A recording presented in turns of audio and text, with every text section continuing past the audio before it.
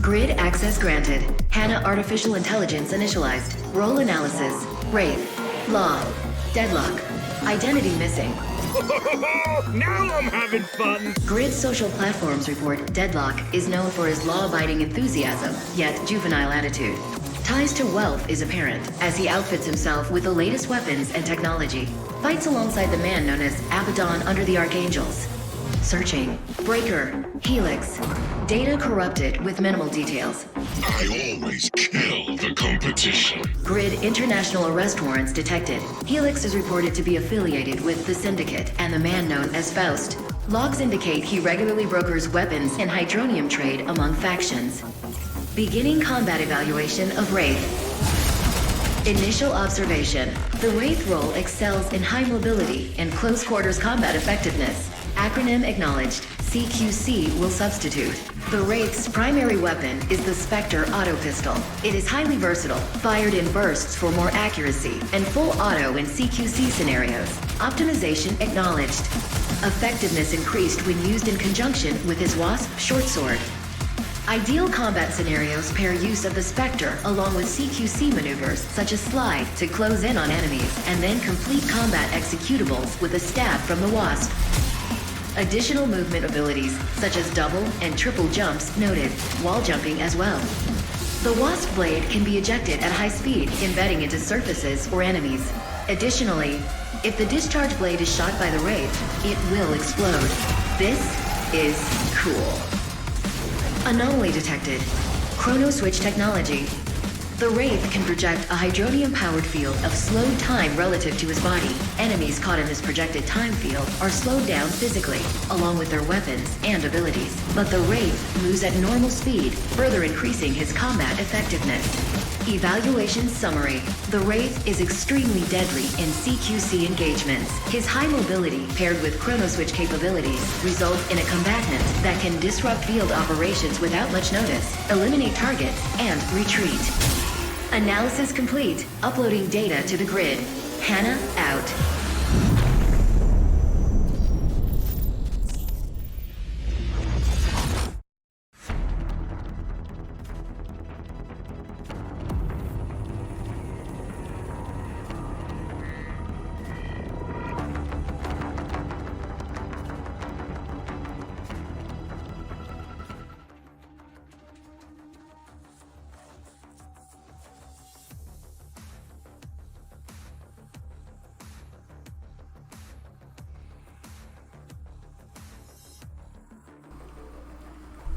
This is bahcorp with another stream of R.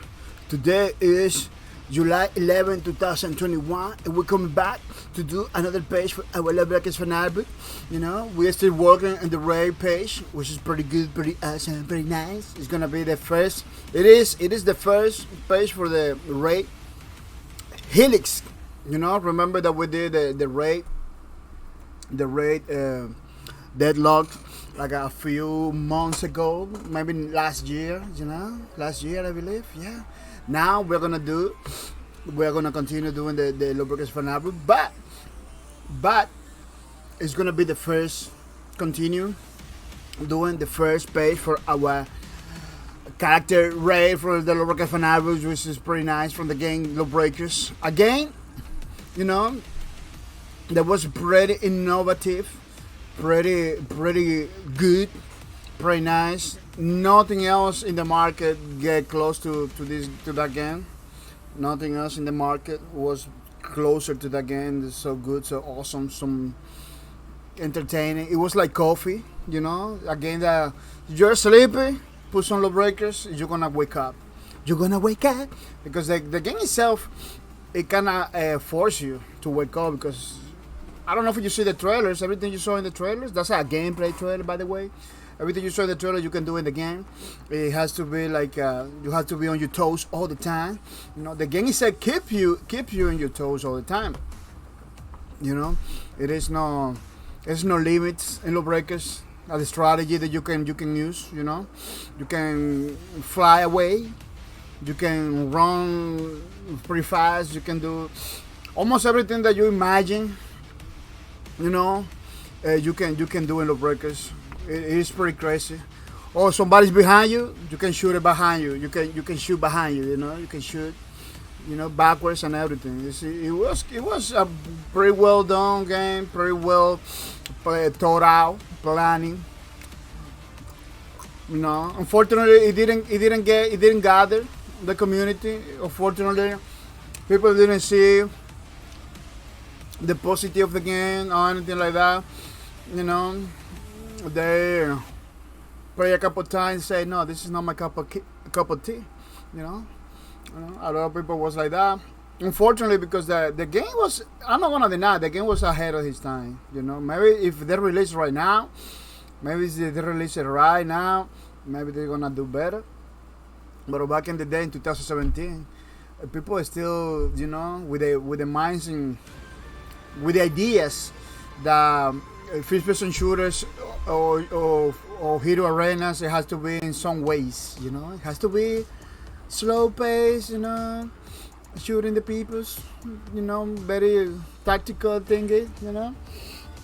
They didn't have in their minds. The hero arena shooters, it has to be faster and more exciting. We're talking about heroes, We're talking about heroes. So you got a hero shooter arena game with characters that doesn't do nothing different. It's almost the same. They only make a lot of noise. I don't know why you have a hero shooter. I believe you have a hero shooter. Every single character has to be exciting. That's what Lawbreakers managed to do. Exciting characters, exciting. Almost every single character it was so different. Every single character that it was like playing like a different game every time you change the class. You got the Titan with the rocket launcher, totally different from the Gunslinger. It was like two guns, only totally different from the Harrier. That was like a laser tag kind of thing. Very different from the medics and everything like that. Even the weapons used to be different. And I talked a long time with one of the programmers of Lawbreaker. They told me that they were planning for more classes. Maybe some dude with the flamethrower, stuff like that. Yeah, they were thinking about more classes, but in the games you cannot you see some games that have like a 20 plus characters. They all feel samey, that they repeat a lot of the characters. That's not good. You have plenty of characters. Almost all of them feel the same. In versus Lawbreakers, it was like 9 characters only. 9 characters. They all feel different. Yeah, you see 18, but the problem is that both sides, the bad guys and the good guys, in order to keep balance in the game, they had to be similar. You got the Gunslinger Abaddon from the Law, totally almost similar to Foss from the Breakers. That's to keep the balance, because you cannot give a power to one side, the other side give it no different power, or make it like a more damaging or less damaging or something like that. You kind of have to give it the same tools. Lawbreakers was created with a competitive in mind. So it's basically against the red versus blue kind of game. But very creative, because the for example the medic from the medic from the Law side is a man. The medic from the Breaker side is a woman. So they try to make sure they feel or they look different from the other side, even though they are basically the same character. Which is in my case was genius. Genius, because you still has the balance. You still have the. How you gonna complain? Oh man, this medic for the other side is better than mine. No, it's the same character. It looks different. It talks different. The movement they kind of look different because one movement is for men, one other movement is for women. You know, bro, it's the same damage, it's the same guns. They're using the same guns and everything to keep the balance, to keep the competitive, which is the most, the thing that most I like it. A lot of people complaining about the balancing those kind of games because of that reason. They don't do that. A lot of other games, they just trying to be different. Every single character, they just break the game. They just break the game. Keep it balancing again. It's very hard. It's one of the most hardest stuff to do. Is you go so crazy with different characters and different stuff, and you don't try to kind of give it the same tool to the both sides. You ending having like a very unbalanced game. Everybody will complain. Oh no, this person only heals. The other person has a gun. You know, it's kind of crazy situation. It has its charms. You know, I'm not gonna say you cannot do it. You gotta do it. His charm, but those charms, it comes from a price. It comes from a price where people will complain about it. Like I'm saying, man, this is not working at all. You know, Lawbreakers, it didn't happen. It didn't happen in Lawbreakers. Yeah, we got the people that complaining about balance still, you know, and you know, because sometimes you rather to learn the games, they just complain because they want other games in other games, basically, you know. You know, a lot of people. Once Lawbreakers was updated with the latest functionality, a lot of people stopped playing the game because, oh, now I have to play in this way, you know, and now I have to learn another way to play the game. Now I have to play in this way instead of in my way that was doing it pretty good, you know. Yeah, sometimes in games are like that. Games, sometimes you need to take the difficult decision to do in some way, you know, in order to create an effect, you know, an effect in your game, to create some more business sense, you know. Unfortunately, it's a business. Developer has to do money, you know. They need to take decisions that maybe they don't like to take those decisions, you know. You know, a lot of a game that hurts from a community. The last thing is is to take decisions that doesn't build community, you know. You don't want a game that is lacking on people, on players, to continue going in the same route, you know. You don't want that. You don't want the people keep jumping into your game, you know, finding that it's too hard to play, and then leave it. You know, that's what's basically one of the problems on the Breakers. That it was super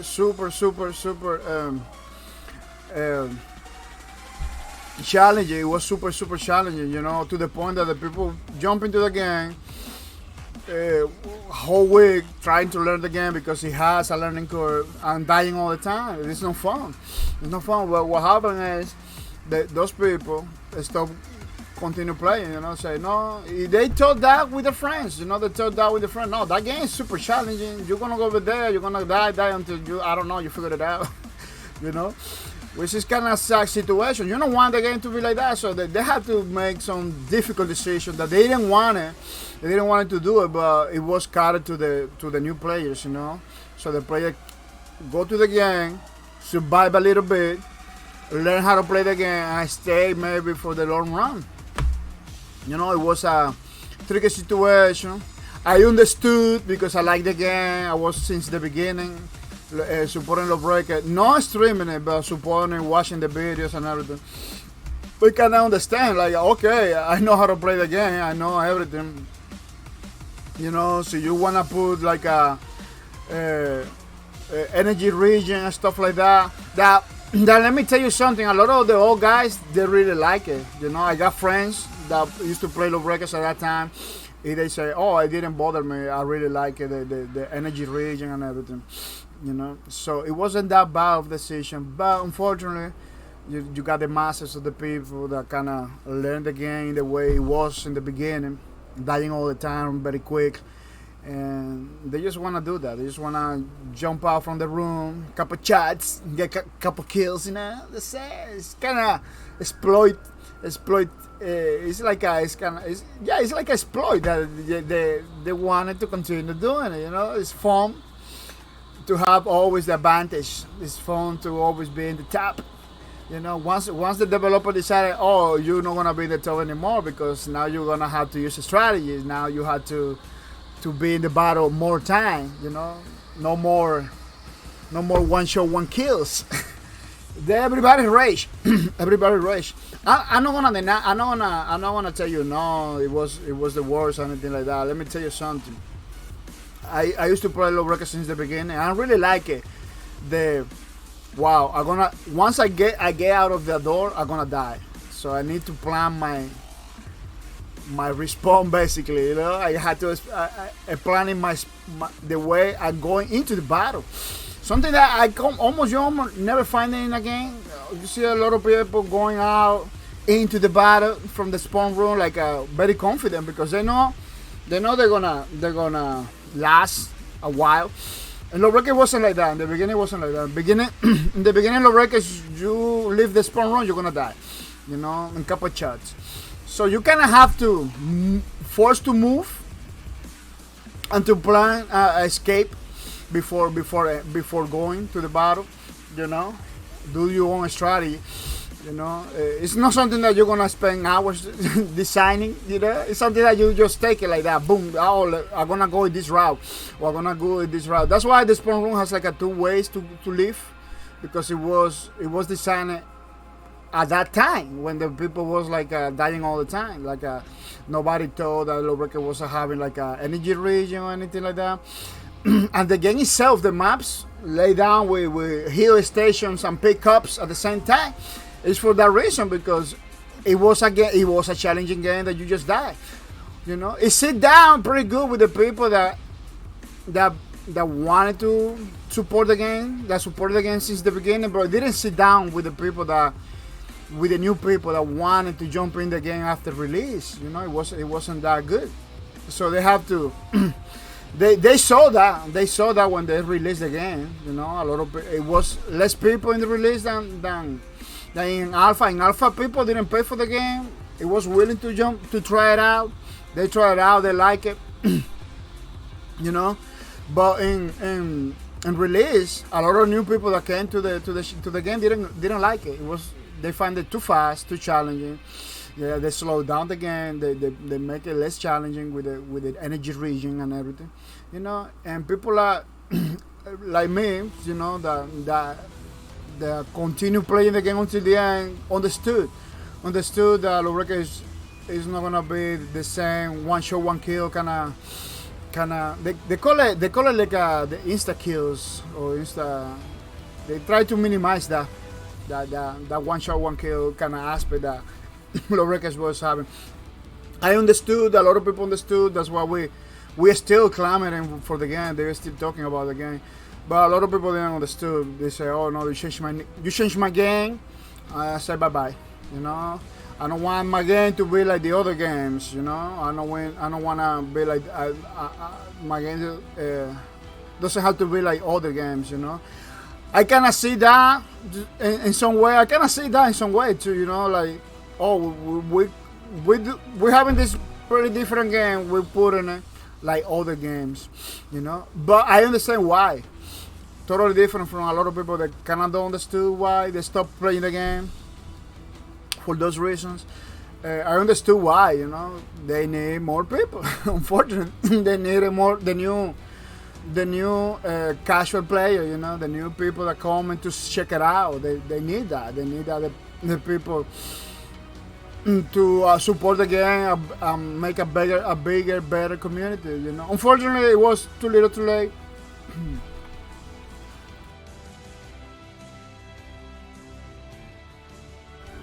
Unfortunately, it was too little, too late for them to make the change, and the change it wasn't basically finished killing the game. You know, the updates and the almost in some way nobody requested, but they have to do it in order to get more people into the game.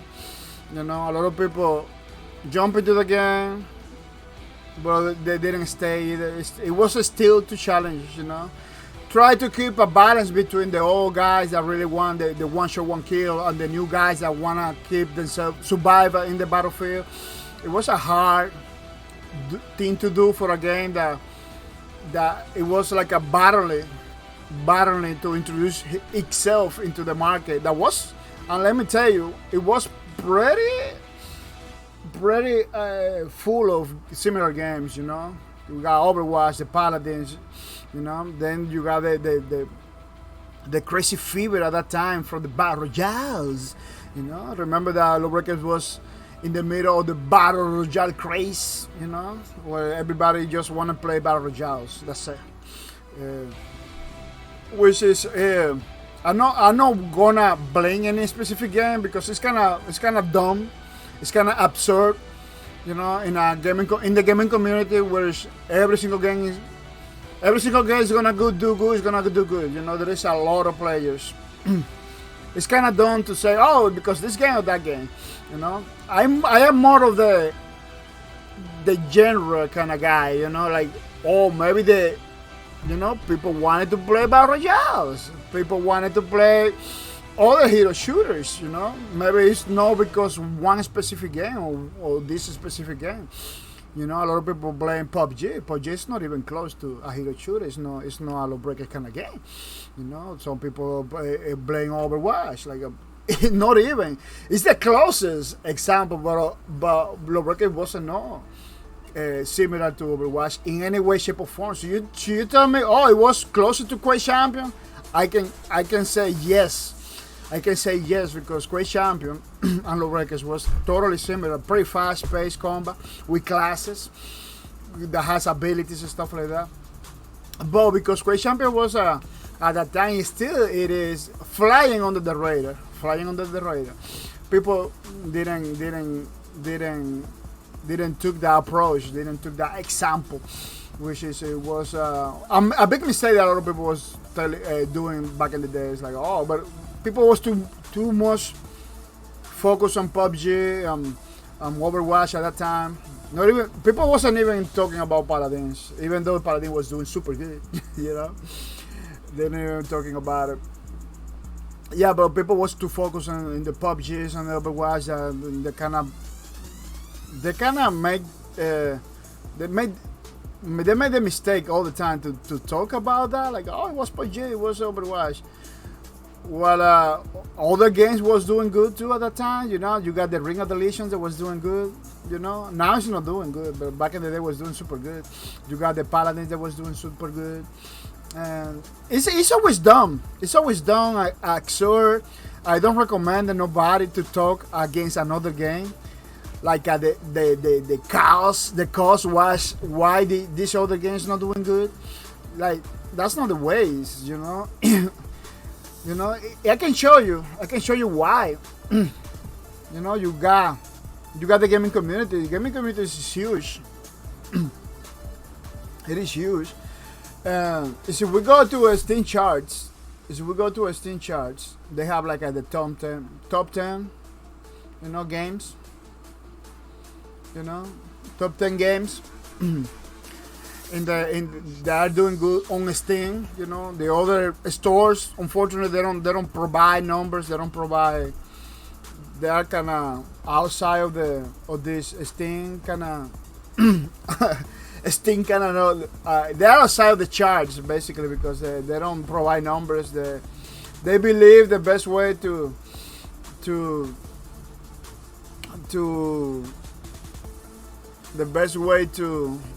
do business, like no disclosing information, which is kind of weird.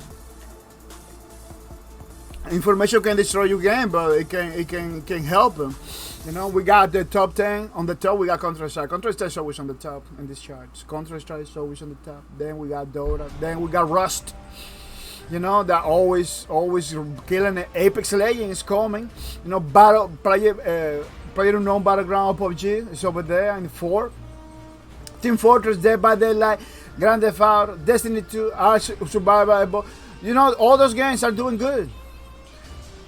If PUBG or PlayerUnknown Battleground was the cause for many games to fail, why Rust is still there? Why Dota is still there? Why Counter-Strike is always in the top? Why?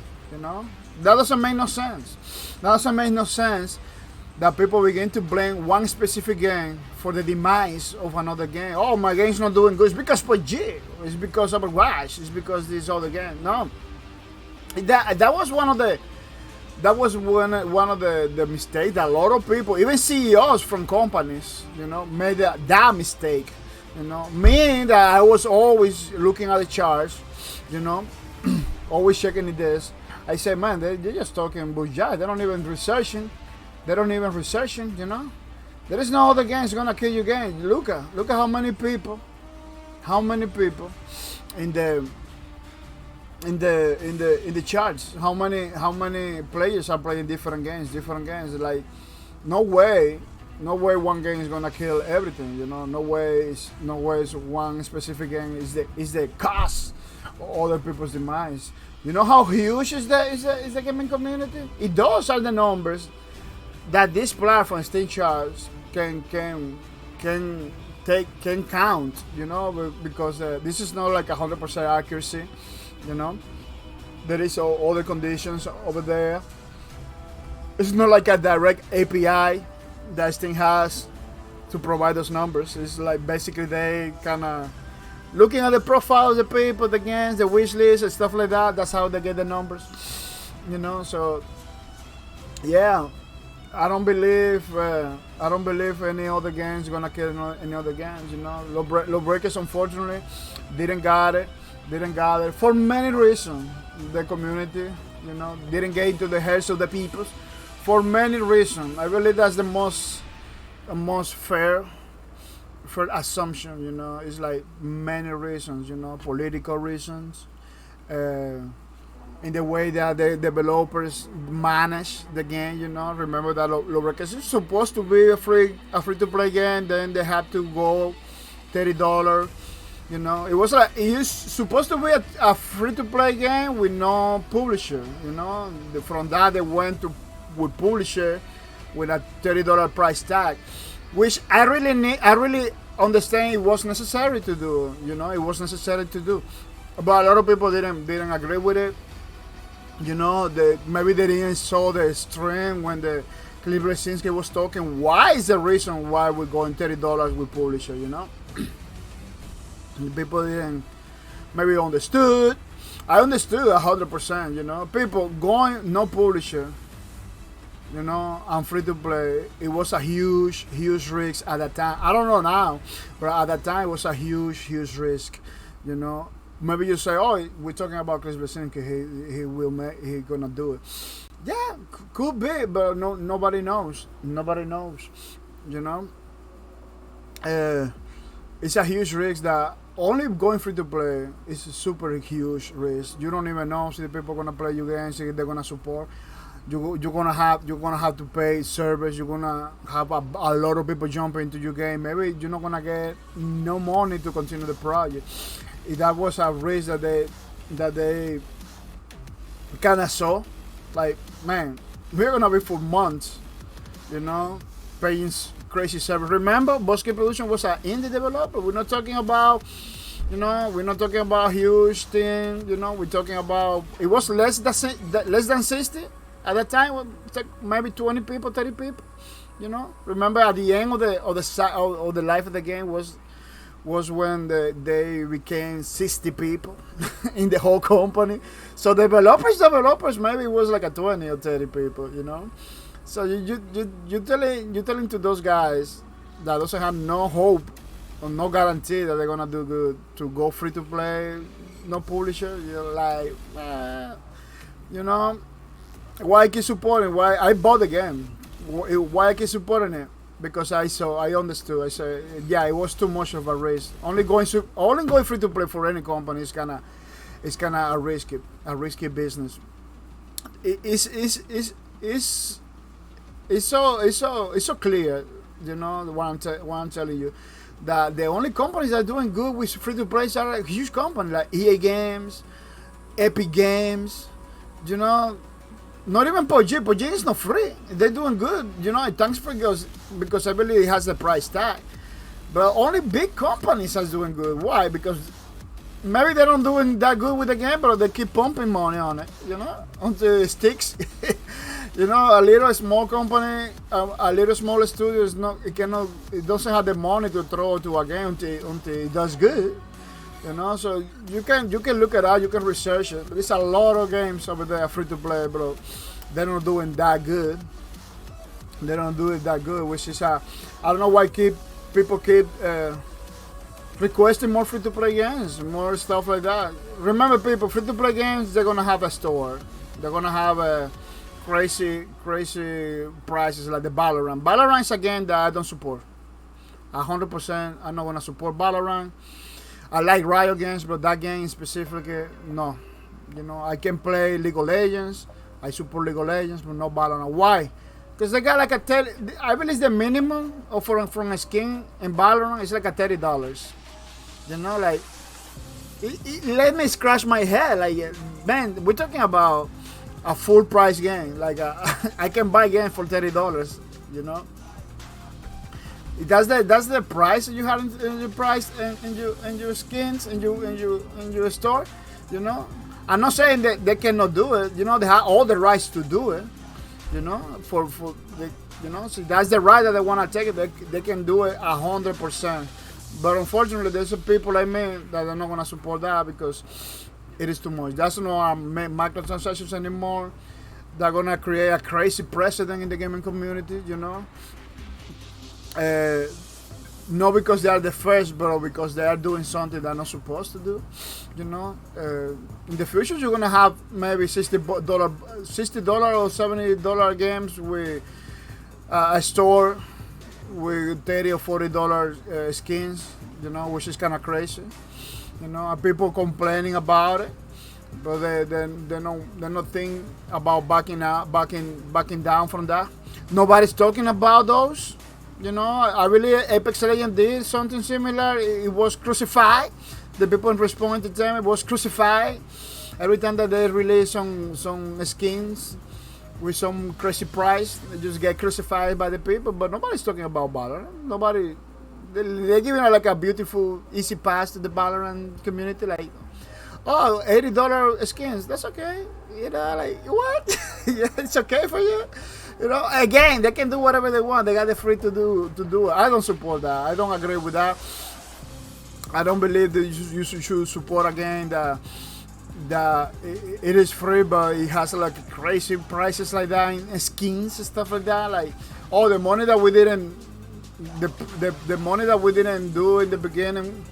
When you get the game, you're gonna get it through skins, through a store, stuff like that. Like, what they're giving to the people? What's the value they're giving to the gamers? Nothing. It's like, you know, once you download the game, I believe the best thing you can do is to grind those skins. You can do, I don't know, or play without it, because I don't see that it's a good value to buy a skin for $30, $40, stuff like that.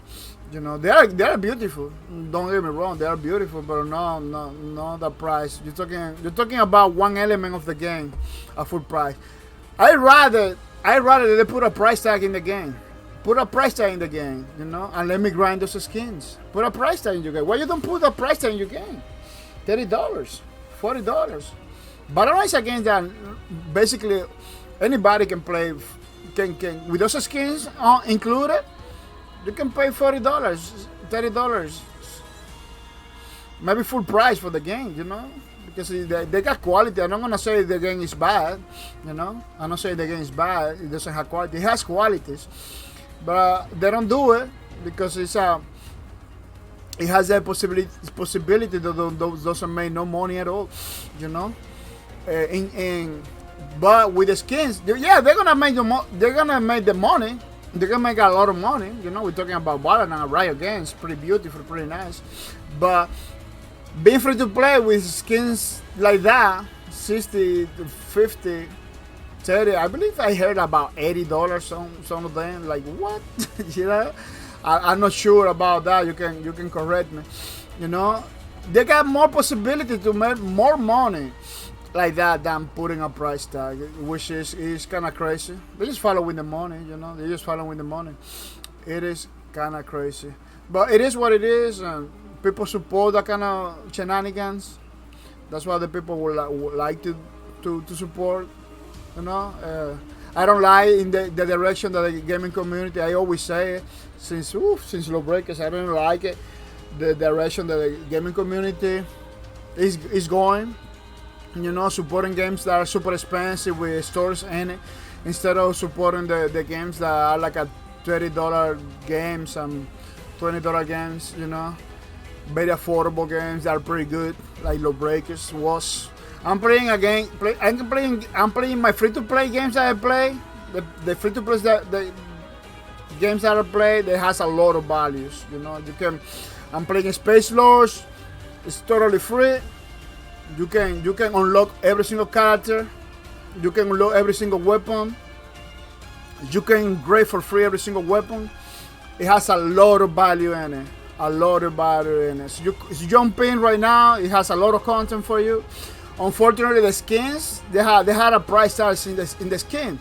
But we're talking about a game that you can unlock characters for free. You can unlock weapons for free, just like at the old days. You know, they bring a lot of stuff for free.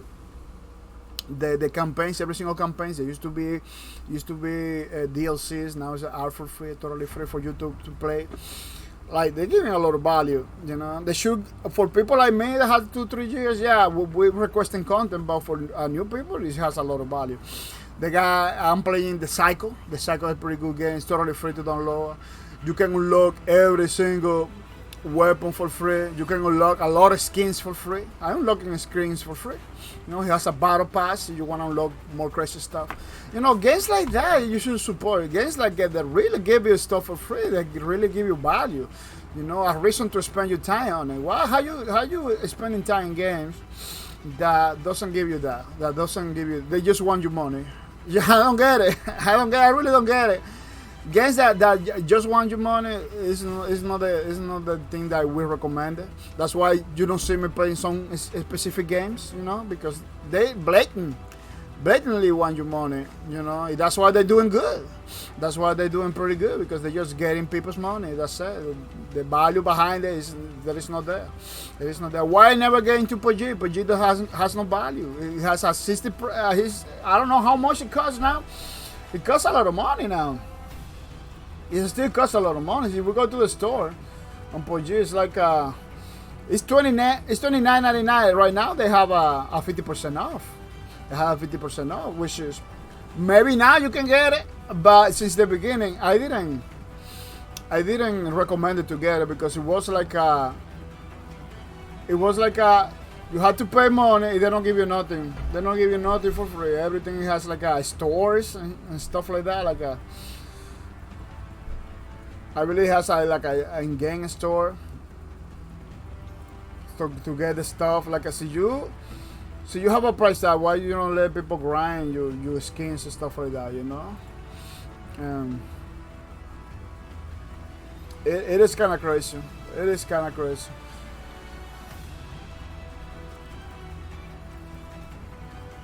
Yeah, it is kind of crazy.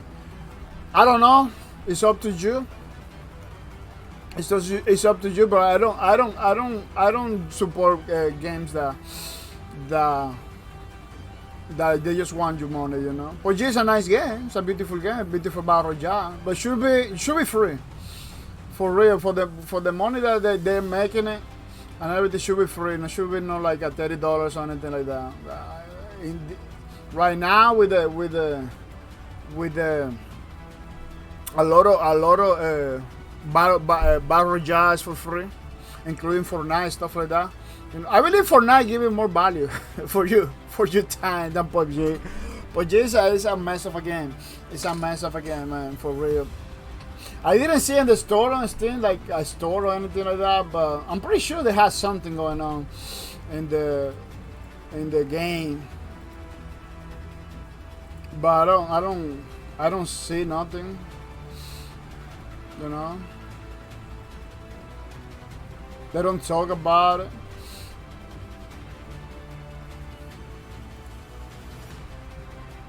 Let me see if I can go to the Facebook to see it. New weapons. Those are free weapons.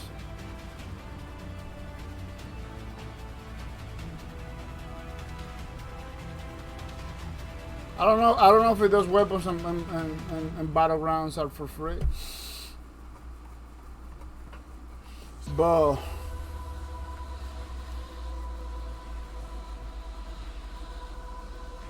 I don't know if battleground has. See you know more about this game. Feel free to tell me because I believe it has a store. I believe it has a store in it.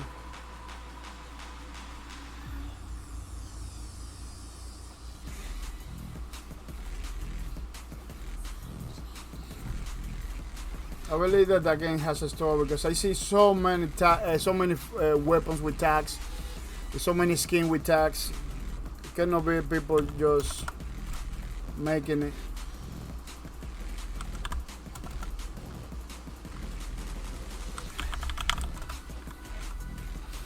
Let me see.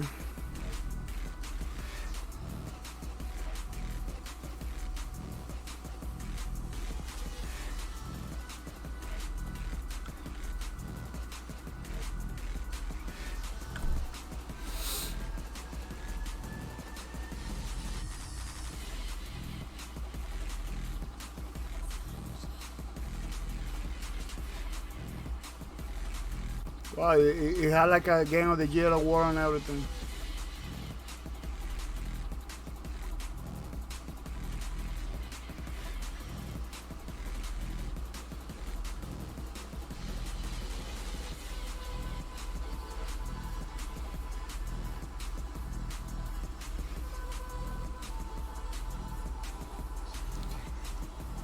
Oh, you see?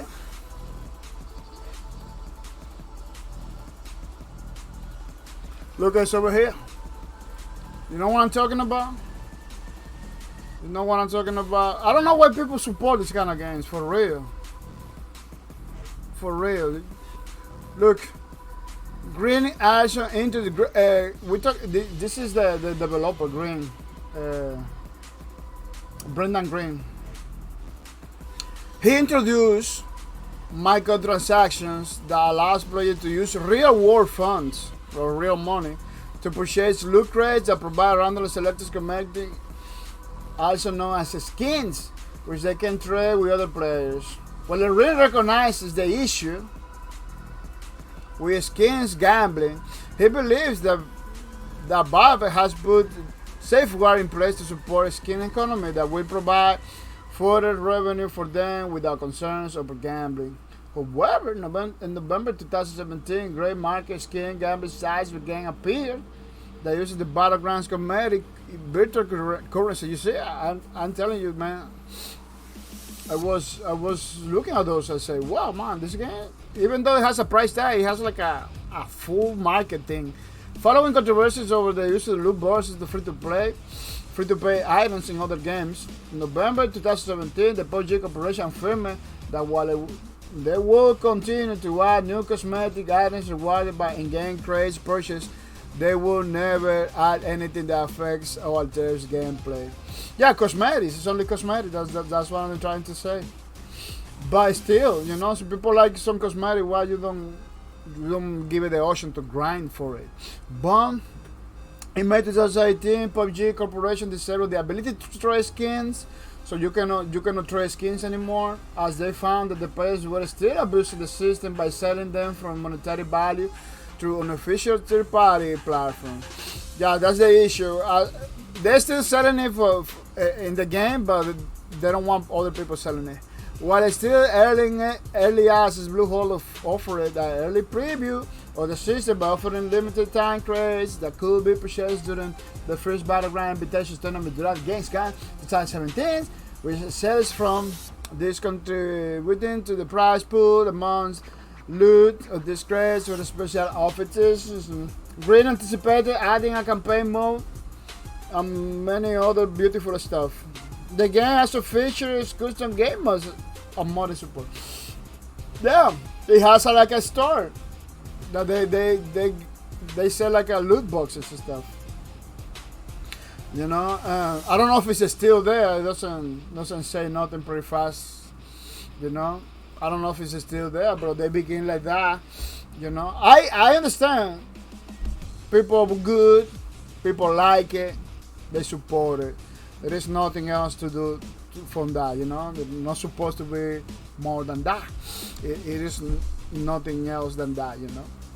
But remember, before you support a game, to check it out, you do your research, you know, because it doesn't say nothing in the game in the store page for a reason, you know. They don't want people to, oh, it has thingies, loot boxes, stuff. So my skins, I'm not gonna be able to grind skin. I'm gonna have to pay for the monies, you know, with the monies. Maybe they have some skins that are free. I don't know. I don't play the game. See, they have it's good that they have stuff like that, you know. As long as you give it the option to the player to grind for something, to play the game for something, you know, it is good. You know, once you lock everything for money, I believe that's the problem. You know, but still, it's a game that I will never support. I will never play. I don't believe supporting games that they want your money all the time. Is you know, you have a price tag. You have a price tag. You should give all the skin for free, like other people do. EVE Online, I play EVE Online. You know, it has a price tag. You can play for free, for a lot. You know, but you know what? Every single update is free. It's free. Every single update in EVE Online is free. Every single thing that they do is free. I'm playing Sea of Thieves. You know, and Sea of Thieves, I'm playing it. A lot of the content that they put, the good content that they put, the big, massive content they put in Sea of Thieves are free. You know, they got the little things. You know, they got the little things that you have to go. You have to go and buy in the store, bro. Let me tell you something. You can grind for it. You can grind for it. Nothing is locked in a paywall, exclusive paywall. So, you know what I'm talking about? The games that I support, at least when I see, you know, when I see that I'm gonna be able to promote it, you know, before promoting it, before playing it, before streaming it, I made my research. I check it out to see what is the value to the player. You know, over here in bahcorp TV, we are willing to support players and developers and everything, you know, with the condition that the game or whatever developer or whatever player or whatever platform, you know, has some values for the people. So it doesn't have value for the people, I'm not gonna promote it. That's what it is. That's what it is. People, see, you are new in my streams, if you wanna know more, the first thing you need to know is that our streams are mature only. You know, you're not gonna know more, so you are not mature. You're not gonna be able to play with me, so you are not mature. You're not gonna be able to share with the awesome community over here in bahcorp TV, so you are not mature. That's the first thing that you have to do. We put in the title, we put it everywhere to make sure you know about them. Another thing is like the Twitch itself, the platform, it tells you, you know, that our streams are for mature audience. You know, the platform says, it tells you before you click start watching, make sure you are a mature person. You know, we don't create content for kids. We don't do nothing for kids over here. Even though we play some kids games, well, there are no kids games, but kids can watch it and play it, like Minecraft. And I believe yesterday we were playing Star Wars Racing, which was pretty good. You know, you need to know that our streams are for mature. We put in the title, you know, we put in the chat. You know, maybe you ask why should you play Minecraft in those games? Why mature? We play Space Lords. We play games that are for mature only. If we like those games, we try to keep promoting it and supporting it. You know, so we do it for a mature audience only, not for kids. Those games are not for kids. Space Lords itself is a great example. You know, they talk, they say stuff, they have clothing that are not full cover. You know, they have a lot of stuff that are for mature. You know, that's why I like that game. That game is for me. You know, it's not for you if you're a kid. That's the reason. See, you want to know more about why this? Ask questions in the chat. We are gonna glad to answer in the best of our abilities, people. So you want to know more about my streams, know about my what we do. I encourage people to go to my Twitter. Follow my Twitter, follow my Twitters, my Twitters. Follow bahcorp TV Twitter. Follow bahcorp TV Twitter.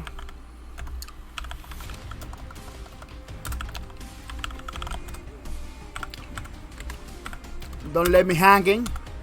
You got the schedule.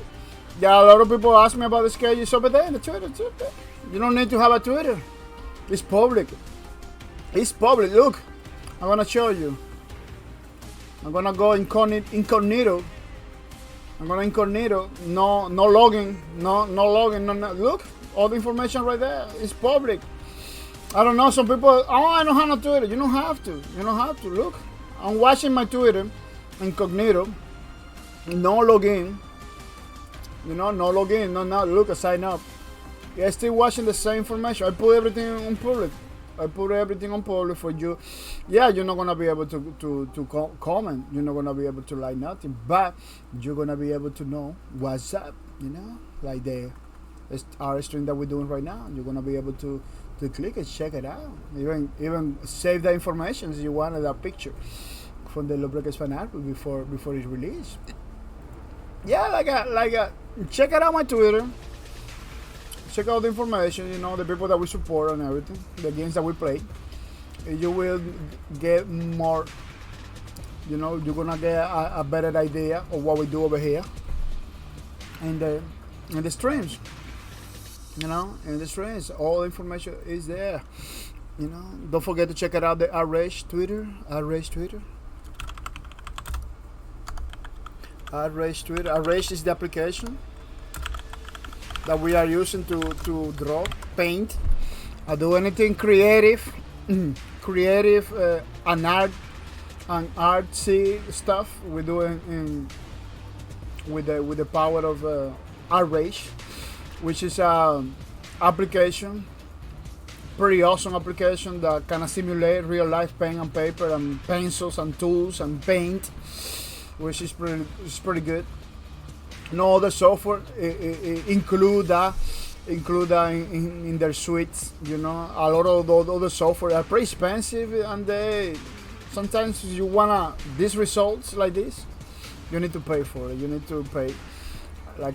You want brushes that do this effect, you need to pay for it. Install it. I hear about artists like, oh man, I spent so much money. And this is brushes, and the new version of this software doesn't take it. Like, wow, really? You pay hundreds of dollars in brushes and stuff. It's your software that you like it doesn't use it. That doesn't happen with Rage. Rage, you gotta include it in the software. You don't have to buy nothing for third parties or anything like that. Maybe there is the options to do it. I don't know how, but I don't believe you're gonna need more than Rage in order to do your stuff. If we're talking about, these are professional people. This is professional using Rage. This guy, he made art for newspapers, stuff like that. And look, this is not people that are like beginning to do his thing. These are professionals already that sell their art. If they trust the whole business in Rage, there is a market behind it. There is a market behind this software. There is a lot of value for the user. As you can see, a lot of value for the user. And people are happy. You know what? I've been told with artists. I've been told with people that do arts that they say, I use a lot of software, but I always come back to Rage. They always come back to Rage because once you learn how to use it, that is not difficult at all. Let me tell you, I'm using it because that's the main reason I'm using Rage. It's not hard. It's like a real life painting. Even though, this picture is pretty nice. Yeah, even though I am not like the best artist ever. You know, I still learning. That's one of the reasons I use it, because it's easy to use.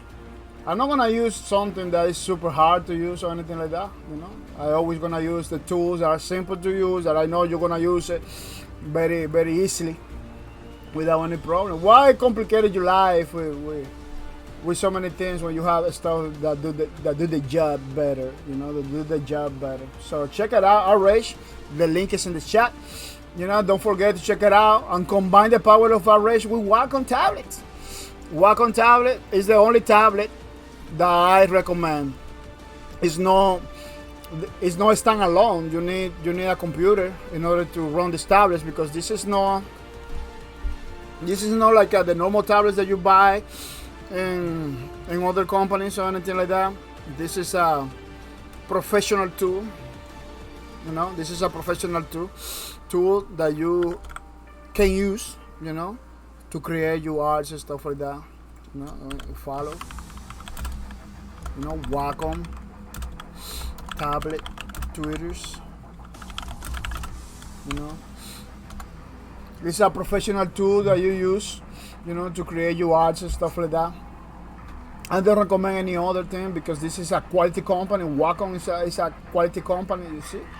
And professionals use it all the time. Professionals use it all the time. You know, I highly recommend it. So you wanna jump into tablet, you know, editing and stuff like that, you need to use a Wacom tablet. I don't wanna recommend nothing else. I'm not gonna say you, oh, get this one, is cheaper. Sometimes we go for the price. That's a big mistake, you know. It's a big mistake, you know. I found that the hard way, you know, buying many tablets, buying many stuff, you know. You don't have to. I'm telling you. You want a tablet that is a quality product that is gonna last. You know, I got my first tablet was the Wacom. Is 10 years. It's still working. Now I have a new tablet, the Cintiq 16. You know, it's still doing it pretty good. No problems at all. Yeah, I have a little issue with the drivers. But maybe I believe it's because of my computer. Because my computer has a lot of issues. You can see like a real professionals using the Wacom tablets for a reason. Karaoke says, what page are we on today, ba? Or you're gonna see it. You're gonna see it. You were the last week, the last Saturday over here. You know, you kind of have an idea, because we are continuing the work we did it. Yeah, today is a continuation, so it's not a new page. Basically, it's a continuation of something that we were doing, but you're gonna see it. I'm gonna show you. Yeah, Wacom tablet, people. You know, with screen or without a screen. It all depends on your budget. You know, you want a very affordable one with screen. I highly recommend the Wacom one. It's $300 or maybe less. You know, you can afford it. You still have the options to go no screen like this one. You know, you can find one of these like this, like in $60, less than 100 people, less than 100. So there is no reason why not get a Wacom tablet. You know, I'm not getting supported by them.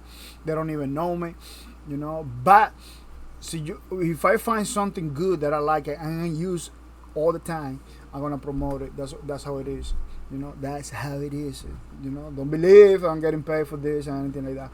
But I'm freaking tired of seeing people buying stuff that doesn't last, that doesn't give you the results. Wacom tablets is everything. They kind of create a.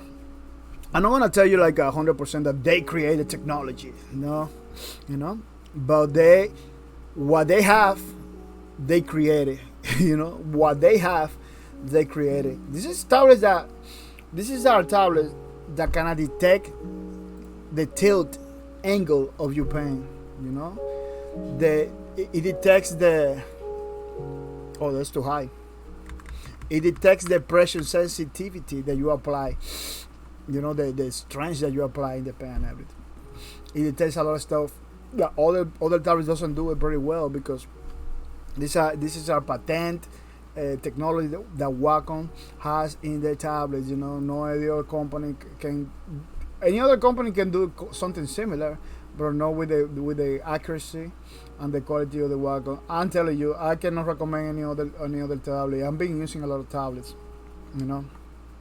The unfortunately, I'm not gonna tell you like it's the cheapest ones. Wacom is not the cheapest one, but that is the reason why. It's quality products. It is quality products. But I believe you can get a Wacom tablet in less than $60 in their official store. I believe it's pretty affordable. There is no discussion about it. Cannot be a discussion about it. We're talking about the less than 100 to get one of these without a screen. To do your sketch, to do your draw, to begin. But let me tell you, you can afford the one with the screen, do it. The Wacom one, $300, do it, because the difference, even though you can get the same result, the difference between drawing in a screen than drawing without a screen is night and day. It's the difference is pretty huge. So I cannot recommend that you go for the Wacom one. This one, which is the more affordable one that they have with a screen. If you have any question about Wacom, don't hesitate to put in the chat. I'm gonna explain you a little bit more. Right now I'm kinda in a rush, with this. It's coming too late. He's still talking. People don't forget to say hi to the peoples in the streams. Subscriptions and follows and biddies are pretty good, but the only way to support the stream 100% is by say hi to the people. There is no other way to support the streams, and I don't believe there is any other way to support the streams by saying hi to the people. It kind of sounds crazy. But it is what it is. When you say hi to the people, you tell everybody that you are there. You create a pretty awesome sense of community that is totally difficult to create. And again, you see those big streamers, you see the chats, everybody talking, putting emojis in very crazy ways, spamming everything. That is contagious. People see the chat, even though they know the streamer never gonna be able to read it. They jump in, they stay with them because they feel like they are in part of something bigger. They're a bigger community. That's why I'm telling you it's very important to say hi to the people. People came over here doesn't say hi. They just straight up lurking without saying that lurking. I really appreciate the people that are gonna lurk. They say lurk, they're gonna lurk. So we know they are there. But people that came over here and straight up lurk without saying hi, without saying nothing, I don't know. I don't know what is the excuse. I don't know why they do that, because it's like a coming to a party, sit down, and don't say hi to nobody. It's like, why you go to the party? Why you go to the party? Because you like the parties? But a party has a price. It's the price. You say hi to the people. Like, I never get it. Why we got people like that. Just go to places because maybe they wanna do something else, but they are not willing to spend 1 second, in the people. That's not what we support over here. So you come into the shop, you come into the bahcorp TV, at least I expecting you say hi to the people. It takes 1 second. It doesn't cost you nothing. I believe that's the only thing that you can do to support 100% the streams. I got subscribers that never came back to the stream. They just give me the subscription and say but never came back. That's not what I want. That's not important. You can subscribe many times you wanna, but you're not supporting. You just helping a little bit. I'm not gonna say no. But if you decided to not come back, or you subscribe and never come back, like I see people that come into the stream all the time, they subscribe, they never come back, then they come back later on, like yeah, we're not doing this for the money. We're doing this for you. See, see, the most important part of the whole process, the person, is not comment. There is no point to subscribe. That's why I'm telling you. Say hi is the best that you can do. It's the best that you can do. I ain't been explaining this so many months, so many days, so many. We do this for the people. The people, you are the ones, that will create a platform, that will create games, that will create everything. Developers create games not because they like it, it's because the people, the people gonna buy it. The people will buy the games. There is no people involved. There is no point to do it. There is no point to do it. Everything that you see, movies and everything, is because people. And let me tell you something. There is people that watch those movies for free before you. It's because the people. It's because the people. It's nothing else. It's nothing else. The money is basically something that came after. But that's not the main reason. That it is not the main reason. See, that is the main reason. I at least for me, I could have been say, I don't want to continue streaming. But because if that's not the reason, I continue streaming. Man, we began this journey in 2017. We are like at 2021. Yeah, almost, in the mid 2021. If we're still doing it, if we're still planning to continue doing it, it's not the money. It's you, the people, because I feel good talking to you. I feel good streaming. I feel good every time you ask me a question. I feel good. So don't listen to those people that believe that every single streamer is just making the money, making a living. No, we got streamers over here. A lot of the streamers that I rate, they don't doing nothing. They don't doing nothing. I appreciate that I have a very beautiful community. That they do support and come into the streams and everything. But the best way to support a streamer is to say hi to the people. If you can ask me a question about it, I'm gonna tell you the same all the time. Because it is what it is. People, 6 Days of Sad is coming, July 12th. July 12th is Monday. 6 Days of Sad is coming back. Where we play 6 Days, Sea of Thieves, a pretty awesome game, excellent game. There is another game over there. They're gonna check it out later on, but right now, Sea of Thieves is the game. It's a game, simple, beautiful, happy. It really you're gonna have a very good moments in this game. Very good moment in this game. Unfortunately, it has a price tag. It's kind of hefty. It's kind of hefty price tag. It's not like Joe Mama's price tag. Oh, look, I see a thief. It's not like a Joe Mama's price tag. It's $39.99. You can get it with the Xbox Pass for free, I believe. Yeah, but you need to pay the subscription in order to get it.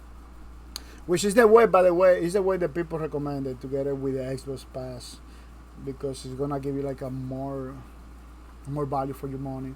If you don't like the game, you can kind of refund it back without any problem. But I bought it a full price. Why I bought it full price? Because I really like the concept, and I just made sure there are gonna be a merchant in this game. I just made sure that I could be a guy that gets some stuff, and bring it to somebody else and get money from that. Distribution missions, stuff like that. That's what I look for these kind of games, be a FedEx or UPS kind of guy, where I get some packages and bring it to somebody. That's the only thing I was looking for this game. I can do that. Yes, everybody says yes. I check it out, videos about it. I say, wow. It's not even like you buy stuff, they put you in your inventory, and then you go to another place, and it's not just characters in the screen. It's not just letters. It is the freaking box. The person give you a box, you put in your freaking boat. You bring it to the other place, see you make it alive. Because that's another thing. Just because you have a quest to deliver a box to somebody else, it doesn't mean that you are like protected for every single other thing, every single other player. Like a player not gonna see you. The player's gonna see you. It's gonna attack you. And maybe you're not gonna be able to complete the quest. Yeah, that is the kind of game. That's the kind of game that I like it. It's Sea of Thieves. That's what Sea of Thieves provide. You know, pretty awesome stuff. Highly recommend it. $39.99 Steam or for free with with the Xbox Pass. I don't know if the Steam store has the Xbox Pass stuff. That's what I was talking. You know, that's what I was talking about earlier. Sea of Thieves has this. You know, ancient coins. You know, which you get it. You get it with real life currency. But guess what? You don't have to. You can grind it. You can get those coins for free. I get it all the time. You know, and buy your stuff in the game. You know, because the game has a price tag. That's how you do. That's how you. Oh yeah, you can have your store. You know, now that we cannot fight against developers putting a store, you can have your store. But as long as you give me the options to grind those, you know, for a game that has a price tag, I'm okay. I'm okay with it. You know, I'm okay with it. But if you have a price tag game, a game that costs like a $40, $30, $40, $60, then you put your store, you don't give me options to grind those coins. You know, it's like a wow. You are going for the money, and I would not support you. You know, even though COT has a store, you know, you can grind those coins. Man, one day I get like a four skeletons that has those coins. 4 in one day. And I said, wow, this is pretty good. Somebody told me, like, man, that's weird. That's never gonna happen. Well, it happens to me four times in a row in one stream. And I get a bunch of coins that are not supposed to get like that for free, you know. Super rare coins. You just getting it all the time. The other day I was playing, like I was yesterday. The other day, I don't know. It wasn't yesterday. Yesterday was? It was on a string. It was on a string, I believe. I get another skeleton with Asian coins. Like I'm getting those coins all the time. Like, yeah, you can get it. There is a possibility. Yeah, people, we're gonna be playing from Monday July 12th until Saturday July 17th. Yeah, it's gonna be a ton of fun. So you got the game, you can jump in. People, don't ask me, can I join? Hey, can I join? You just join, man. So you see me, I'm playing by myself. Join. Also, you see me, I have like a whole crew. Yeah, maybe you're not gonna be able to join. But see you see me, you know, playing, having fun. Just go for it, man. Just go for it. That I know it's good to ask, but it kind of feels like you don't want to join. You know, join. Let's play together. Yeah, this is gonna be from Monday, July 12th to Saturday 17th. Sunday we're coming back to the art streams. It's like a talk show art stream. We can talk about games, but we can do a little bit of drawing too. You know, it's gonna be pretty nice. It's gonna be pretty awesome.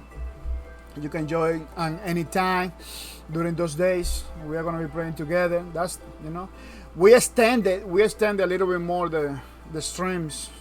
So that's why we don't do raids. We don't do raids during these events because we begin at some point, bro. We spend the most that we can, most times playing and streaming.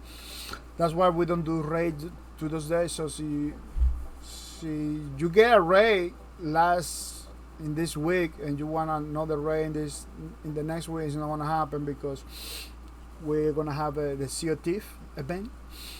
6 days of Sea of Thieves. And we don't do raids during the events because we're trying to get the most time playing the game. You know, remember, people, we are not being sponsored for the developers or publisher of the game or anything like that. It's pretty clear in my channel. I don't know if you know about that. You know, so you see Alicia in the channel. You should ask her because, you know, she tells you, you know, bahcorp is the official channel for bahcorp.net. We make and play games. We play the games that we like to play. We are not getting paid by the developer publisher of the game. Our main objective is to build community and empower players by providing games, loot, any other form of value, and enjoy. Yeah, we are not getting nothing from the developer, nothing from the philosophy. The process that we employ, our tactic is, so we like it, We have fun, and it provides value for the people. We support it. That's how it is. You know, we are not close to the idea in the future that maybe, I don't know, developer want me to do a sponsor streams or support me in some way, shape, or form. You know, we are open to that. But you are gonna be the first to know it. You know, you're gonna be the first to know it. So don't worry. You know, sleep well, thinking that we are not gonna be giving you recommendations because we getting paid or anything like that. That's not gonna happen. You know, that is not gonna happen. When it happens, we're gonna tell you, people, this product is sponsored. You know, something is happening. Like I did with many indie games.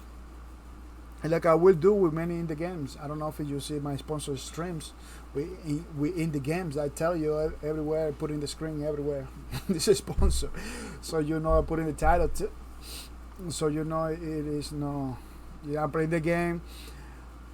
Let me tell you, a great percent of those sponsors streams that I did in the past, a great deal is because I like the game. You know, even though I'm getting the game for free or whatever, I still like the game because I'm not gonna play a game just because somebody is telling me to play the game. You know, it has to be that I wanna help that person, I wanna help that developer, or I like the game in some way, shape, or form.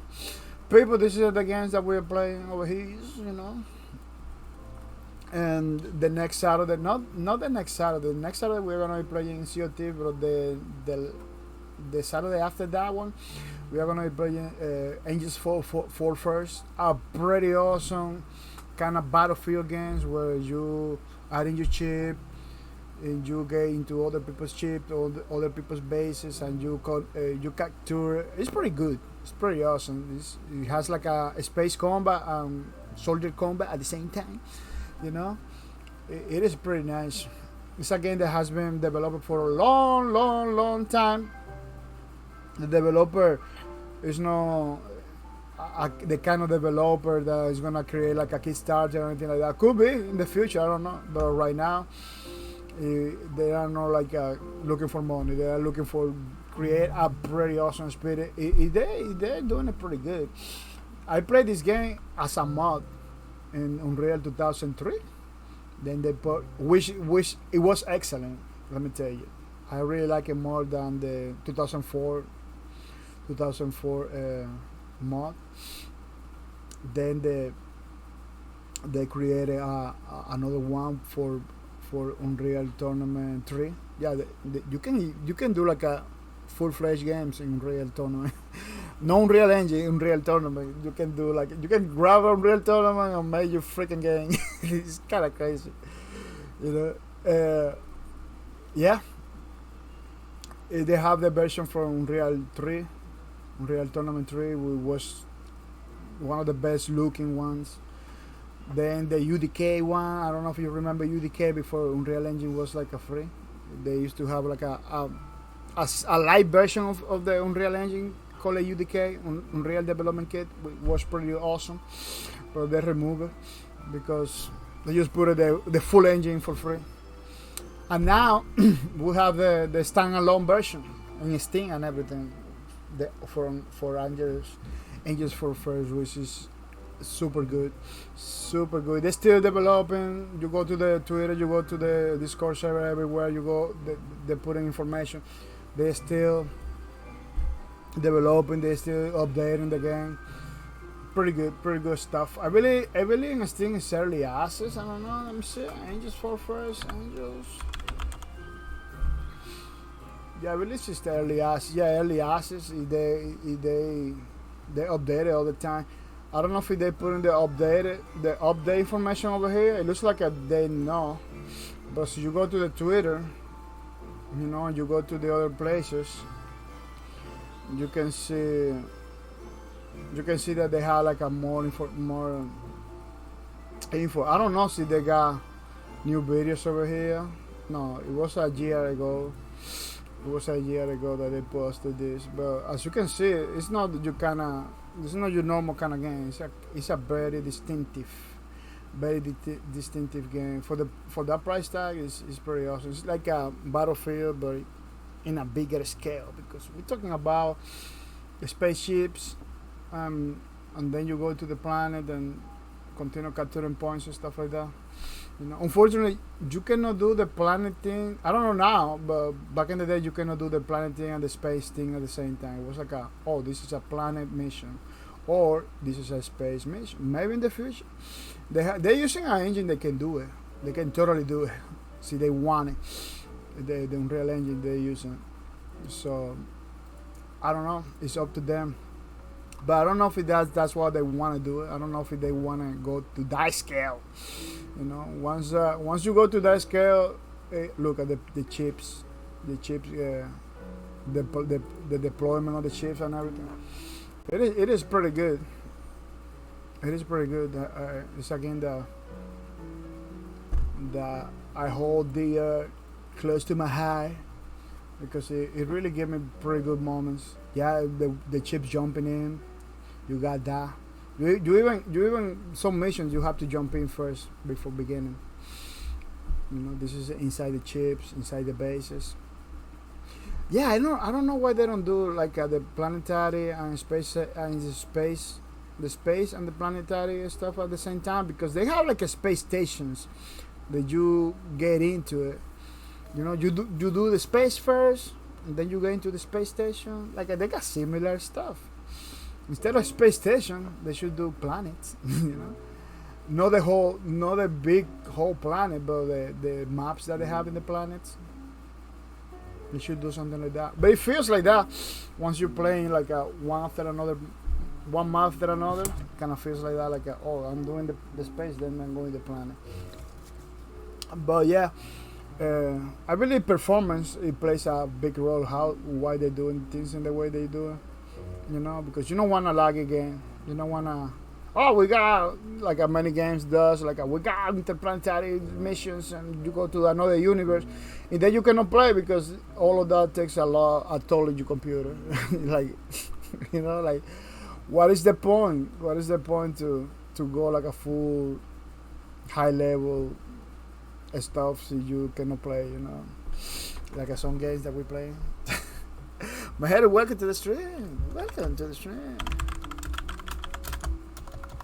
How you coming? I hope you're coming ready to have some fun. Yeah, it's pretty good, pretty nice. We're gonna be playing it not the next Saturday, but the Saturday on top of the next Saturday.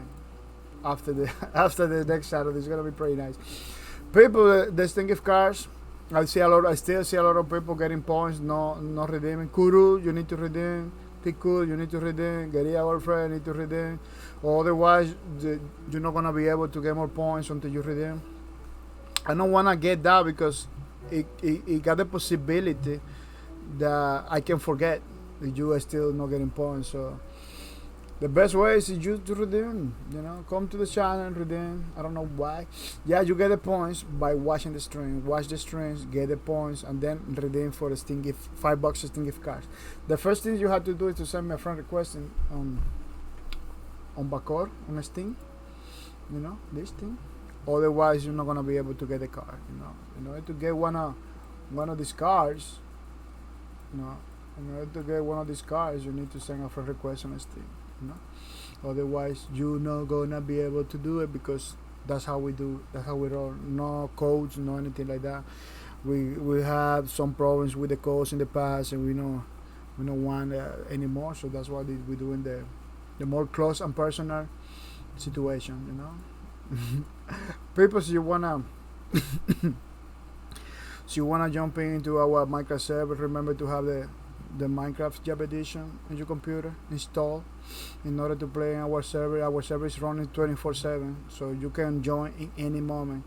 You got the Minecraft Java Edition, you redeem $100 from the channel. As I said, you got unlimited access to our Minecraft bahcorp TV server. Make sure you have the Java Edition, otherwise you're not gonna be able to connect to the server or anything like that. So you create pretty awesome stuff. Yeah, it doesn't have to be crazy awesome stuff. As you create beautiful houses, we're gonna footage, we're gonna spotlight in our streams. You're gonna be showcased in our streams. We wanna talk about you and everything. So make sure you do your thing. You put a sign with your name, intuition, and everything, so we know that we're talking about you. People, let's say thank you to the people that support our streams. People that take some times, and give it the resources, to the people. Even though I say only saying hi is the best way to support the streams, there is people that still subscribing to the channel. If we had to talk about them, we had to say thank you, because it really helps for the $5 System gift cards. They don't have to, so don't get confused. They don't have to. I'm not forcing nobody to do it. They do it because they see value in the streams. They want to support, after many months supporting the streams and everything, they want to support a little bit more. They got the option right there. Let's say thank you to Akasaha for supporting the streams. It really helps with the $5 System gift cards, the Minecraft service, and many other things that we have in the channel. There's so many that kind of difficult for me to tell you. It's a lot of stuff, for the people, for free for the people. Unfortunately, we still not deliver with the Lawbreakers fan album, but we're getting close. We're getting close to deliver, people. We're getting close to deliver. So I'm gonna say thank you to Akashaha for supporting my streams, for subscribing to the channel, which is pretty good, pretty awesome, pretty nice. Let's say thank you to Annie Shake. Annie Shake was another person too, supporting my streams. Giving the $5 and gift cards without mercy. Helping us with the Minecraft servers, the Lawbreakers fan album, the Lawbreakers game that we're doing. Inspired Lawbreakers game. Lawbreakers game. Lawbreakers and Lawbreakers. Yeah. It's gonna be pretty awesome, pretty nice, pretty cool, and I hope you like it. Annie Shake is a person that decided to support the streams, so decided to help us with all those spendings, by giving a subscription of the month, which is pretty good, pretty nice, pretty awesome. Really appreciate it. Thank you for the support, Annie Shake. I'm hoping that you can continue doing it in the way you're doing, which is pretty good. It is a pretty awesome.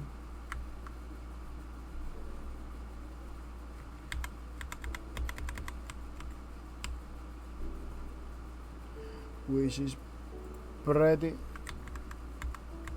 awesome. Yeah. I'm gonna say thank you to Cody Joe for supporting my stream 5 months. 5 months, which is pretty good. Support the streams without mercy. It is pretty nice, pretty awesome that he decided to support the streams. He's a old school, supporter of the channel. Supporting the channel since the days of Lawbreakers. Giving out the support all the time. And now he decided, he decided to continue supporting the streams. Now we can get more $5 and gift cards, Lawbreakers fan art books, Minecraft servers, all those easy stuff, all those crazy stuff, the easy stuff. They are not easy. It requires a lot of money, but it's pretty awesome. It's pretty awesome that we got people that support the streams that way, so we can continue to do our awesome activities. Wow, people are doing the fireworks outside. Kind of sounds like a bullet chats. People, let's say thank you to Jerry Senna. Jerry Senna supporting my streams too. He plays from time to time with me and everything, which is pretty good. Unfortunately, now that I wanna give a support back, he's not in my schedule. He's not streaming my schedule. Almost every time that he's streaming in another schedule now. I don't know why. I wanna play some games with him. But it has been difficult for me to catch with his streams. It's pretty awesome dude, supporting all the time. Very supportive, very good. He's all about games too, which is pretty nice. His streams are not for minors either. His streams are for mature. I don't know if he has the official mature thingy, because that's another thing. So you creating content for adults, you should have this channel set up for that. Just a little disclaimer on the screen. Uh, it is good, but I don't believe it's enough. I don't believe it. No, I see a lot of streamers doing that. Yeah, his streams are kind of for mature too. Check it out. It's pretty awesome, dude. Yeah, people, this is the project that we set out to create a long time ago. It's a Lawbreakers fan art book that we set out to create. We talked to the developers and everything. They say, "Oh yeah, it's pretty good. Go for it." Since then, we has been creating characters after characters after characters from the game Lawbreakers. We had like a many. We had like a many months creating it. We are continue. We are continuing drawing, creating stuff for these Lawbreakers for now. As you can see, has a lot. I'm not gonna show you everything. It's a lot. It's a lot of stuff. We're gonna continue creating stuff. The one that we are creating is the continuation. Is the continuation of the rate. You know, the rate. This continuation of the rate. We are gonna do the shadows and a lot of stuff. Maybe you say, oh man, you have almost 2 hours talking about guys and games and stuff like that. Yeah, because I don't believe we're gonna spend so much time drawing. This is almost finished. I believe we're gonna finish today to jump into the other position from these character people. You know, and the next Sunday, we are gonna jump into another position for this character. Remember, for every single character, we had to do four drawings. You know, not for the strings, but 4 drawings. So we are looking forward to finish this today, maybe, yeah, and then come back the next Sunday. People are gonna take 1 minute on. I had to do something pretty fast. You know, I know they were supposed to be drawing. But it is what it is. I had to do stuff and I had to check out the house. We had almost 2 hours talking about Jai without checking the house. I had to check out the house and get some more coffee. The real reason why I'm taking the break. Just to get more coffee. Yeah, don't go anywhere. When we come back, we are going to continue doing the drawings and stuff.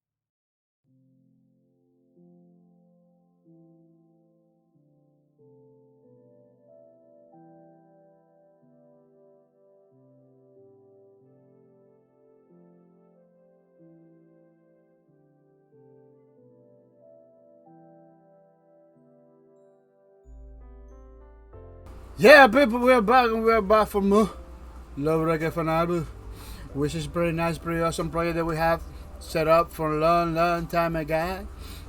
And without mercy, we are gonna continue doing it. You know, we are gonna continue doing it every single Sunday. You know, not every single Sunday because some Sunday maybe it's gonna be community request stuff. You know, as you can see, this is our gameplay trailers. You know, people playing the game and they took pieces and showing the maps and everything. The game was outstanding. Every single thing that you see in the game, you can every single thing you see in the trailer, you can see in the game. You know, it's not like I can give you the testament that everything you see over here in the trailer is the same in the game. There is no other way around. This is no CGI that they created to sell the game or anything like that. You know, maybe the dive with the people, you know, they dive pretty fast. You see, couple shots, bye bye.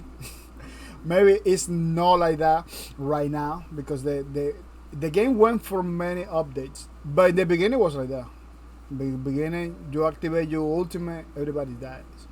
In the beginning, you throw the grenade, it's gonna hurt. It's not gonna kill it right away, but it's gonna hurt it pretty good. Basically, it kind of requires like a couple movement, couple shots, one grenade, boom, that's it. You know, it was like that has a rhythm. I get to play like that in the rhythm, like, you know, one stab, couple kicks, you can kill somebody. A couple grenades in the head with the grenade launcher, you know, and one kick in the face. That's it. You know, it was like that. And let me tell you something. The proof of that is so many videos that people has that have been killed people with one kick and stuff like that. That it is possible. Even though they updated the game, it is still possible to kill people right away. Which is kind of force the player to create his own strategy. Something that sometimes you know getting any other game. Most of these hero shooters are like a running game. You know, you don't think up a lot. Over here, you have to basically think where you gonna go, which the enemy you gonna attack. You know, one of the strategies that I was using a lot is to go for the Titan right away. Because if you don't attack the Titan is gonna get you. Gonna kill your whole thing. Like, you know, the annihilations all the way. So you put out the Titan from the battlefield, you know, it's gonna be better. Titan players got it rough. The Mary was another character another opponent that you have to make sure it's not in the battlefield because it will heal the other thing. It will heal the other thing very crazy ways. And it's gonna be hard for you to win the matches. Yeah, that kind of strategies and stuff like that that kind of thinking is what you have to keep in mind every time you play this game because it was so fast, easy to die. You know, then they patch it up. You know, it's still a lot of new people that jump into the game and say, "Man, this game is super fast and super crazy. How people play this game?" You know. It is a learning curve and you have to get used to. You know, it was two things. Get used to learn your character. You cannot be jumping. You can jump in from character because the game allows it, but you cannot be like doing that all the time because you're never gonna learn. You need to stick it to your character, learn it. You know, get used to play with the character. And create your own strategy. You know, it's not something that playing low records is not something that will come in a couple hours. It would, for some people it did, like me, a couple hours, I was doing good, you know. But it's something that it requires some getting used to, you know, and aiming to. This game doesn't have like a lot of lock-on things, you know. I believe one character or two characters has like a lock-on mechanics on it. But the only character that I really know that has like a lock-on is a ultimate. Is the enforcer. That's it. Nobody else. You see that laser? That laser you need to aim. Every single shot you see over here, you need to aim. There is no aim assist. Maybe in PS4, I don't know. You see, they should have it because I don't know how they play. I don't know how they play this game in PS4 for real. Let me tell you, the healthiest community of this game was on PS4. Like it was more players playing in PS4 than in PC. Even though it's impossible to figure it out how they do it. They know, you know, PS4 player. They know, they enjoy Low Breakers. It was a healthy community over there. I don't know. They figured it out. They know. I don't know how they do it with a freaking gamepad. In PC you can say, yeah, I see a PC player playing Low Breakers getting good in a couple hours, you know. But a console player, I don't know how they do it. This game is like a 360 degrees action packed. You know, it was like that when we were playing. So kudos to that the Low Breakers PS4 community. Unfortunately, the game is no more. It's the sad part. We see a lot of games that almost nobody know about it, flying through the radar too, getting revived, you know, and getting remade by the community. I don't know why the Low Breakers is still not in that position, you know. There is part of the community is trying to do something. I believe they're gonna have success on it, but I don't see like oh, we got the files of the game, let's revive it, you know. Or the developer give us the files of the game, let's revive it. Like, I don't see official talk up from the developers or the publisher. Right now, at this point, it's the publisher more than the developer. Developer is basically closed. Developer cannot do nothing.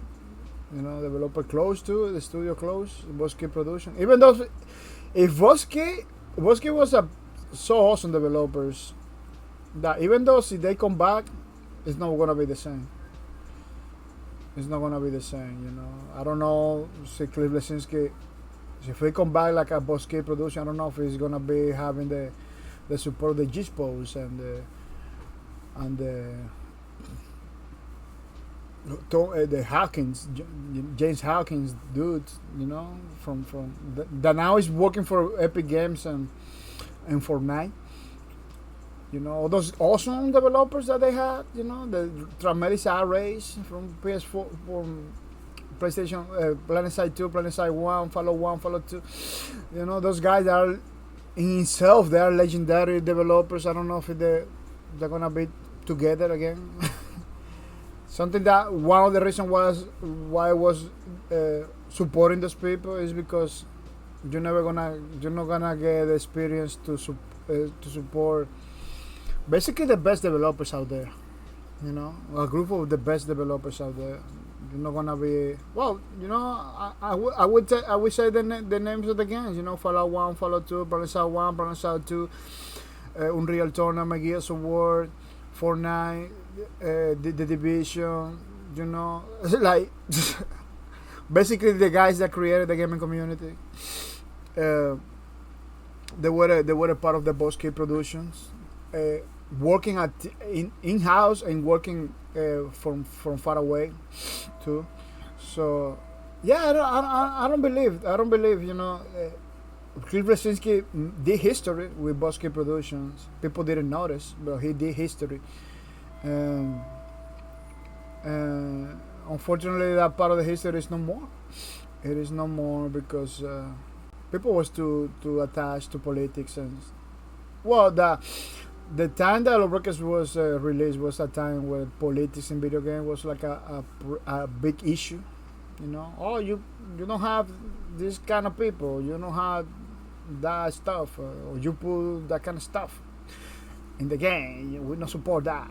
You know, stuff like dude, if you want to play the game, just play the game. You know, so you don't want to play, just go away and don't play the game. You know, making headlines and news about something that you're not gonna support doesn't make no sense to me, because the people that wanna support, they just support it. I just supported the game. I play the game. Yeah, the game has those things over there that you need to look for it. I don't even, man. See, you ask me what are those things? Where are those things right now? Right now that I kind of forget about it. I'm not gonna be able to find it. You know, I'm not gonna be able to find it. We're talking about rooms and places in the map that, in order for you to detect and to know about them, you need to be part of those communities. You need to be part of those. You need to believe in those stuff. So you don't believe in the stuff, you don't know. You're not part of those communities. You're not even gonna know about it. You know, you don't even know. You're not even gonna know which is the character that represents what. You know, which is the weapon that has a skin that maybe you don't like it. Like, you know, it's like just stuff like that. Like, who cares, dude? The games are created to have fun. You know, if for some way, shape or form, you don't even know what kind of people is gonna play the game. So that's why you have to include some stuff like that, or you can include some stuff like that, so those people feel happy too. Because games are about happiness and playing together. You cannot just do a game for a specific community right now, or for just a specific. You need to include everybody, because you putting something out there in the public. The public could be anybody. So I don't know why the kind of mindset that people has now, the all my thing is good, but your thing is not.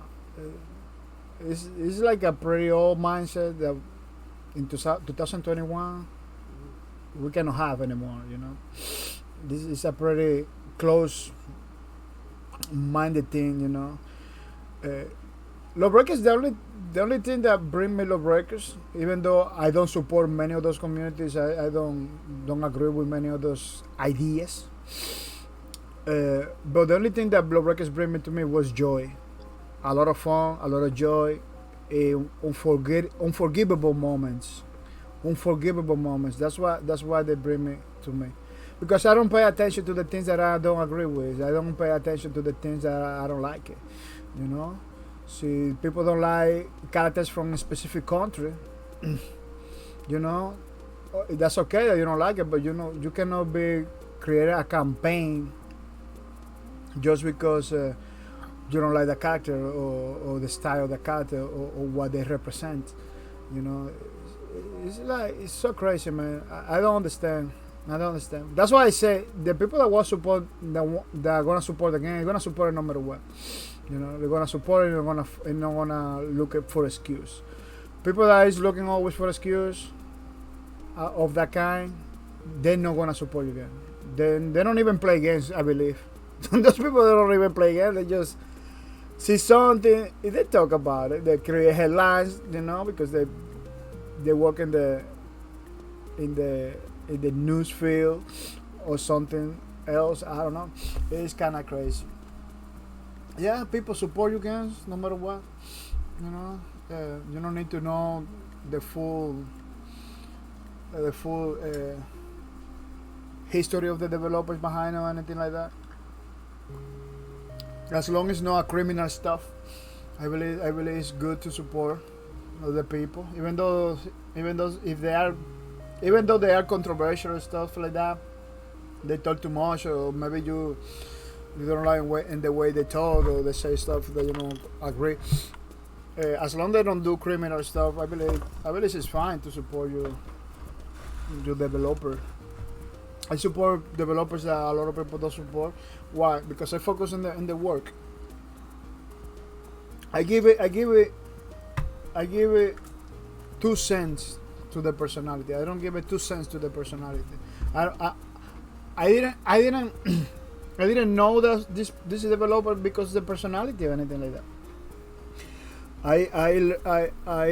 I know about those guys because the game, you know, because the game. I really you need to focus on that, like, you know, drop the personality thing. You don't have to pay attention to the personality. People, they're still people, you know. People, still people. They're gonna have personalities. They're gonna have likings different than yours. You know, it's totally fine. I don't know why some people request that everybody has to be the same. Why it has to be everything the same? Samey is not good for nothing. You know, samey is not good for nothing. We need new ideas. We need new stuff. You know, as long as it doesn't affect your life directly. So you tell me, oh, because it's affecting my life right now or something like that. Maybe you got a point. You know, maybe you really had a point. But again, will affect your life. You know, unless you work for the competency. That's why a lot of people got the idea that a lot of the trolls of the people that was coming for Boss Kid Production and Lawbreaker was like people from other companies. Yeah, I don't doubt it. Because Cliff Lesinski is a guy that is very popular in the community. Everybody knows him, so I don't discard the idea. The other companies saw what they were doing. They say, "Oh, we gotta do something about it," you know. Gotta do something about it. See, that is the case, it's totally fine. Because every single company should do something about it, you know. Should do something about it. Trolling is not the way. And let me tell you, trolling is not the way. You do a better you do a better game. You do a better stuff. Trolling is not the way. If we got as a part of the community of the breaker, I can say that we got a lot of troll. We got a lot of trolling for Lawbreakers. It was super crazy. It was super crazy.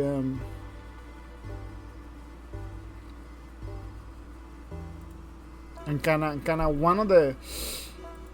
It was kind of one of the other reasons why the game kind of failed. It was too much trolling. You see people. You see I saw streamers quitting the game.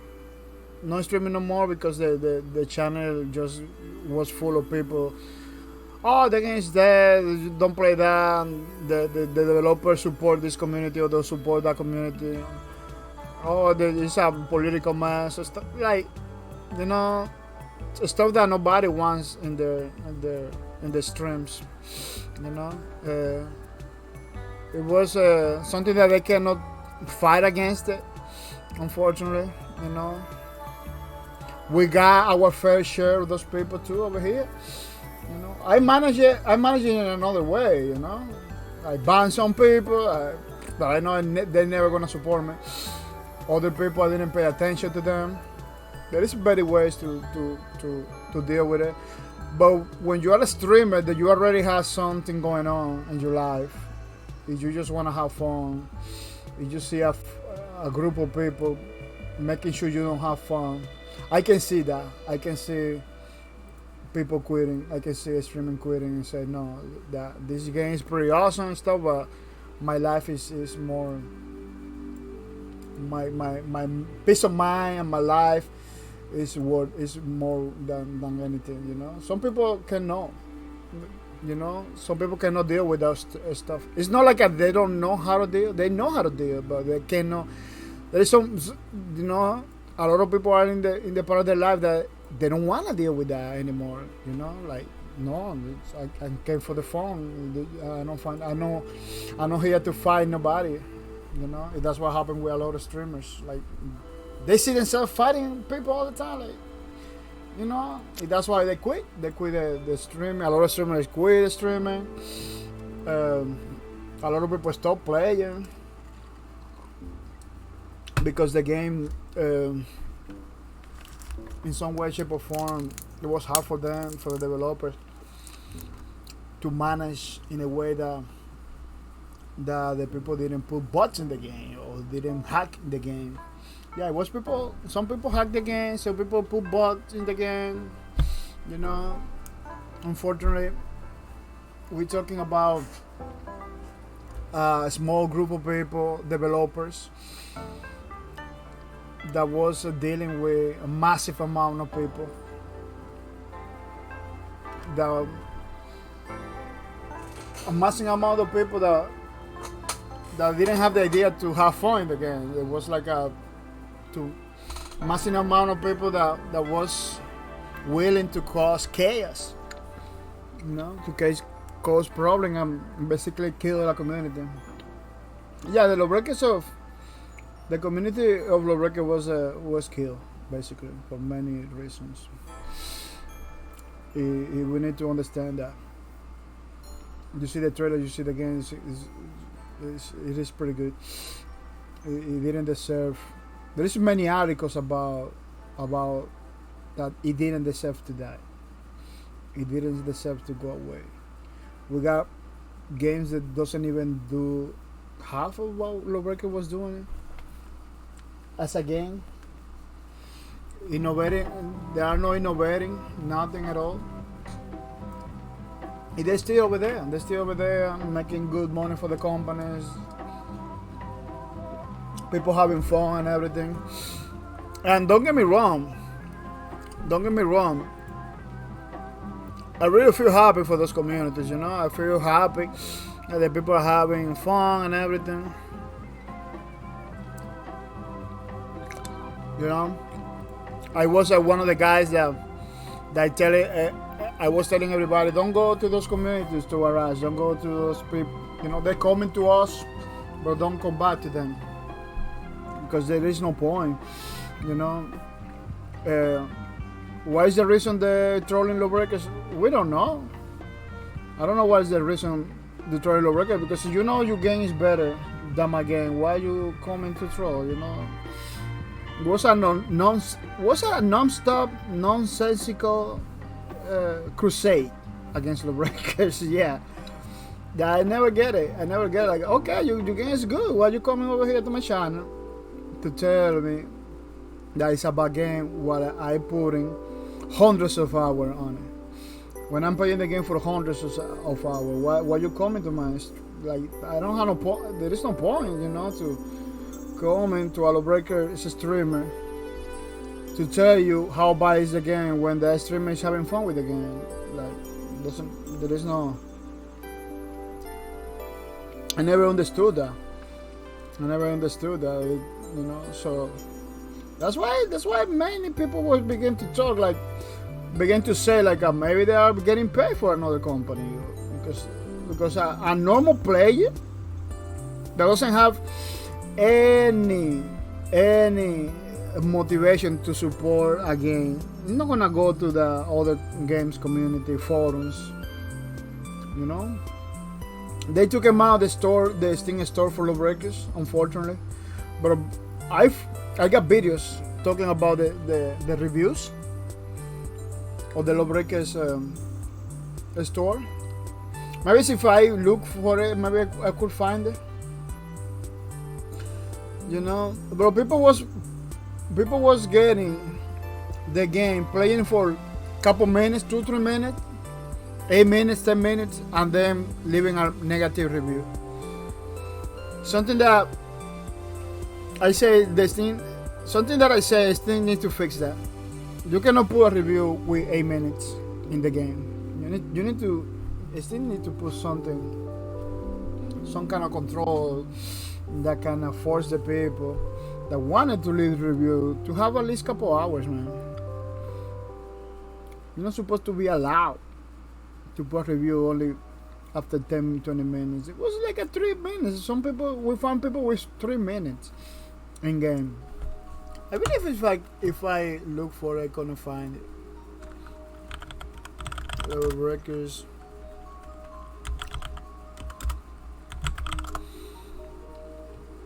Let me see.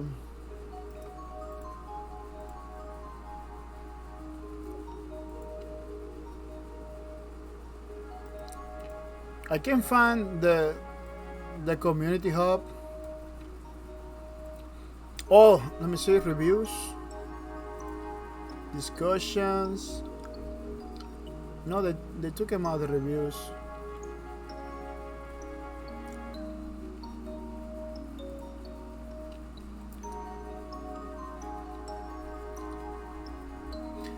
Yeah, I find the community hub, there is no store anymore. The discussions, let's make some noise. Bring Lawbreakers back to life. You know, people want Lawbreakers back.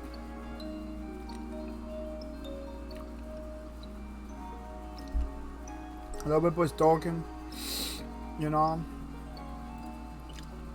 So you want this, the Lawbreakers community thing. I'm gonna give you the link.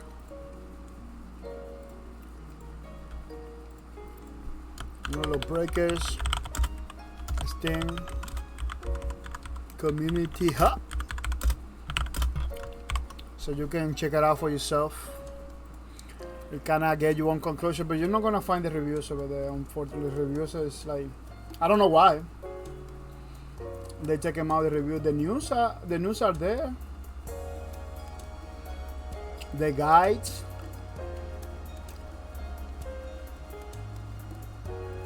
The artwork.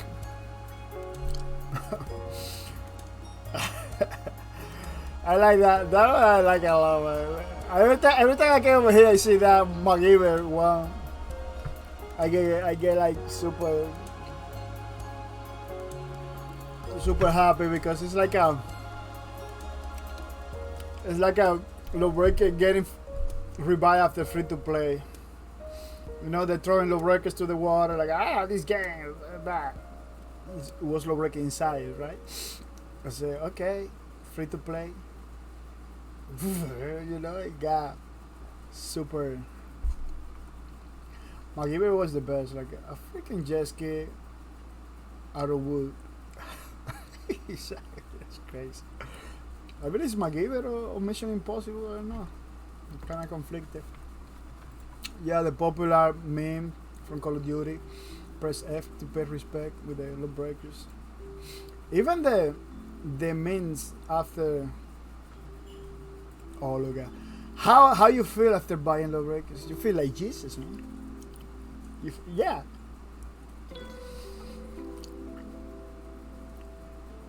You kind of feel illuminated after you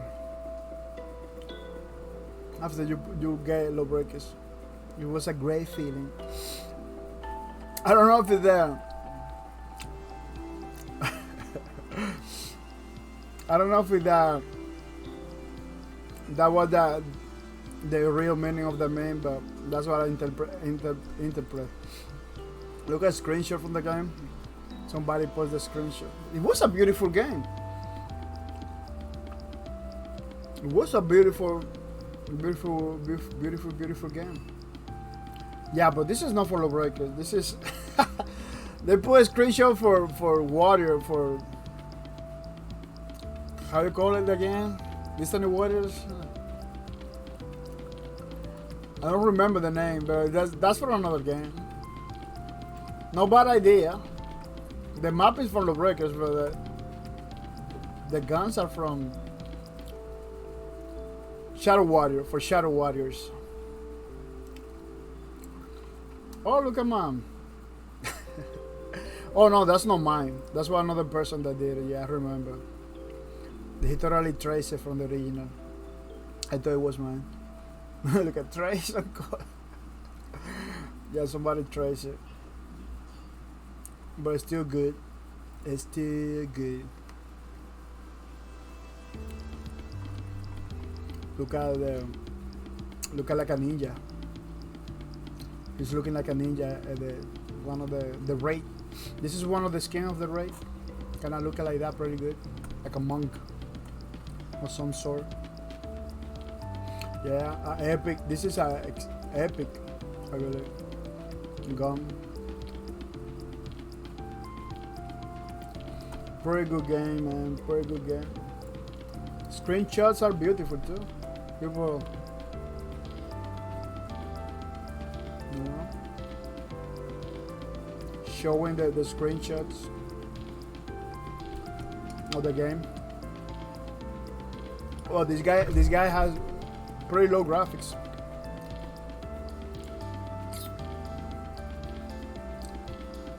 Namsan, beautiful map. One of the most beautiful maps in the Lawbreakers. I was looking forward to see the other maps after Nansan, because after Nansan has like a no gravity.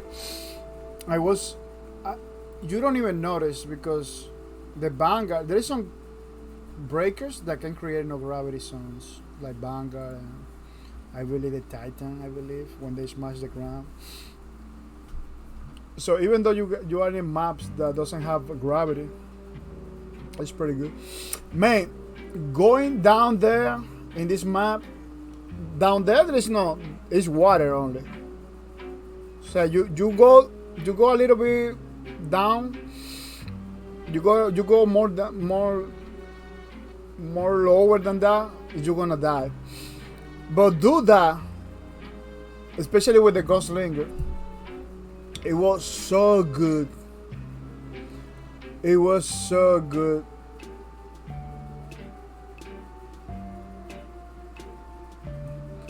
Like, you was able to do that because those balls over there, it kind of give you like a little bit of no gravity, so you can float. It was so good to go through this part of the map. I was doing it all the time because it was like a roller coaster. You go super low, almost in the water.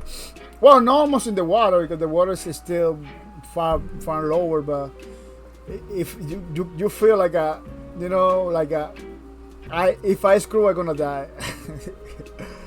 It was so exciting, man. Be like tempting the game. Yeah, at some point again you can do that. At some point, I believe before the roll limits. Before the roll limits, you can have a whole thing of raids and gunslingers. The one class. It was nice, but it was necessary to change it, to limit, because a full team of Titans it wasn't a good idea. Yeah, it wasn't a good idea, a full team of Titans. Pretty good. I never get tired of watching Lawbreaker content, man. Look at the Hydra from the Vanguard. Looks so menacing. It's so cool to play with the Vanguard. That's another thing. You're not gonna find a character like that in any other game. A character that flies so cool like the Vanguard. With inertia, you can feel the inertia and everything, the physics. It wasn't not just don't fly, you know. Like the medic has like a don't flying, like you just fly, you just float. But the Vanguard and the Harry, it feels so good to go around. You see people going around everywhere, never stop going around because it was so good. You feel the inertia and the physics it was pretty nice. It was pretty well done job. Yeah, I never get tired of watching like Lawbreaker content. Lawbreaker content is the best content. Lawbreaker content is the best content. Another thing about Lawbreakers is like you don't have to be busty ladies and a big booty lady in order to be cool. Like that game didn't have none of that. It had some, but none of that. You know, like many games it's like the booty of the characters or the boobs of the character in order to kind of call people's attention. Lawbreaker didn't have that. It was all about the movement and the super cool, man. That game was super cool. Welcome to the stream, 012 SYC. Welcome to the streams, 012 SYC. Hope you're coming ready to have some fun. Pretty nice, pretty awesome to have you here, Mr. 012 SYC. Boop, boop. Boop. Yeah, it's like at the bar. That's like at the bar music for Minecraft. Yeah, this is a very bar like music for Minecraft. One of my favorites music of Minecraft. I always play that song every time I go to my server because I like it. I like it that Minecraft song. It's pretty good.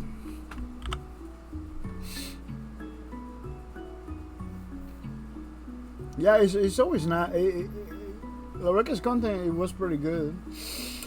Yeah, I cannot deny there is some skins in the records that was pretty ugly. I criticized it a lot, but you're talking about one or two.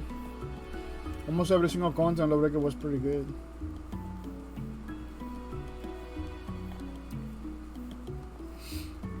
And I believe it was because they're using the Unreal Engine. Unreal Engine is really good. It's a really good engine that will make your game looks good. 02 SSYC said, Bob, fantastic drawing. Oh, thank you, man. Thank you. Full disclosure, I am not a professional drawer or anything like that. I don't draw professionally. I don't work on drawing thing, but I like to draw. When I see people that come over here like my drawings, I feel good because I'm not putting a lot of effort. I'm not putting a lot of effort to do it. You know, I don't follow any rules or anything like that. I know little things that I've been learning from other people, but it's not like I'm putting so much effort. And people still like it, so I feel I want to say thank you to 02 YC for the compliment, man. It really means a lot, especially when you do something that you are not good doing it, or you don't put so much effort into doing it. Still people liking it, like, you know, it makes me feel good. 03 says what she said, please play Arma Sunday. Oh yeah, Arma is coming.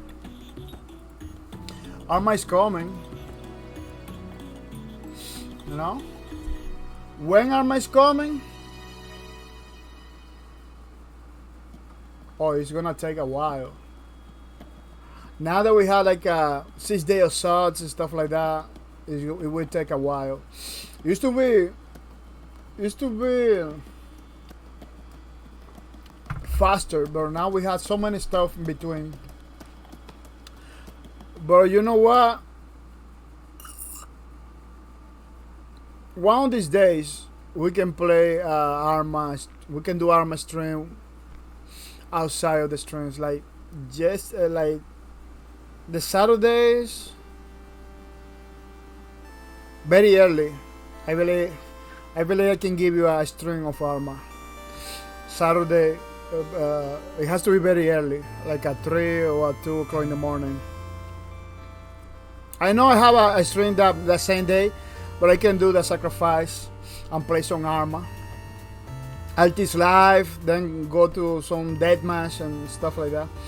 But yeah, Arma is a pretty awesome game. It's a military game that has so much detail that kind of motivate you to go into it. It's just, it's almost a simulator. It's almost a military simulator, and that's why people like Arma, because it's not just a military game. It's like a simulator. We a lot of tools. I'm not gonna tell you it's all the tools, but we got a lot of tools, a lot of stuff in the game. And the way you use it, it's not easy to use. It's like oh yeah, I wanna switch a scope, but switching a scope in Arma is totally difficult. It's a process, you know. You cannot use it in the middle of the battle. Another thing, the battles in Arma is very tactical. It's not like Call of Duty. It's very tactical. You can spend hours looking for a target. Well, no hours, bro. You can spend minutes, a lot of minutes, 15 minutes, 10 minutes looking for a person. It is crazy. It's like an almost real life battle. Wow, Arma's in the bad list. Yeah, we got it there. We got it, Arma. I used to play Arma all the time back in the days. I used to stream it all the time. When I didn't have a specific game to play, when I didn't have a like, I was playing whatever come to mind. Yeah, I used to play Arma all the time. I don't. Arma's pretty good, but I don't see myself playing Arma every day. You know, or doing Arma streams all the time. You know, I can play for a couple days, but not be part like a weekly Arma or something like that. Because even though I like Arma all the time, it's still a military shooter. It's something that I'm gonna get like a boring right away. Back in the days, I'm gonna tell you why those games used to be so popular. I'm gonna tell you why.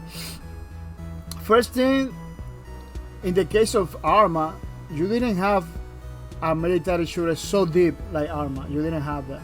Like the only game that was giving you that was Arma. You know. Then it was another game called I believe Flashpoint, Operation Flashpoint. That a lot of developers of that game, it was working for Arma too. Like wow, we got these other games that kind of looks like Arma, not quite, but it's kind of like Arma.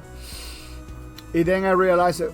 Then I read about that. Like oh yeah, some developers from Flashpoint used to work on Arma. They used to work on Bohemia Interactive.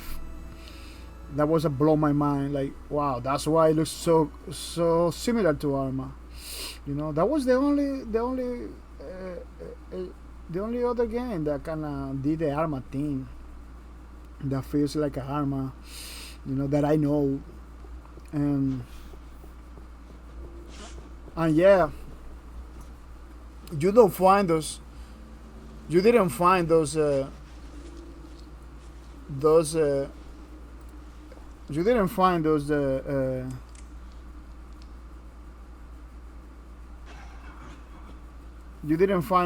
experience outside of Arma or outside of Operation Flashpoint, which is I believe it's a great game too. Operation Flashpoint, even though it's kind of look like Arma, it has its own thing. It has AI that you can give it commands.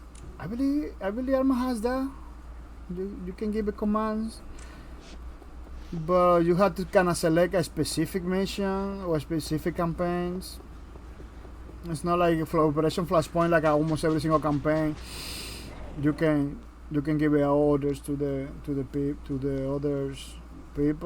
other officials, if they go and drive a car or they go and drive a helicopter, stuff like that.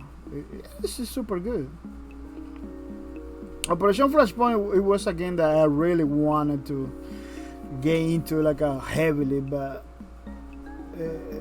you kind of get tired because Operation Flashpoint is one of those games that you see, you say, wow, there is so much into it, but once you play, you say, oh no, it's not that much.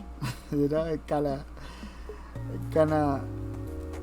kind of realize like, oh no, it's not like Arma. It's not Arma. It's pretty close. It's like arcade. Well, that game of Operation Flashpoint is on console, so I kind of see why they don't went like a so deep.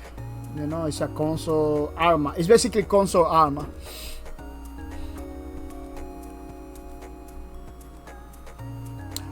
$012 XYC.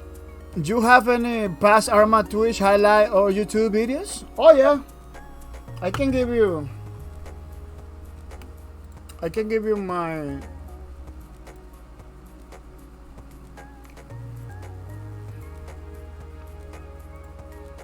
I believe my playlist for Arma.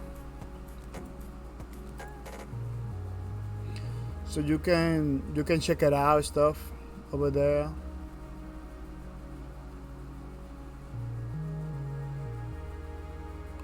Let me see if I can find it.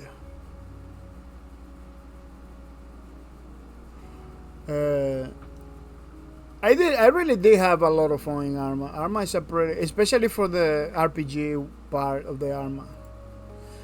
Which is the most I play. I play more the RPG than anything.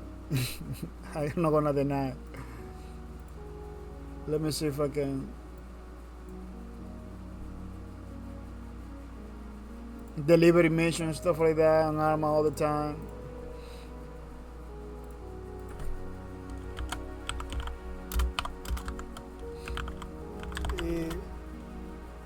I really have like so many awesome moments in Arma.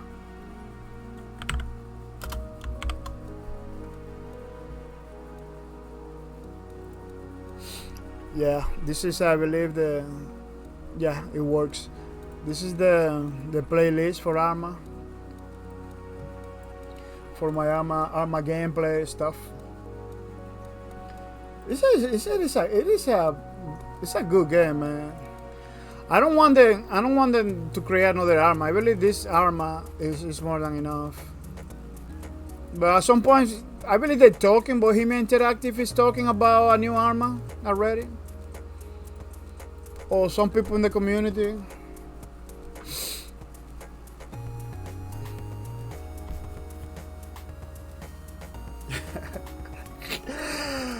You can make Twitch highlights and export to YouTube, Bahama Prince. Bahamas. I really wish to live in the Bahamas right now. I really wish to live in the Bahamas. Bahamas is a very beautiful place. I tried Flashpoint already, very GG. Yeah, it's very good. It's a very good game, but it's a console Arma basically, and it lacks in many things. But it has so many things that Arma doesn't have. But some people are mad to the developers. Developers is Codemaster. Yes, that's another thing. It's a military shooter made by people that do like racing games. So they did a pretty good job. Don't get me wrong. It has Operation Flashpoint has so many content, so many different games. They have the Red River. They had like a lot of Operation Flashpoints. Yeah, it's an old game too. It's a game that I don't know if it began before Arma, bro. They have like in the 90s, from the 90s. So even though Codemaster is like a very look, it was like a Christmas time. Even though Codemaster is a developer that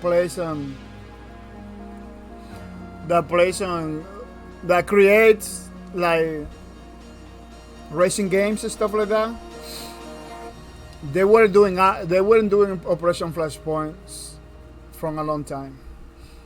It wasn't nothing new from them. I believe the Red Dragon or Rising Dragon, something like that. They began to kind of hire people from Arma, ex-developers from Arma. They kind of hire. You can see the difference between the old Flashpoint to the newest one. They did a pretty good job. Again, it's basically a console. The reason why we play Arma is not there. That's the problem. It's not there. It's very simulated, like very simulation, military simulation. The weapons and everything very detailed. The AI, you can give a command. You can be in the floor. You can call out one of you guys. Oh, bring me a vehicle. Bring me, or come over here and help me. Has a lot of stuff, but I still feel console, I still feel like it doesn't feel like Arma. I don't know if it's because Arma has like this kind of indie feel into it. People, I believe that's why people like it. That's what I like. Is it doesn't feel complete. It doesn't feel that polished. You know, it's a game that looks good. It kind of looks realistic. Yeah, this computer, this footage is pretty old. That computer wasn't running Arma in the way it's supposed to. You know, you're gonna see a lot of bad graphics detail. But see if I can show you one of my newest. Yeah, this is one of my newest Arma 3 stuff, and if it looks better over here because yeah, that computer I was running in Shadow, I believe. It looks better. Argo? No, this is no Argo. This is Arma. I don't play Argo. This is Arma. Remember, Argo is created with the Arma engine. Argo is basically Arma Light. This is no Argo. What is Argo? Argo is like the free version. I believe it's free. It's basically the free version of Arma. That's what Argo it is. So you're gonna see a lot of footage of Arma that kind of look like Argo. You're gonna see a lot of Argo footage that look like Arma because Argo is basically for people that don't play Arma. You know. Yeah, it's free to play. It's the free to play Arma basically.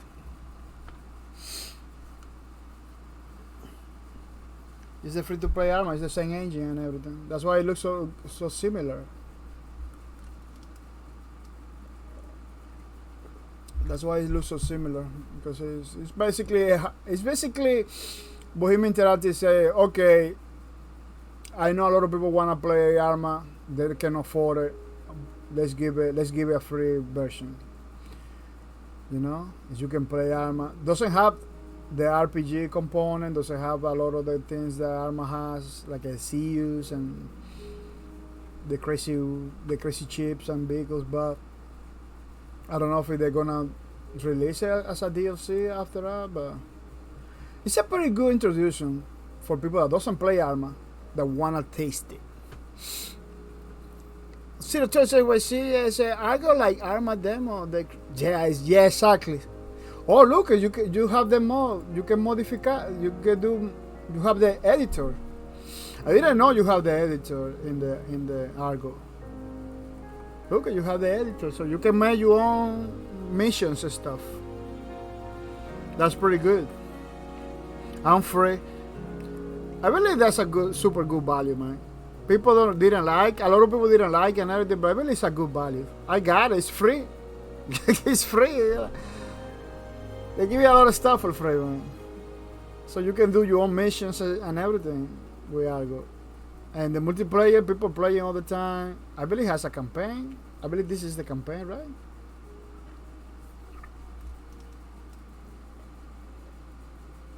I'm not sure if you have a campaign, but I believe they have something. They have something like that. I was how many hours I spent on Argo? Like 2-3 hours. It was like me playing like a Team Deathmatch only. You know? How many hours I have in Argo? 31 minutes. Oh, not even an hour. But yeah, it was me just playing Team Deathmatch. I really enjoy it.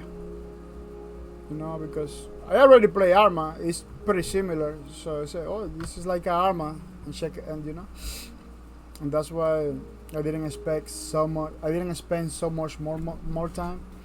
Because let's be honest, why you gonna play Argo so you have Arma already? You know, like you know, that was my case. So I don't gonna play Argo, but Argo for a new. That's why I say Argo is for me. specifically for people that doesn't play Arma. Like you don't have Arma in your house, you don't wanna buy it, or you can afford it, whatever. You can play Argo. It is free. And you can have fun. That's what I say. This is for people that doesn't have Arma, that doesn't play Arma, but they wanna try. And I believe it's a good idea. Some people, man. Let me tell you, some people was expecting too much. Some people was expecting like a full-fledged, I don't know, Rainbow Six Siege kind of gameplay. Like, dude, this is a free game.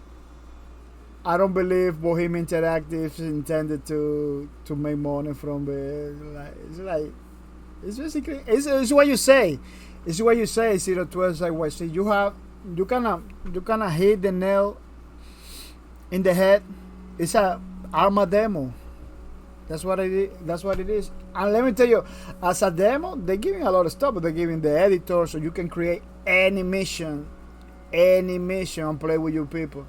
You can have a server, I believe, and create crazy missions in those servers, and let the people play those. Like, once you got the editor, once you can make your own missions, and maybe you do your own RPG scenario.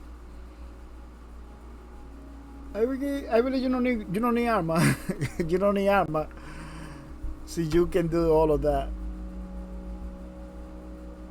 I go like that Arma demo create. Yeah, that's what it. 100%, man. It's like a demo that they create. 013 was see how about hours on Arma? Oh, I got a lot. In Arma, I got a lot. Woof. Maybe more than what they say, because I don't know if you remember, at some point, 200 hours in Arma. But I believe that it has a problem because at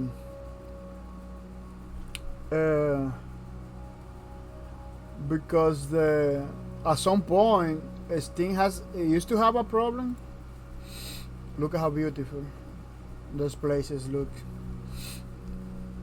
That looks like a realistic.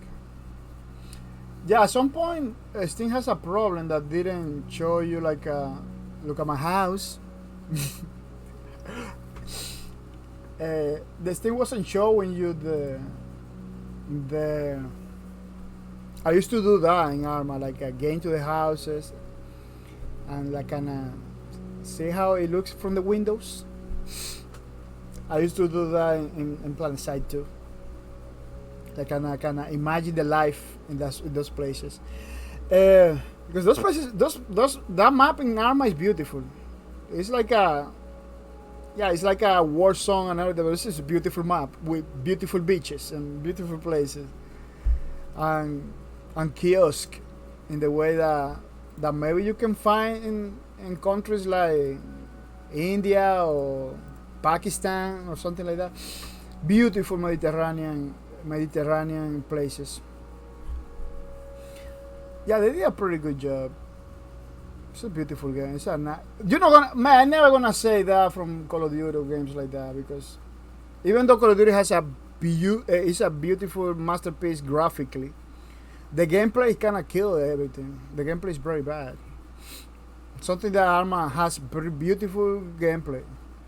The graphics, maybe you see the graphics, you say, oh, but I don't see how beautiful graphics. Yeah, it's everything in the gameplay. Once you play the game, look at the people putting a Call of Duty in Arma. Once you play the game, you begin to see how beautiful it is. Oh, I believe I played this mod. This mod is like a... Yeah, I played this mod. This mod is like it's that aliens coming from the sky. You have to kind of kill it. It's pretty good because you see the chips and everything. Yeah, that's a maybe no, it's not that one, but it was a pretty similar one. Look, you got freaking jets and vehicles on Arma, just like a flight simulator. You know, like it's a complete package. Arma is a complete package. That's how that's when you begin to see the beauty on Arma. You have briefing rooms like this, like you have to talk to somebody that will explain you the mission. Even in multiplayer, you base have a briefing room that you can use with your people before go to battle. It is like the real thing, man.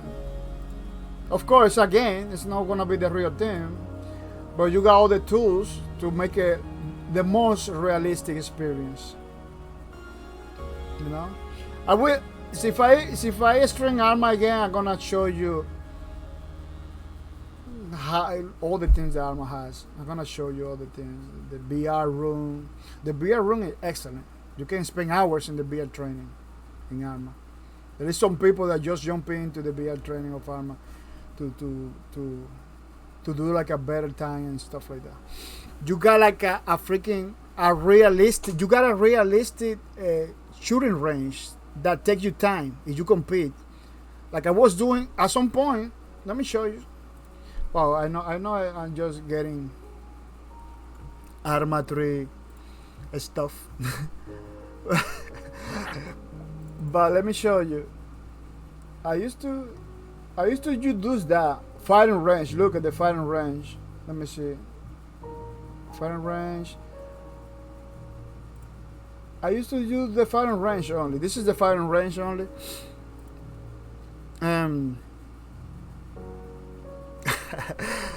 Zero Trophies YC says, I think I can only edit Argo assets on Argo, no Arma things.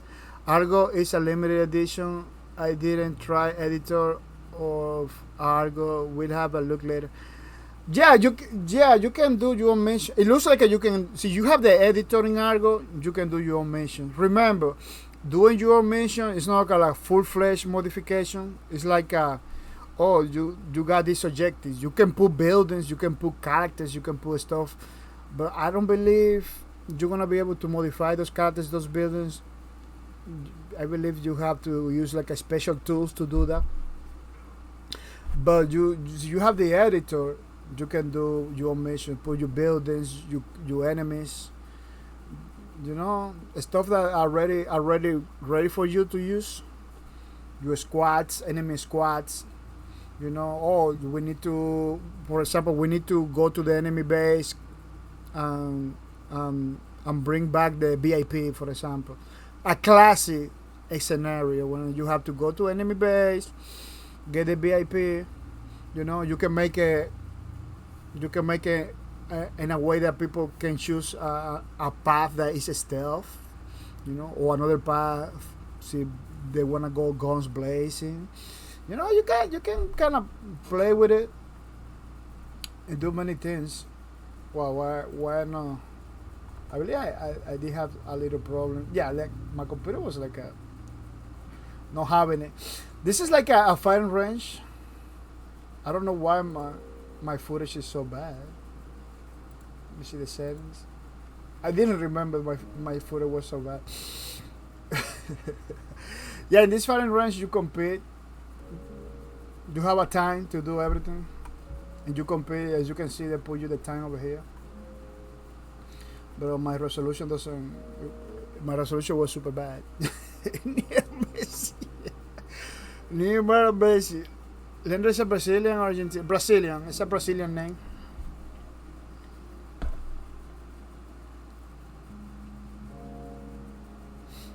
That's what I was told. My mom used to live in Brazil, and she got the name from that country. It's not common in my country. It's like in my whole life I only found out like 2 or 3 guys that has my name like that in my country. Around the world, maybe it's more of that name. Wow, that footage, I didn't know it was so bad. You cannot see nothing. It's a blob. Yeah, it looks like the software I was using at the time. Well, this footage is pretty old. Wait, the same footage? Twice?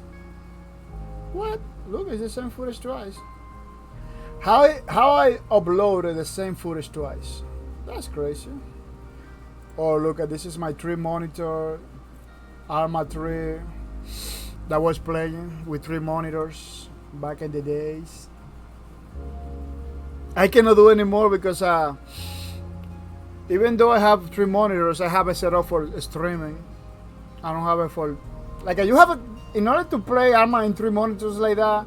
You need to dedicate 3 computers. No, you need to dedicate a computer for that only, for that reason only.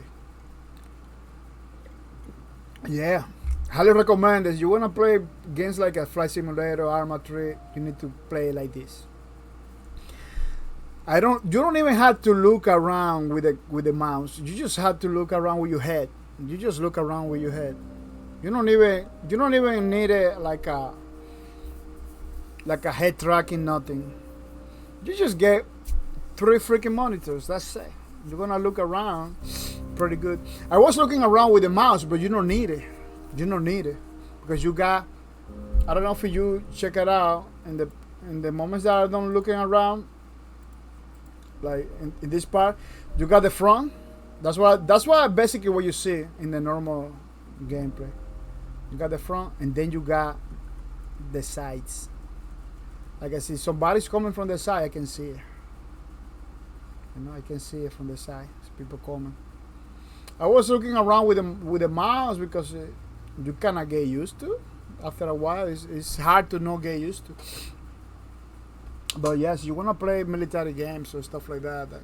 It allows you for 3 monitors. You can do it. Do you know how many people have been asking me how you do that? How you do it? Because it's kind of hard. In Arma 3, it's kind of hard. In other games, it's easy. In Arma 3, it's hard. You need to get the right configuration, the right options. They don't say 3 monitors. They say they got a crazy name. I don't know now, but back in the day, they used to have like a crazy name for that, like the technical name for that. I don't know if they call it like a AAP or something like that. It is. But I kind of figured it out. I spent like almost an hour trying to figure it out, reading stuff, and I put a video. If that video has a lot of comments, the people, how you do that? How you did? I want to do it. You see? The monitors can have a different resolution. People asking me questions, stuff like that, because they want to know how I did that. But it's a blast. It's a blast. You can do it because it is the best. You can put in Windows mode and put a little one. It does the same effect, but you're not gonna see the graphics. You're not gonna see the graphics and like in my monitor. This part, all of those trees, all the stuff, it was looking like big. It wasn't not tiny at all. Everything was big. In the video, of course, it is. You're not gonna see it in the video because it's already compressed and scaled down. But it was a blast. Man, it's paying out. Look at that. That video has 20 minutes of me flying and trying vehicles, and I don't know. You can lose yourself in Arma. So you like military equipment, military stuff. You will lose yourself in. You will lose yourself in Arma. If you got the 3 monitors and everything, or the virtual reality headset, I don't know, man. You're gonna spend hours playing the game. I have more than 200 hours in Arma. I really this thing got it wrong. Because man, I remember whole weekends playing Arma. Whole weekends, getting my drinks before I streaming. I was playing like a whole weekends.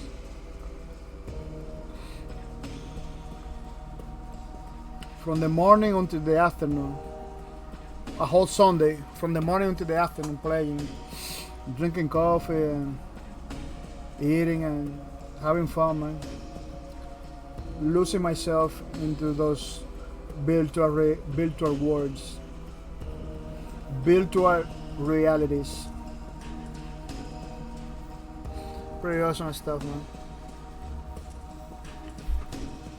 I don't know how people get jaded from games, man. I got my whole life playing games. I never get tired. I can't get tired in one specific game. But how people get tired of playing games? Games are awesome, man. I don't know how people get like so mad at games and developers and stuff like that. Like, I don't get it. I don't get it. For real, don't get it. My whole life I'm playing games since the Atari to 2600, and every day that passes, every time I play again, I just see awesomeness. I just see like there is no possibility for me to get tired of game. Yes, again, you can get tired from one specific game. You can fix it easily. You can fix it easily. You just have to stop. Yeah, had to stop for a couple days. Let's say. Like I'm not gonna deny. PlanetSide 2 is my must. I play a game all the time. It's PlanetSide 2. I got like thousands of hours in PlanetSide 2. A lot of hours. So we go to games. You know, in the top is PlanetSide 2. With 1,500 hours. You know, the only game that have like over 1,000 hours is PlanetSide 2. I'm not gonna deny. I kind of tired of PlanetSide 2. That's why I don't play that much. But you know, it's a game that I can come back at any moment. You know, it's a pretty good game that I can continue playing. I want to continue playing because they release a lot of new content. They release a lot of new content. Wow, why cannot click directly over there? Yeah, they released a lot of new content, new faction. The Nana System faction that everybody was requesting, they released it with new soldiers, with new vehicles, with new everything, man. The Nana System faction, the fourth faction that everybody was like, oh man, you need to release the Nana System. Now we got it with new tank, new aircraft, new weapons, pretty awesome stuff, you know. So, PlanetSide 2, I play a lot. You know, I'm kind of tired, but it's a game that I will continue playing. I wanted to continue playing, you know. Yeah, making 1,500, not just 1,000, more than 1,000, 1,500. 012 SYC said, wow, seriously, PlanetSide, 100 hours? Nice, 1,000. Yeah, that is my must play game all time. Pretty good game. In my opinion, better than Battlefield and everything. It's free, and it's free. Look, how much you have to pay for PlanetSide? Nothing, free. Why I don't play all the time? It's in the list. It's in my list of games to play. You know, it's in the list. I'm done a couple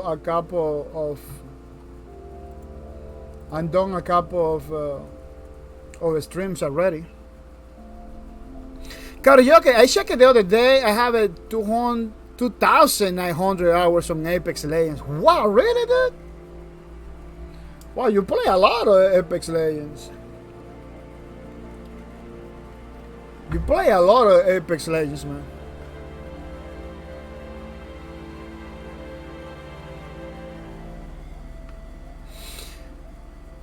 You play a lot, dude. Wow, I thought you just pick it up from time to time. Wow, that's why you are so good. You are so good in Apex Legends because you know how to play a lot. 2,000 hours a lot. I don't even have 2,000 hours in PlanetSide.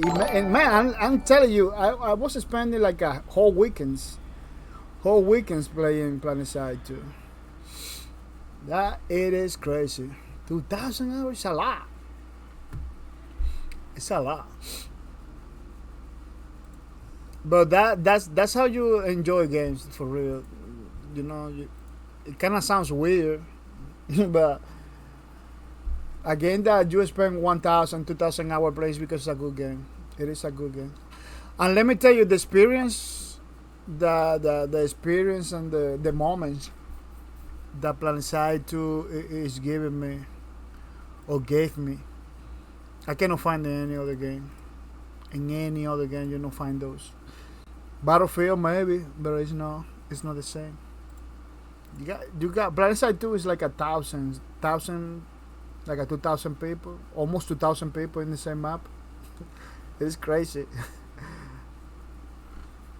Putting together, it's like a huge battle royale when you have to capture like bases and stuff like that.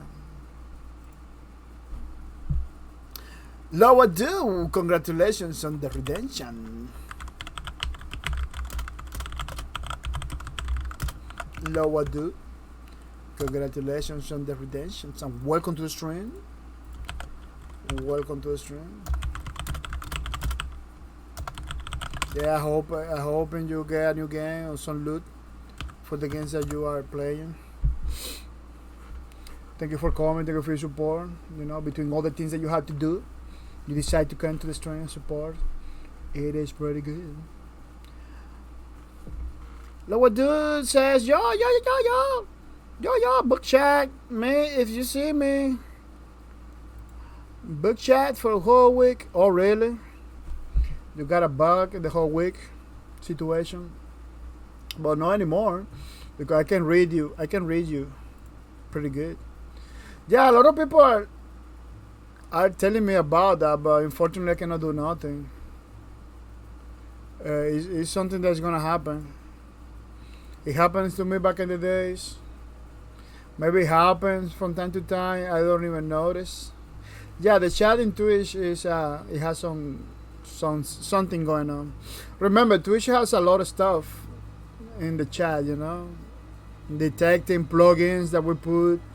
Maybe, I don't know, maybe a plugin that I have installed in my Twitch channel, maybe it has that problem. I don't know. I don't know if it is a Streamlabs that is doing something. I don't know. But really fast, I don't know what it caused it. I don't know if I can be able to fix it. Yeah, pretty good. Even the trailer from PlanetSide is like a very unique trailer. Yeah, but I hope it get better. I hope it gets a better, Mr. Lowadu. Happy to see you, man. Happy to see you. Yeah, I mentioned you a couple times, you know. Congratulations on the redemptions and welcome to the stream. You're supposed to be fine. No, it says connecting always. Oh yeah, you're having problems. But could be the country that has maybe some restriction on Twitch. Could be the ISP, the internet provider. You know, not necessarily has to be you, computer or anything like that. Could be many reasons, man. Many reasons.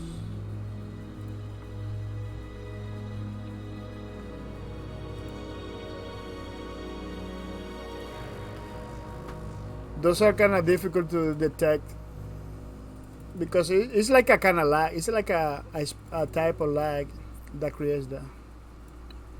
So it's kind of difficult to detect. But it is fixable. It's something that you maybe cannot fix it, but maybe you can figure it out.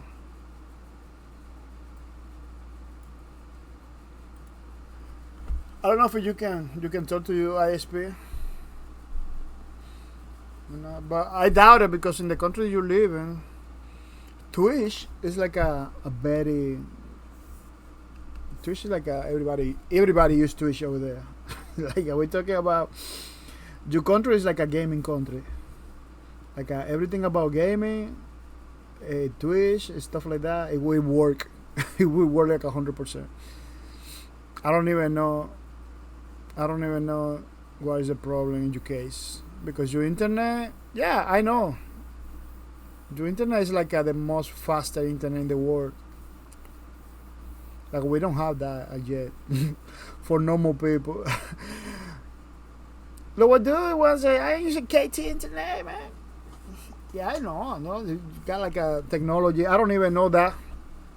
I don't even know about that technology yet. You know.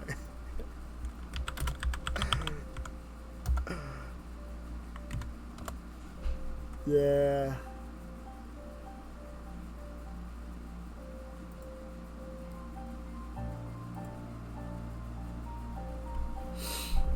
Yeah, he's one of the best. One of the best, no, but the best, I believe. Yeah, it's weird. In your case, I don't know, man. I really don't know, man.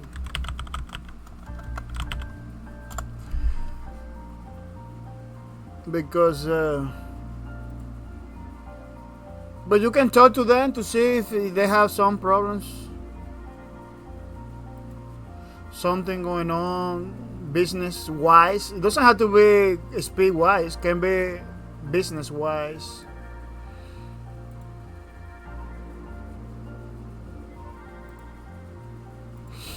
Yeah, it is. It is difficult to pinpoint, but again, you're gonna have to give it a call to them and say, hey, dude, I'm paying, I'm doing this, and it doesn't happen. What's happening? Because it is. In a country when the internet goes like a 600 megabytes per second, like a crazy amount, it's difficult to know it's difficult to find the problem because you got the best internet over there. Look, what do you say? Why did you tell us on Windows 11?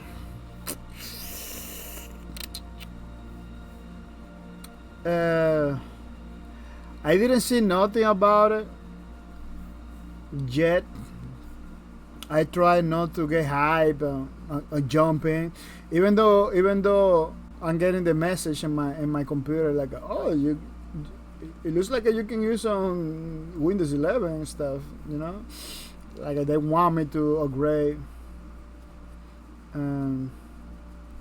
I try not to jump in right away when we got like a new operating systems like that. I don't jump. I am the one of the last. It took a while for me to go Windows 10, and I believe it's gonna take a while for me to get Windows 11. Because again, I tend not to jump right away into the hype, because we're talking about Windows, it will be bug, it will be problems. I don't want to be the first getting in that position, with the problems and stuff like that. But when Windows 10 released, it was in 2010, I believe. 10 release date. It was in 2010, I believe. Oh, 2015. From 2015 to 2021, we're talking about 6 years, right?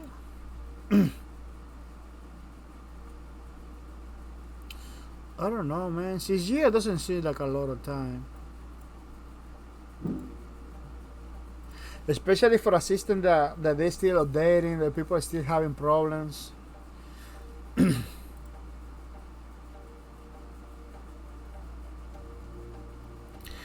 And I'm gonna tell you my thoughts about Windows 11, but I'm gonna tell you about the way they're doing things, the way they're doing things, which is at this point is just money.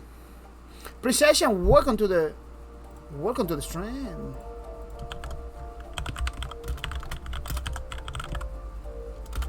Precision, welcome to the stream.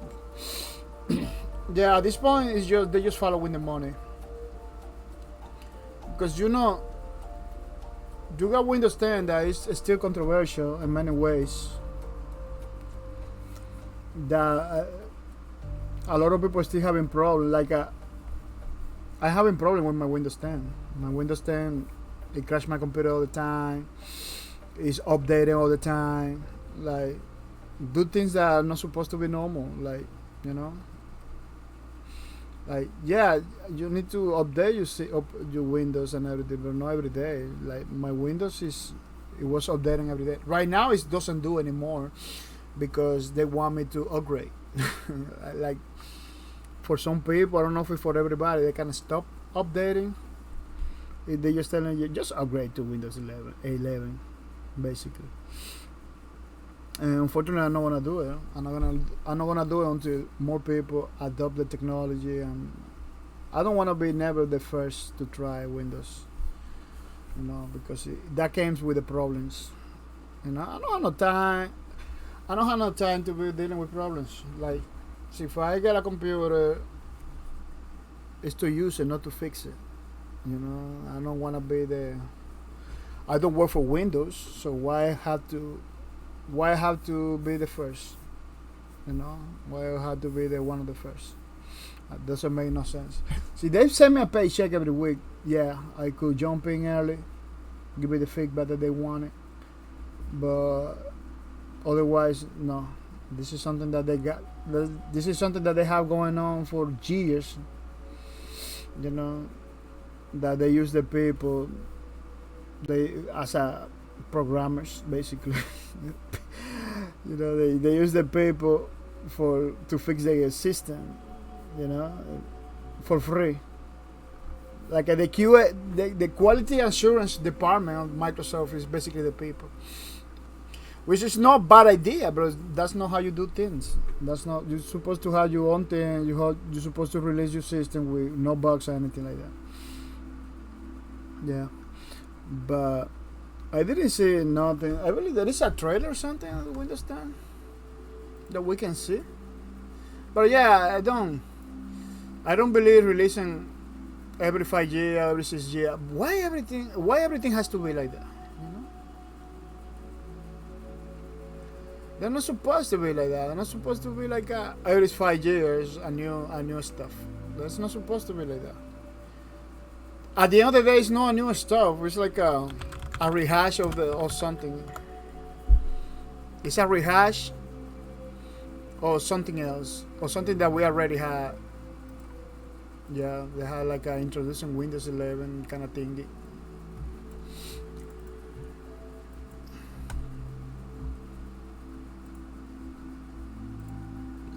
I don't see the reason why they're creating another operating system. Because at the end of the day, it's the same thing with different face.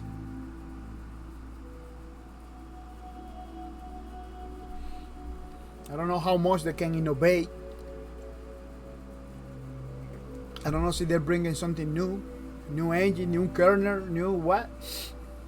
Now they're bringing back the glass. They're bringing back the glass look that they kind of tried to introduce back in the days in Windows 7. I don't know.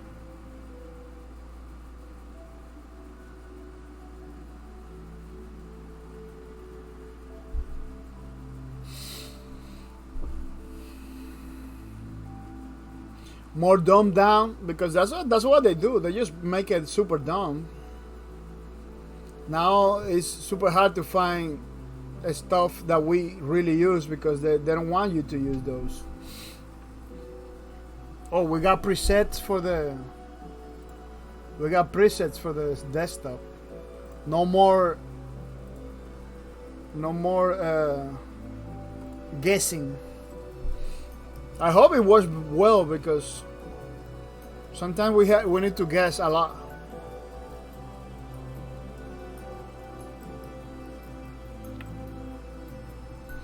What is that? Is that 3 monitors and a new adapter for 3 monitors or something like that? Snap your apps. This is like an adapter that converts 2 monitors. I don't get it.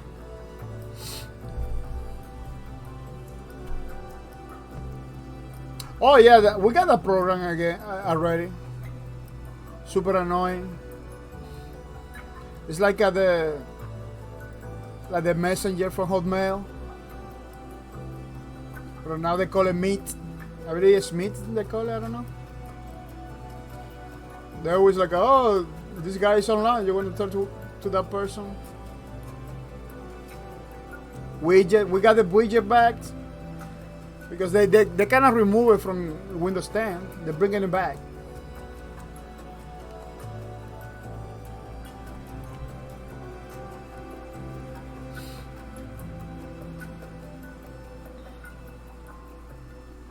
I don't see nothing new. Windows, what happened?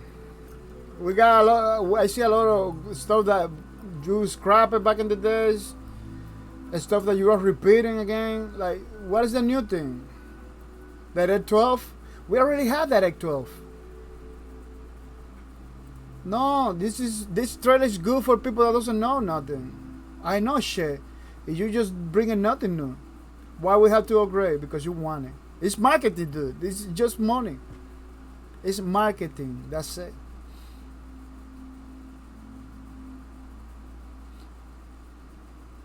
You don't need a new software to do a new Microsoft Store. You don't need a new operating system.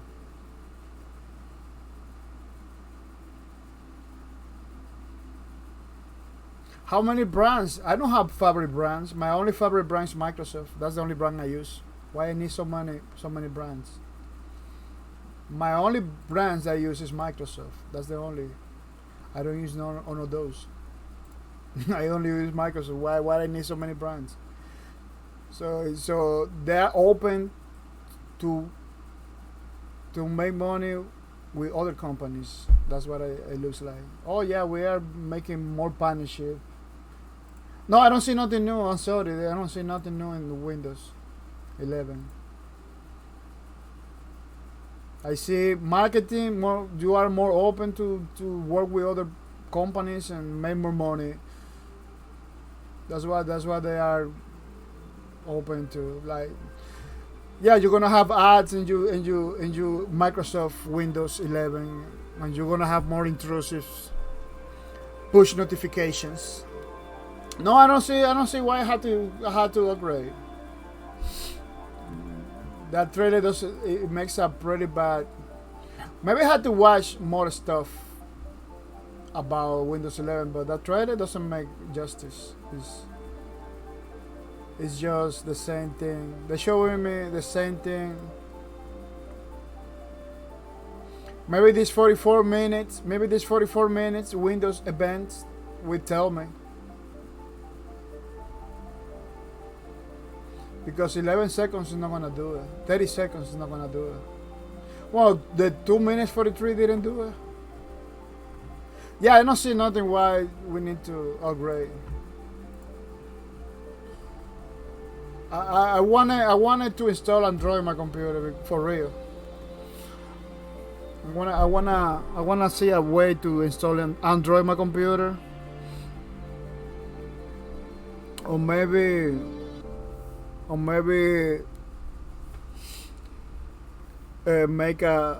buy a big tablet with Android and put it like a keyboard and mouse and work with that, because I really don't want to use Windows anymore, man, for real. Too clunky, too crashy. You know, they don't know how to make like a simple software that works. They don't know how to do it. You know, it's always this long loading for everything. Like, you know, even the same Bill Gates was criticizing that. Like, yeah, we're not doing nothing new. The same Bill Gates was talking about it. He has a interview like where he said like we're not innovating nothing. You know, we're doing the same typings, the same coding, the same programming. Like, there is no real innovation. And that's true. That's true. It's like I don't see any innovation. I don't see any progress. Oh, we got cell phone, but that's not Windows. Windows supposed to be the company that bring the new stuff. You know, they're rehashing a lot. Right now, Windows is the rehashing stuff. Karaoke says, is Microsoft basically saying shut up and give me your monies? Literally, hey, clap it. Karaoke, you really hit the nail in the head. You really hit the nail in the head, man. They just put in a new name, a new facelift that say give me money. I'm sorry, it's crazy. But you know what? We don't have no options. We don't have no options. At the end of the day, you're gonna have to give them monies. You know, you're gonna have to make the switch. At the end of the day, you're gonna have to make the switch because that's the direction that everything is going. Unfortunately, that's the direction everything is going. And I say I'm not gonna upgrade right now, but later on I'm gonna have to. See if I don't do my Android computer, because I'm for real, man. I'm trying to put like a freaking keyboard and mouse on my computer, on my tablet. I'm working Android and say bye bye to Windows, because I can emulate Windows in my Android and everything. It's like, why am I gonna use Windows directly? See, that is giving me all the problems. Voila. Shadow, you know Shadow? Shadow is what it. That's what it is. Shadow. I can run Shadow in my Android. I use Windows there. You know. Shadow giving me like a more. It fixed everything for me, so I don't have to deal with Windows. See, my window crashes, Shadow fix it for me. See, something happens in my Windows, Shadow fix it for me. Like, I don't have to deal with it. So, as long as I don't have to deal with it, you know, having Windows local in my computer, it makes it where I have to deal with it, you know, because it's local in my computer. Having it in Shadow, when those guys over there are doing everything for me, you know, it's like Shadow is like people are complaining about the price, but people doesn't even know. Shadow is like a complete suite with technicians and everything, helping you to run your system pretty good. That's the only way I'm willing to try Windows 11, you know, because I got a freaking team of people behind. that's the only way, because I got like a freaking company behind it, helping me with my system. Otherwise, no, locally, I'm not gonna deal with that locally. It was too much. Windows 10 was so much headache for me, man. I even talked to them on Twitter directly, like, dude, we got these problems still. If they just send me like go to the troubleshooting page and try to fix it for yourself, like, oh really, dude? Like, what? And let me tell you, once my computer stops updating, everything gets fixed. My computer doesn't crash anymore. It's pretty fast. It loads pretty fast. Like, that updating kind of thing that Windows 10 has, was part of the problem. It was part of the problem. My computer is fixed after they say, we're not going to give you more update. I say, oh, really? Okay. Now it's fixed. Now it's running pretty good. But you need to disable the updating thing. You know? And somebody told me a long time ago. Like, man, disable the updating. Why I couldn't do it? Because it looks like they passed the Windows 10, that even though you disable the updating option, they still updating, you know. So right now it's not updating at all. Right now it's like they kind of stop updating it for me. So at some point I had to run the update manually and update it by myself. But right now it's just working pretty good. It doesn't bother me. Every single software that I use. That's another thing that I kind of complain. Like, why you don't update my computer with the software that I use? Why you always have to update stuff? that I don't even use. Like, oh, we got like this new patch for the device to something else. Like, yeah, I don't use that. Why I have to update that?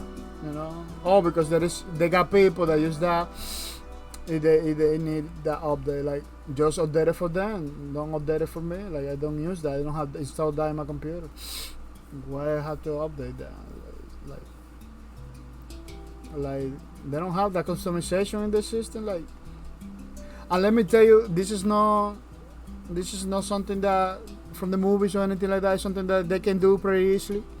You know, computer do a search for every application, every driver you have in your computer before updating, and say, oh, we just have to update Paint. You know, that's the only thing that we have update your computer. That's it. You don't have to update every single driver, every single software. You know, oh, because maybe in the future I'm gonna buy that device or something like that. Like, really? Like, at this point, they have like a Wacom tablet drivers installed in Windows, even though you don't have the tablet. Why they do that? Like, maybe because in the future, if you decided in the future to get a Wacom tablet. I got like a Macintosh drivers and stuff on my computer for software from Mac that I don't use. You know, that maybe in the future I will install. Like, no, dude, I got so much garbage in my computer that I don't even use. That they just update it because reasons. Like, that doesn't make no sense to me, man. That's why you got those gigabytes updated, like a huge amount of gigs updating. Like, every time they do on a day, it's supposed to be like a couple megabytes. Not supposed to be like amounts of gigs. You know, like a full software, like a downloading full software. Doesn't make no sense, man. Doesn't make no sense.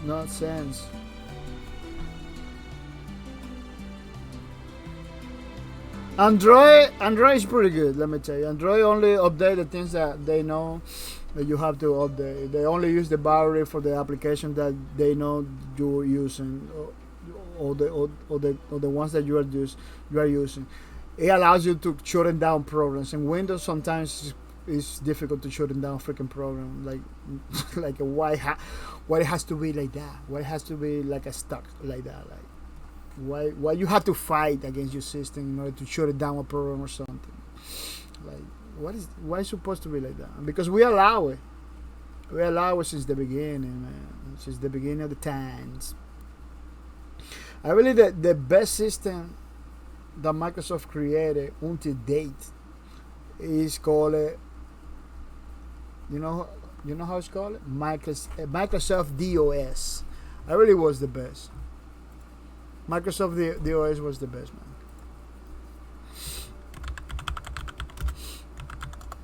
That was the best operating system that they created.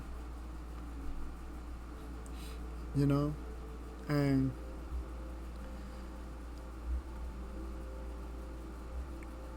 I believe they should bring it back, man. They should bring it back. Bring it back. At some point, I was thinking like, let me go full DOS, man.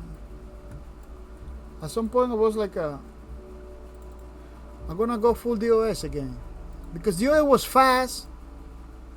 It never crashed. It never did problems. All the software was there. Like, I'm gonna come back, man. I'm gonna come back to DOS. You know, it just works. It just freaking works.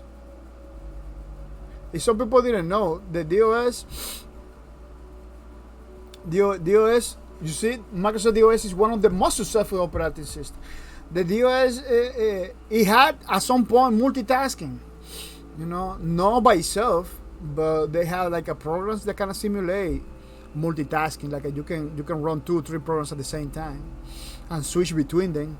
You know, with some other programs behind it. I used to use a program on the DOS that was similar to Windows. Like you install a pretty basically copy into the disk. You execute it, and you have like a full-fledged Windows system, super fast, because it didn't have to load all the crap that Windows have to load now. It was like a makeup for the OS, basically, super fast. You can use the mouse, you can use everything, and it was like a Windows. I was using that before Windows, and awesome. Now we had to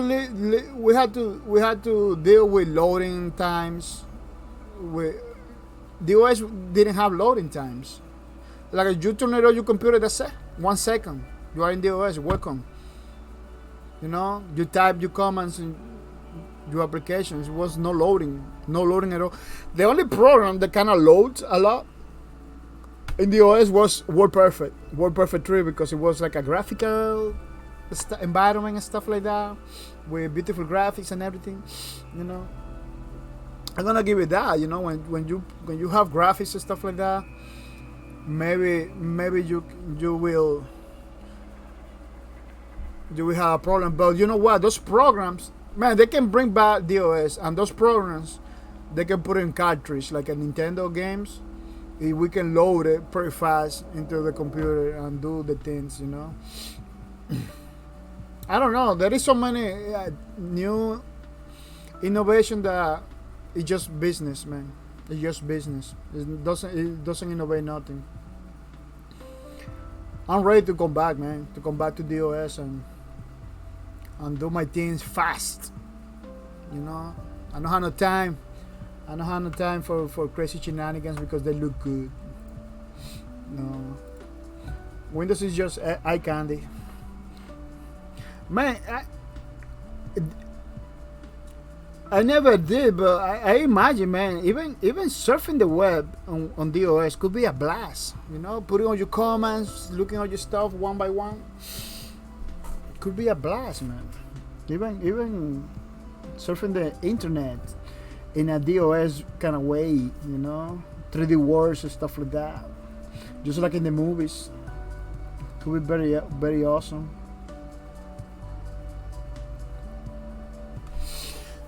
You can kind of emulate and install. I believe you can install DOS in your computer, but you're gonna lack a lot of support. So you purchase like a new NVIDIA card, or maybe if you buy a new game, you're not gonna be able to run it because of the support. You know, I don't know if the developers that create, for example, NVIDIA. I don't know if NVIDIA is still creating drivers for DOS. I don't know. Or see software companies like Arrange and stuff like that are like creating drivers for DOS. I don't know. But see, DOS come back from the dead. You know, could be nice that those companies begin to create like drivers and stuff like that. And some people tell me, oh, just go back to Linux. Just go back, use Linux, and those softwares are like that still. Like, yeah, but those softwares are super complex. They are like that, but they bring a lot of problems. You know, the claim that the OS was one of the most successful operating systems doesn't come from nowhere, man. These people, they did something good, you know, and they didn't keep it. You know, they didn't keep it. Today, the OS could be one of the best operating systems, but that doesn't make money. That's the reality of everything, you know. It doesn't make no money. Having something that works 100% doesn't make money. You need to create problems. You need to have something that doesn't work in some way, shape, or form to sell the solution, you know, to create the market. There is no market for stuff that never breaks. There is no market for the stuff that always works. You know, that's I believe that's one of the rules of markets. It's like okay, you do your program, you do your product or whatever you want to do, but that thing has to break, or you're never gonna make money. You know, if it doesn't break, you're never gonna make money.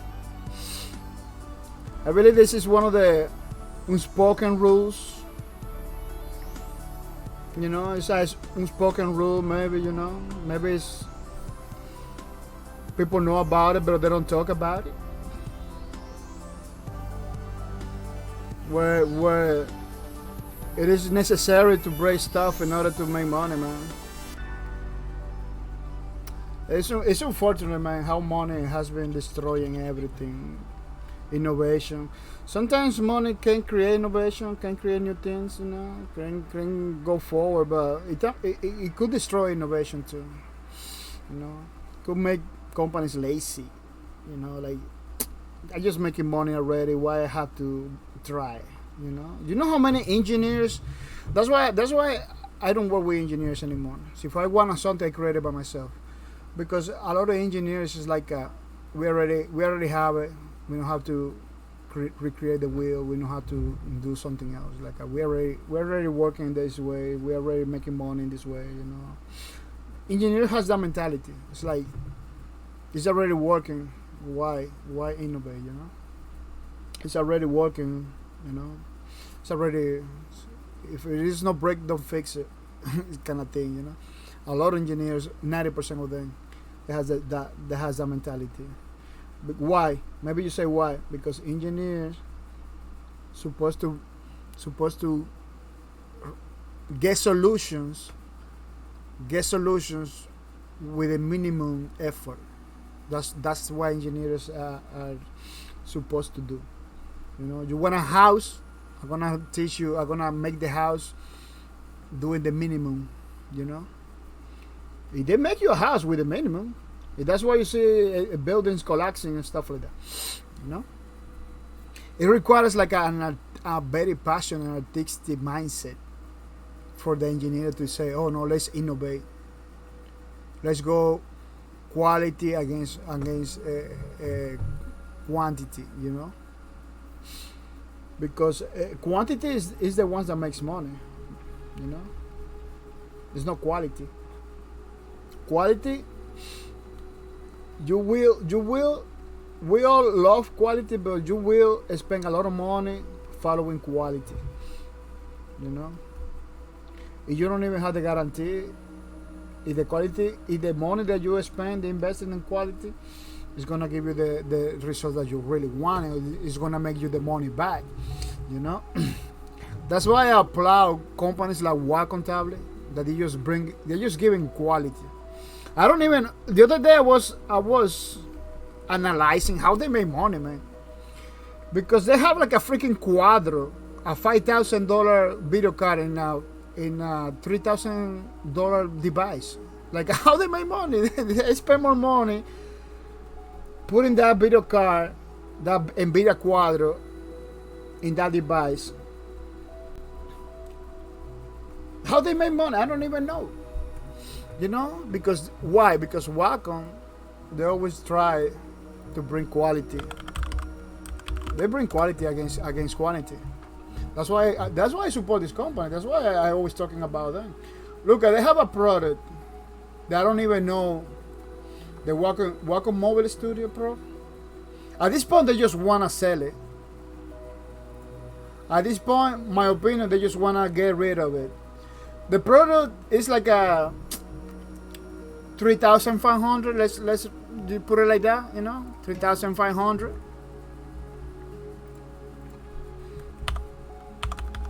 You know, 500 to have like a value. It's less than that, but let's put it like that. You know, well, it's literally like that. Look, it's out of stock. Everybody bought it. Why everybody bought it? Because everybody sold out. Like say, wow, man, you got that many value in that device for less.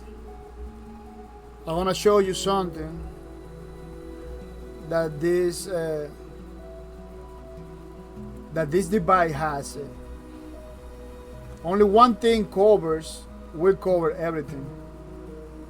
The whole price that they sell in the product is just covered for one device that it has, the video card that this thing has.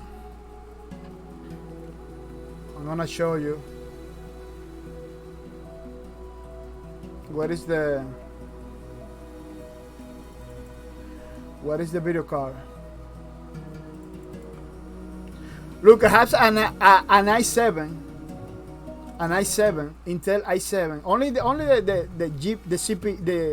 CPU, only the CPU, the computer, the processor unit. It's around $3,000. You know, especially in a mobile system like this. Like Intel i7, yeah, like, let's say 2,000. Only one piece of the device. It costs almost the same price of the device. Look at what they have. They have like over here, NVIDIA Quadro. They have like a mini version of the NVIDIA Quadro that maybe is more expensive than the full version. We're talking about $5,000 video card right there. NVIDIA Quadro. So you go to the NVIDIA website. If you look for Quadro,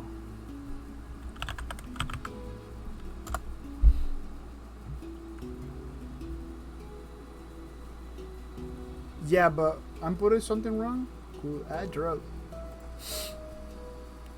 Let me products because I wanna get the real thing. You know, I don't wanna another.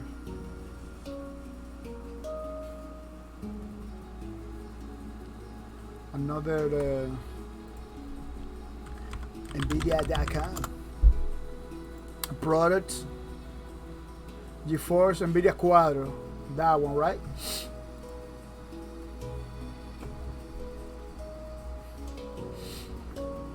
We're talking about what is these people has a store. I don't even know see this. Oh yeah, they have a store shop.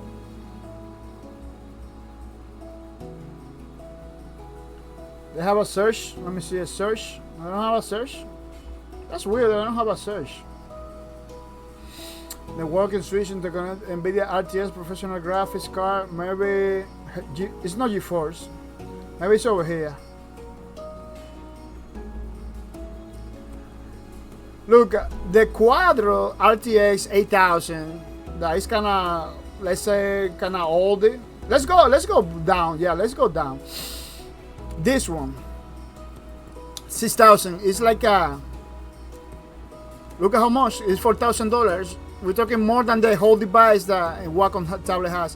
So Wacom did grab a $4,000 video card. They put a tiny one that I never heard about it. I don't know if they have a full-fledged Quadro in that device. Maybe that is expensive than the device that they do it. I don't know how Wacom is making money from that. But I believe that's why they are out of stock. Everybody bought it. Say, wow, let me get it. It's this device, we're talking about a Wacom tablet and a computer with a Quadro and an Intel i7 for only $3,000, $3,500. It's a lot of value. It's just a lot of value. Only the tablet, only the tablet technology with the pen. You know, remember this is not a normal tablet. This is like a professional for drawing kind of thing. Only the technology of the tablet. It covers the whole thing. It surpasses the price. Only the tablet. You know. Let's say it's the same technology from the Wacom 16. Let's say maybe it's better. We're talking about $600, $700. Only the tablet technology. Put it $3,000 from the Intel i7, or maybe $2,000 to be like a little fair. We already had $2,700 plus the Quadro that maybe surpassed the prices like maybe $2,000 or $3,000 more. I don't know how they make money for real. Good thing that they sell it, all of them, that they don't have no more. You know? Good thing, because come on, man. They was doing so much. It hurts see products like that in the market. It really hurts. Yeah, these are multi-million companies, you know. They're not gonna hurt for that, but sometimes they make business. Companies that follow quality like Wacom, sometimes they make business that doesn't make no sense. That make no sense at all. Like, I don't know how they're making money. I don't know what is the cash behind it. I don't even know. You know, they invest all that money to make a product. You know that it already flew under the radar because I bet you never know about it. Maybe you heard about that because I'm telling you. But that's a product that is not in the Best Buys. That's a product that is not out there. You know. Nobody's talking about it. Like how they make their money in that thing. You know, it's like they heard that device, even though it's a beautiful device. You know, so if I got the money, I could get one of those because this is a tablet with a computer. It's like a full Windows computer too. That's another thing. I don't believe it's like a Android nothing. No, they don't use that. It's like a full Windows computer. Let me see. What is the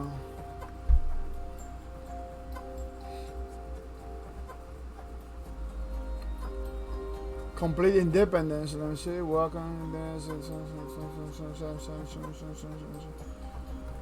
Yeah, it doesn't say nothing about it. Yeah, this is not the page. This is the page. The page. No, this is not the page. It was the shop one. I believe it was the shop one. Yeah, it was the shop one. I believe this is a full Windows.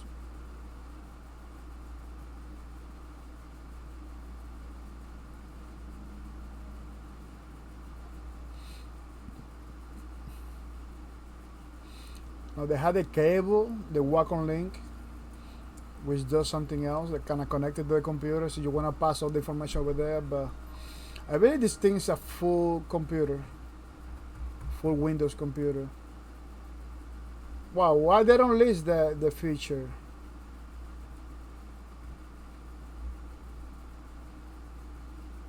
They don't list the feature over here. We got the CPU. You got the NVIDIA Quadro, the Express Key thingy, the multi-touch. It doesn't have the operating system. It has the Wacom link to connect it to a computer, but it doesn't say nothing about it. Maybe for legal reason, but you go into the box, you see? Has a Windows. It has a Windows in it. It's a full Windows computer. When I Wacom tablet, expensive Wacom tablet in the top with the pens. That pen that you see over here is the same pen that I have over here in my hands. It's the same pen. Only the pen it costs like a $60, something like that, $30. I don't know. It's not $2 thingy. Yeah, of course, the people that will buy this thing is people that make money from it. It's gonna make money from it, you know. For all the value that they have in this device, I believe $3,400 is super cheap, super cheap. That's why people buy it right away. That's why it's sold like a hot cake, because people saw the value, say, wow, wait a minute, you know, wait a minute, I do the money back in a couple of my drawings, you know. We're talking about people that really works on that. No, not myself. Myself is gonna take it. It's gonna take a letter, but those people that really work on that, they made the money back in a couple of drawings, a couple clients, and couple commissions. That's how they call it, commissions. Yeah, but that's what happened when you that's what happened when you have a company that create quality against quantity. You know, you wanna see devices like that, stuff like that. They are super expensive.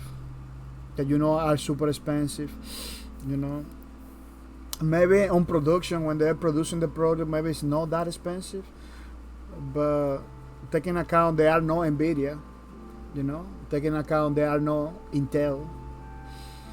So I don't know how cheap they get the parts. I don't know how cheap they get the stuff to do the device. But I don't see value. I don't see. I see a lot of value in the device for the price. Like they can ask for a little bit more, and people are still going for it. You know, it's a nice price. Don't get me wrong. You know, if I got the money, I'm gonna. If I got the money, if they have it in stock, they don't have it in stock anymore. People just jumping into it. People just say, "Woohoo!" They just bought it right away. But if I got the money, I could get one of those.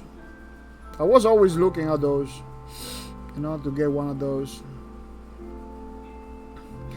Yeah, maybe you came over here and talking, like say, well, what this guy is talking, man, you can get a computer. Yeah, you can get a full-fledged computer like that in less than $1,000. Yeah, that's cool. But we're not talking about a normal computer. We're talking about a freaking device that is not just a computer. This is a Wacom tablet. You know, quality of the Wacom with all the features of the Wacom and everything. Only the tablet itself by separate. Only the tablet by itself. Something similar like that, you need to at least to spend $600. At least only for one of the parts of the device. People, we take a minute. We'll take a minute break. We had like so much time talking, drawing. I kind of wanted to get a little bit of my coffees. Yeah, I need a little bit more coffee.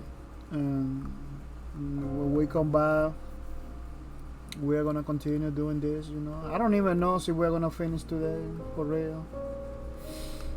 You know, having so much fun with this drawing, and I don't want to rush it. I really don't want to rush it. When you rush things, it shows that you rush it. You know, that's why people know when companies rush games and stuff like that. The quality, you sacrifice quality for speed when you rush. You know, you want to finish, so you sacrifice kind of quality for it. Yeah, I don't want to do it. I don't want to do it anymore. I've been rushing a lot of these characters. That's why I was talking the other day about a second pass to every single character, because they a lot of them, they look rushed. They look lack of detail. They don't look like this one. They look worse than that. It is not good when you're doing something for your community and you want it to look good. It's not good to rush it. That's why I don't like to skip the Sundays. Skipping the Sundays, it will mean that at some point you're gonna want to finish right away, and then you begin to rush. But if you take your time, you take your days, and you don't skip, you do every single Sunday a little bit, you're not gonna have the need to rush, because you taking your time, you giving to every single character, every single thing that you're doing, and you're giving the time, and you're doing it in the way you're supposed to do it. Because if you skip it, at some point you say, man, I have like a month doing this. I'm gonna go fast. I'm gonna go fast. That's the mistake. That's where problems begin to be created, and you just wanna go fast. You know, when you just wanna finish. You know. For me, drawing, I am not a professional drawing guy. I don't make money from this or anything like that. But I enjoy drawing. I enjoy like detailing, and I am not good at it, but I enjoy it. You know, two different things. Maybe you say, "Oh, how you enjoy it? Your drawing so bad." You know. I understand that, because I don't say I'm good at it. I say I enjoy it. You know, it's totally different stuff. You know, For some people, if you enjoy, you up the quality of stuff. No, sometimes you see a little kid doing crappy things. Yeah, I saw a lot of crappy things for little kids being creating basically a industry, because I believe that's the style on many of the drawings, like The Simpsons and Morty, Rick and Morty. They look like a little kids doodles, and they make a million from that. So don't underestimate the style of the kids. Yeah, you see a little kid doing things, they enjoy it. They believe they're doing the next masterpiece, even though maybe they're doing the next masterpiece. You never know. In the way that how the things going right now, I believe the kids has the key to success more than anybody. Yeah. They doing things, they enjoying things, but maybe they don't use no rules. They don't know nothing. They just enjoy. And maybe you see the drawing and say, "Oh man, this looks pretty bad. Or, this doesn't look good." Yeah, but they enjoy it. That's the best part. They're not trying to create. They're not. They're not. I don't know. I don't know if at that age they are like trying to compete or create or giving qualities or anything like that. They just enjoy. That's what happened with me over here. I just enjoy this thing. I'm gonna have people that like it. I'm gonna have people that don't like it. Everything is fair games, dude. Everything is fair games. There's no problem with it. Yeah, people, we're gonna take 1 minute only. When we come back, we're gonna continue doing this. I don't know, maybe 1 more hour. Yeah, maybe 1 more hour, maybe. Because it's getting late. See, if I got my own house, I could do it until tomorrow, but I don't live in my own house. So. Well, I kind of live in my own house. I rent it, but at this point, everybody's like sleeping, getting ready to sleep, so I cannot be like many hours into the night, yelling and talking and doing all the things that we do, that we like to do. Yeah, when we come back, we're gonna continue doing the drawings and with numbers. So keep watching the stream, keep redeeming, keep getting the points. I don't know if you see a Kuru. So you see Kuru and Tikur, tell them to redeem. Tell them to redeem, but it looks like they are not here because it's still in the same numbers. Yeah, tell them to redeem because it is not good for them to keep up like that. They need to redeem. They need to redeem. They need to redeem. Yeah, some song of Minecraft are like a super quiet. Yeah, it's kind of crazy. Yeah, don't go anywhere. Keep watching the trailers and stuff like that. And we'll come back. We're gonna continue doing the drawing thing. Yes.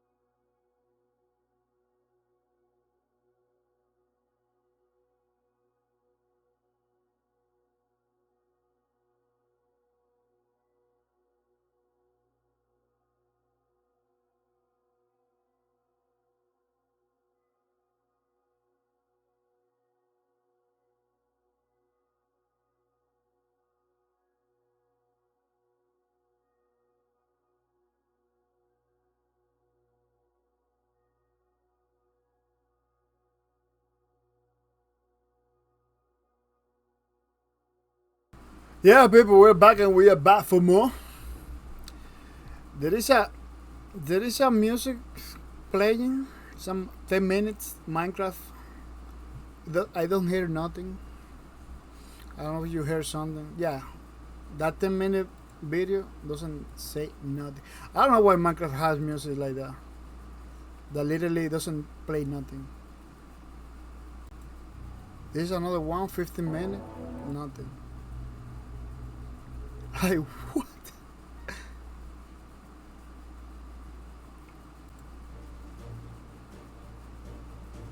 Yeah, that's weird, man.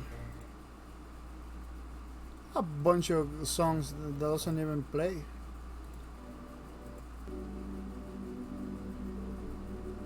Oh yeah, that one's playing. Let me see. I believe I. Yeah, that one is playing. But this one is not playing. Yeah, man, I feel like a lot of songs.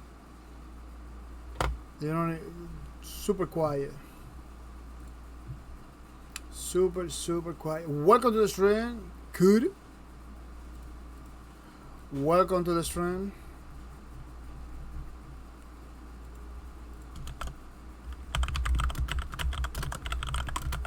Hope you're coming ready to have some fun. So you are there, you are listening to me because a lot of people coming to the stream, they don't listen to me. Redeem. See, you can because you got 300 points. You're not supposed to accumulate more points. You're supposed to redeem right away.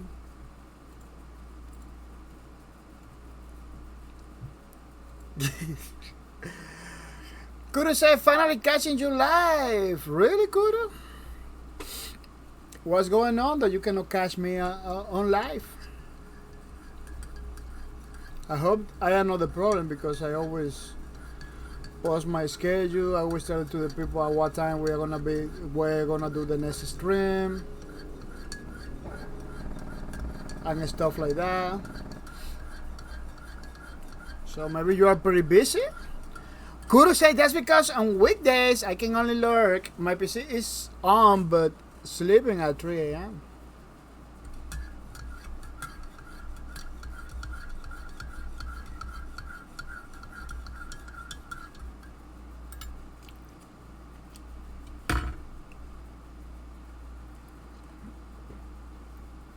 Oh, interesting, Kudo, interesting.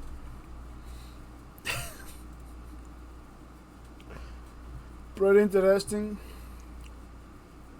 But I hope you can change that, man. I hope you can come to the streams and watch more streams and everything.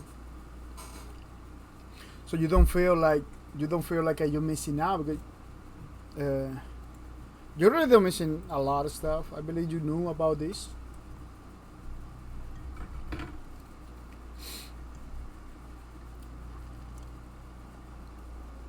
That I don't know if we were gonna be able to finish today. It doesn't look like I'm gonna be finished today. It's kinda weird.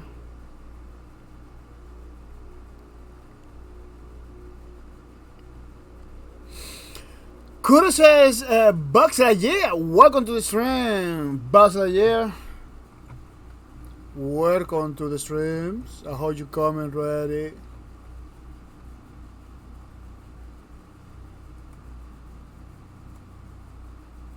Buzz Lightyear, welcome to the stream.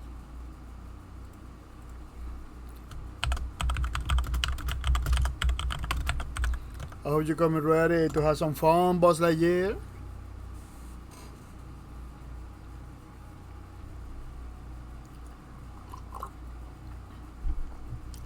That's okay, Kuru. I thought you didn't get my streams because it was difficult for you to get the streams or anything like that. But putting the pieces together, you're not missing my streams. But because you say like, oh, I finally get your streams, kind of confusing. That's why I ask him. But analyzing the information that you're giving to me, you are not missing no streams, which is good. But could have said, but I know looks helps. Oh, totally, man, totally. We welcome lurkers, people that lurk in the streams. We welcome. I don't know if you know, but 90%. A lot of people say 90% of the people that come into the streams, that come to Twitch, to this platform, are people that lurks. That they do something else, but while listening to the streams. It's pretty. It's something that we cannot do. We cannot change. It's something that it was like that since forever. So me myself, I said people we supposed to enjoy the content the way they want it. I'm not forcing nobody to watch the stream in a specific way. It's good to the people take 1 second, say hi to the people, stuff like that, but it is not the only way. It's not the only way. And we need to respect that. Buzzer Year said, "What did you say? Internet went off." Oh, really, Buzzer Year? I didn't say nothing about it, but yes, we're gonna begin our 6th day of Sea of Thieves later on. Remember, I already talked about it, so you didn't know because you're coming now, basically. Yeah, we're gonna have a 6 day of from later on July 12th, which is Monday, until July 17th, which is the next Saturday. And this is the schedule with the times. So later on at 3 a.m. USA is time, not your time, my time. So Google to see how it's gonna be your time. We are gonna be playing Sea of Thieves at 3 a.m. That's why I'm saying I don't know if we're gonna be able to finish this thing today. I believe we're gonna take another Sunday, because of that. Kuro says I'm playing League. I am playing League right now. Or League of Legends. Pretty good game. Pretty good games, League of Legends. I believe I did one stream at some point already. We have a lot of fun in that stream. I did my best to talk about the game, many things I remember, because I am not part of the community. I don't follow that game or play that game 100%, But yeah, it's a nice game.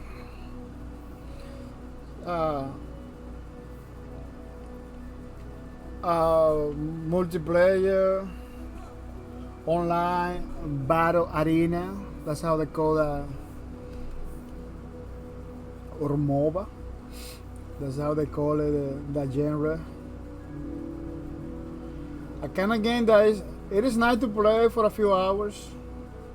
I play for a few hours, but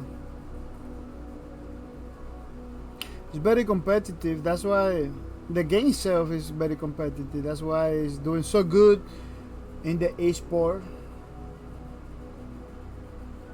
And there is a country, South Korea, that plays all the time. Like they have South Korea has competing. They competing each other and tournaments all the time. It's like a career over there. I don't know because I've never been in South Korea, but it looks like it's a career over there. You play League of Legends pretty good. You can live from that. It looks like you're gonna get paid. Could I say I played just a few games around or events. Oh, but I just said we're using CT here.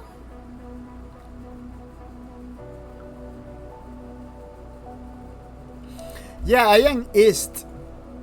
I'm gonna show you again.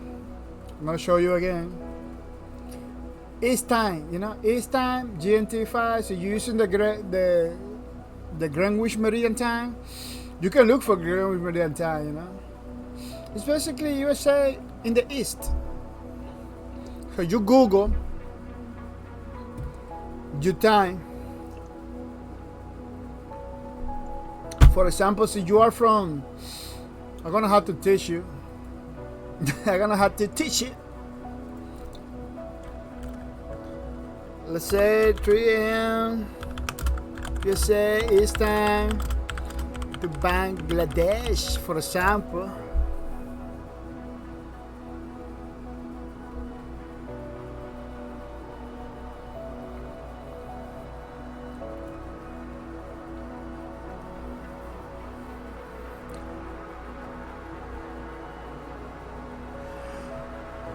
For example, this website, it converts the East time, basically EDT. It's basically EDT too. You know, 10:35. It converts my time into the Dhaka time. So you live in Bangladesh, Dhaka. I don't know. It looks like it's the capital, or it's a big city over there. So it kind of converts it, you know. Right now over there in Dhaka it's 8:35 a.m. in the morning. They're just waking up. It was like, yes, yeah, we know how time zones works. What time it is in Bangladesh? Oh, they say it's 8:35. It's the morning over there. You know, it's the morning over there. So, you know, you Google it, you're gonna find websites like this that kind of tells you,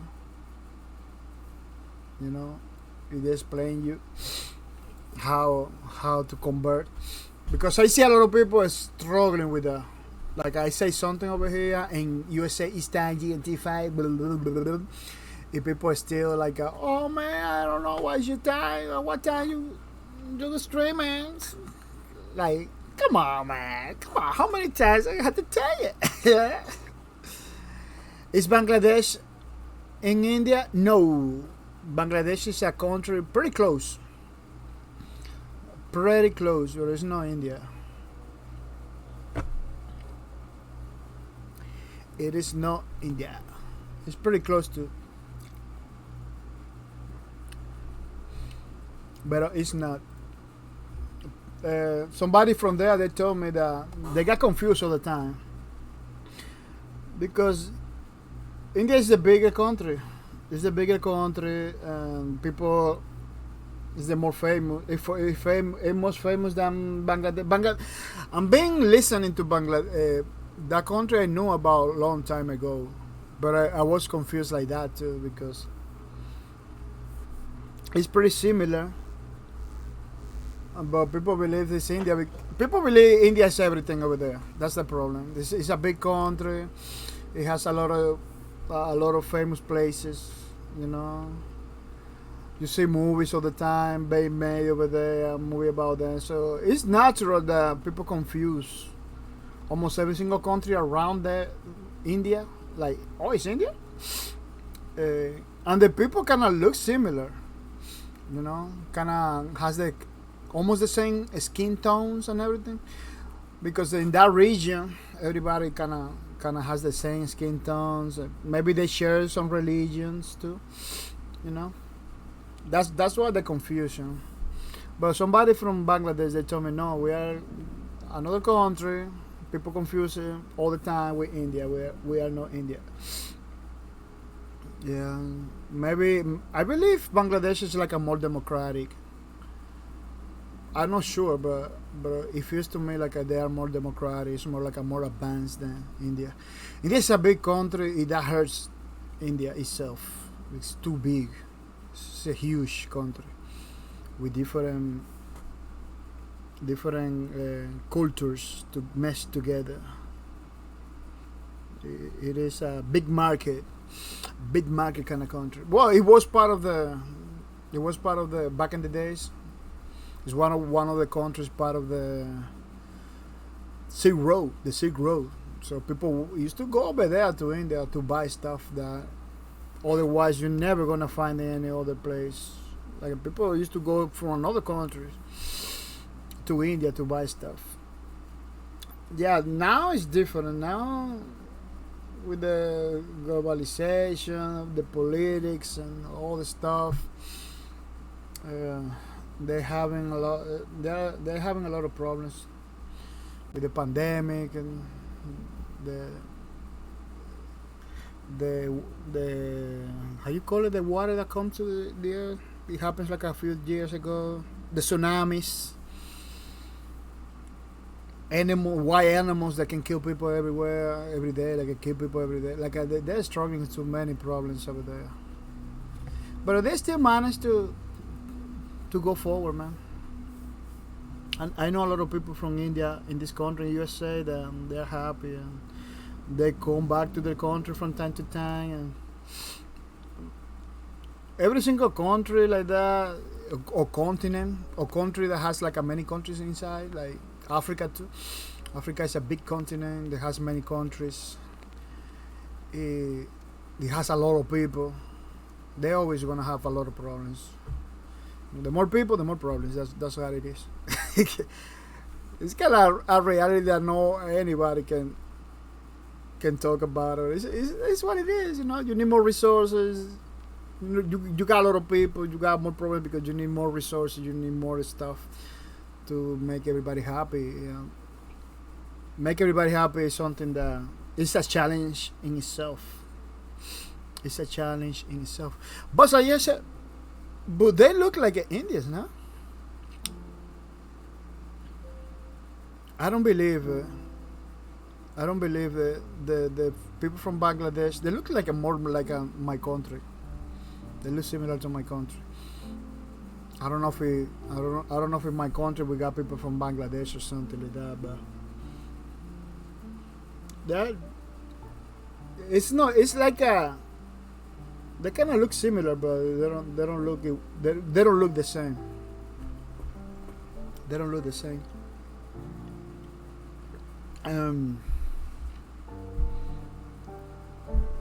There is some countries in the old world where people kind of looks similar, but they are different countries. They are not the same, you know. We people from America, we confuse them all the time, you know, with the most popular countries, like, oh, I believe you are Japanese, or I believe you are Chinese, because those are the countries that you hear the most. But they are totally different. They are totally different.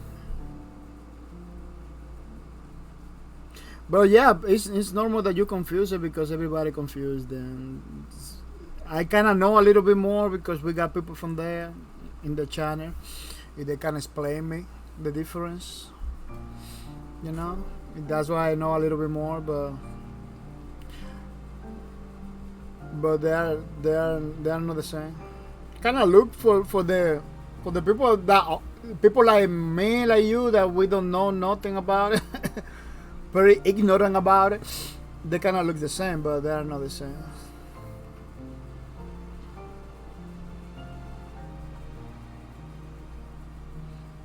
They are not the same.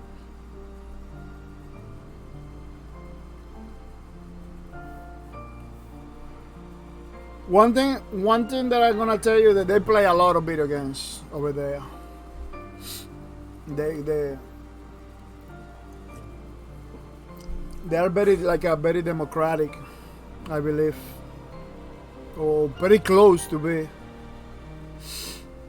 They play the same games that we play. They have the internet, full internet over there. Like they got everything over there. It's not like, I don't see India like that. I see like India is more limited. I mean, even though it's a big country, they have like a lot of limitations. They have like difficulties. They have like a lot of difficulties that maybe that's the reason, because it's a big country. I see the Indians like having more problems than Bangladesh. Bangladesh is like, maybe no, but I see Bangladesh people like more democratic, more going forward than India. But again, it's a big country. Big country, you're only gonna see parts of the country. You're not gonna see the whole thing. So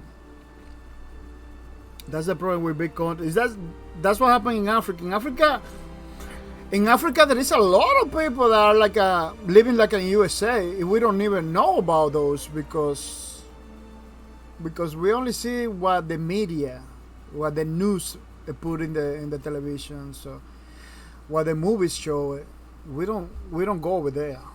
We don't know nothing. You know, we are pretty ignorant about those countries. But those countries has like a. It's a part of Africa.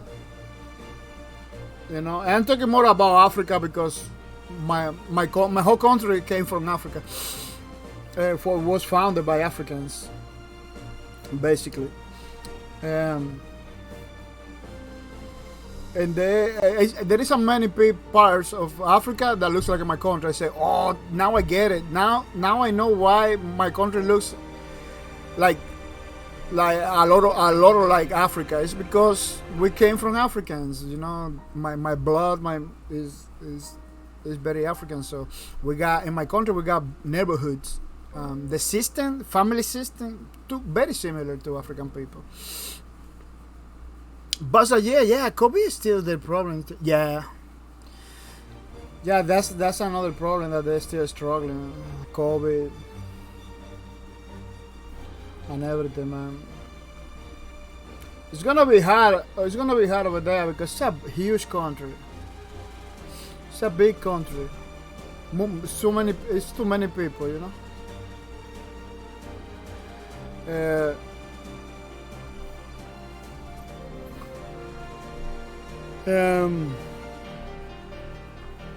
It has been difficult for many little countries, you know, to get rid of or to vaccinate everybody.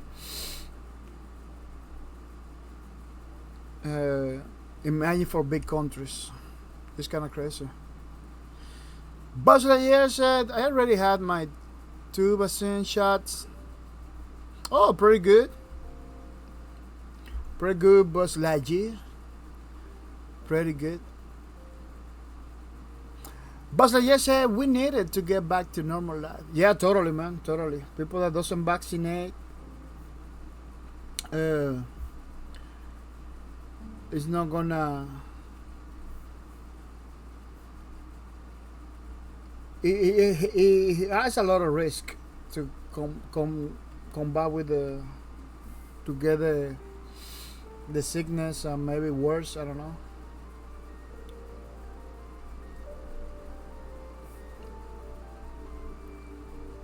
But yeah,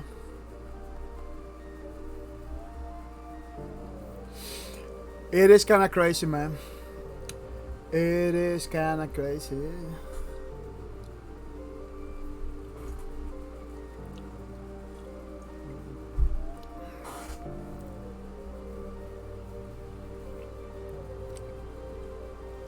It is kind of crazy.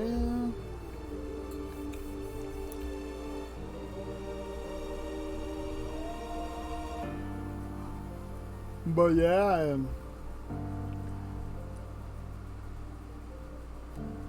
people supposed to do the things that they're supposed to do, you know. I don't say you have to, but I don't say is that the only way. But everybody has to do the things, you know,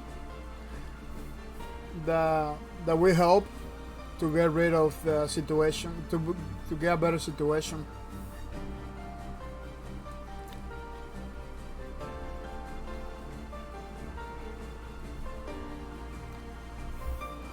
Buzz Lightyear says we started getting back to normal. Oh yeah, totally. Well, it's a virus.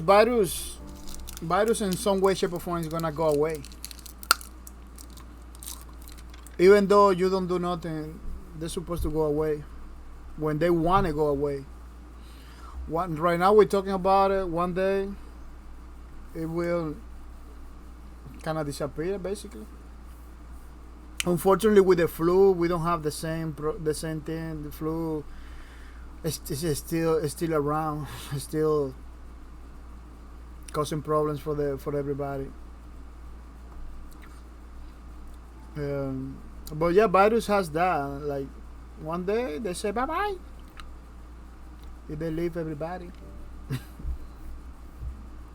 I hope that happens soon. Because this thing is creating difficult situation for everybody. Buzz Lightyear said, "Be right back, bye. We prepare my dinner." Oh yeah, that's okay. Maybe we're gonna be doing 1 more hour. Well, at this point, it's gonna be less than an hour. But yeah, we're gonna be doing the things over here with the drawings and everything.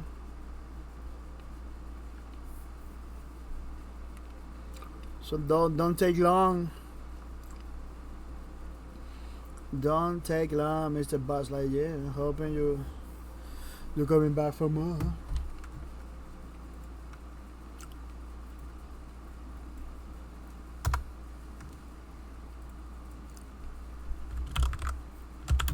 Don't take long, Buzz Lightyear.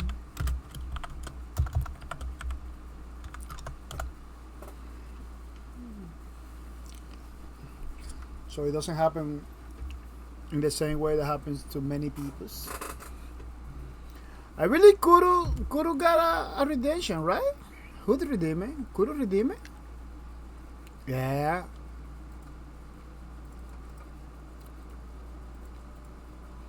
Could redeem me. How I welcome to the stream, Kuro. How I missed that one. Yeah, congratulations on the redemption, Kuru.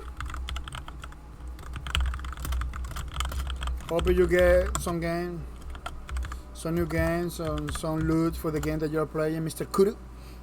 It's pretty nice, pretty awesome that you decided to support the streams with the mercy. Yeah, people, so you get a card, you are supporting the stream, because in order to get a card, you need to support the streams. There is no shortcuts about it. You see people getting cards all the time. They're supporting the stream all the time. That's the only thing I'm gonna tell you. They come into the stream. They have fun. They play with me. A lot of them. Now that we're gonna have the Sea of Thieves in a few hours, you're gonna see people. Maybe not today, but maybe not later on. But during the week, the people will jump in and play with me and everything. It's gonna be pretty nice. But yeah, I'm making spaghetti and putting my leftover pizza in the oven. Dude, you're gonna get me hungry. I love spaghetti and pizza. Spaghetti and pizza with coffee and everything.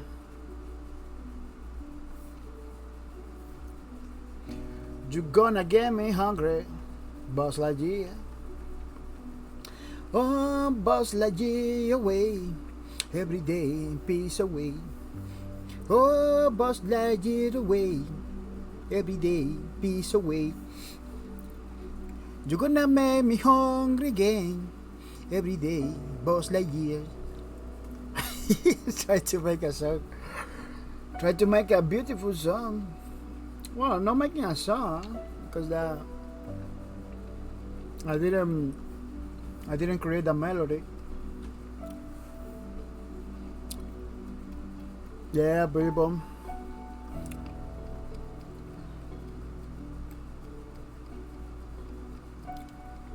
Yeah, people. I don't know if you know, so you're coming now to the stream. We are doing an art book about the game Lawbreakers that we set out to do a long time ago. We're still working on it. We are kind of committed to finish it. We work on that. We're taking a little bit longer because we're taking our time. We're coming only on Sundays. Some Sundays we don't do the streams. Like last Sunday, I couldn't do it. I wasn't feeling inspired or good at all. I had to skip. Plus, I had a lot of errands to run. I was doing like a grocery shopping and so many things. Kind of hard for me to and I was super tired. I was like about to sleep standing. Like I cannot do the stream. After I did everything, I said like, I cannot do the stream. I have to go to bed and sleep, and maybe if I wake up early and do the stream, you know.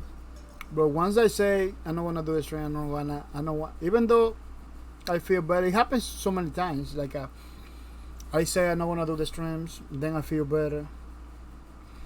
But I cannot jump into, oh, let's do the stream now feeling better. No, I don't do that. Why? Because once you tell it to community, something's not gonna happen. If then you do it, a lot of people are gonna feel betrayed. Like, oh, dude, you tell me you're not gonna do it. So, for that reason, there is so many other reasons too, but that's one of the reasons that the most, you know, that influence the decisions. It's because of that, because the people will feel betrayed and oh, you tell me to know and now you're doing it. Like what? You know what? You're working with people. You're working with a community. You wanna be certain. So you wanna do things. You don't wanna do things. Don't do things. It's not good to be telling to the people, oh, we're not gonna do it, then do it, or telling like we're gonna do it and then don't do it. Like, you have to be certain,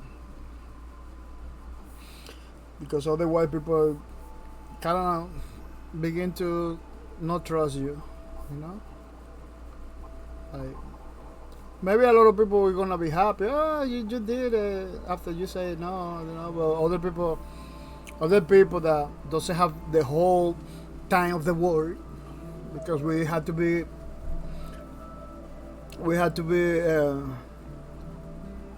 clear about it. You know, times are very crazy. It's not a commodity. It's not something that you can accumulate or anything like that. No, it's something that once it pass, it pass. Once you lost it, you lost. Some people doesn't have a lot of time. You know, we got people over here, pretty busy people. They want to support the stream. They're still coming on everything, which I really, really appreciate, man. Every time somebody tell me, "Oh, I came to the stream, but just in a few moments I'm gonna go because I had to do something that I don't do. I don't recommend it. You know, you got something to do. Not even come to the streams, because we create that situation that maybe you want to stay in the stream, and then you're gonna feel bad with yourself and you don't go do the other things. Like, oh, you got something important to do, do the important thing first, and then because at the end of the day, streams is entertainment. You know, we get together, play games. You know, we talk each other about things. We do drawings, but that's entertainment. This is not something that you have to be committed. You know, you don't have to. I don't want commitment from nobody. You know, for the streams, for real, man. It kind of sounds nice to have some commitment from the people, but I cannot do that. I cannot force you or tell you, oh, you gotta do it. No, I can, you know. Commitment, that's not how we work over here. I want you to be free to do whatever things you want to do. You know, you see, part of the things that you want to do is to watch my stream. That's okay, but we don't enforce like you have to. You know, oh, you are VIP, you have to. Oh, you are a moderator, you are a mod, you have to. You know, that's why I don't have a mod in my channel, because once you have a mod in your channel, that person kind of feels a commitment that has to be here. You know? And let me tell you something, when I get a mod, it's because I need it. You know? If that person that is a mod is gonna get paid in some way, shape, or form by Steam gift cards or whatever. You know?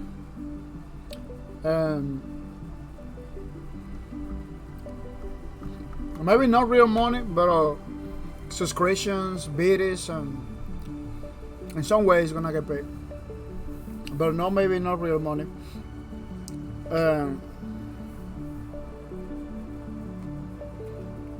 So my moderator, in some way, shape, or form, it needs to be committed. You know, that's why I still struggling to have a mod in my channel. That's why I kinda still doing it by myself, because I really require a commitment from somebody that is my mod in my channel. You know, that person has to create clips, moderate my channel, you know, and give me ideas, you know, and stuff like that. Like, it's gonna be part. That person has to be part of the team.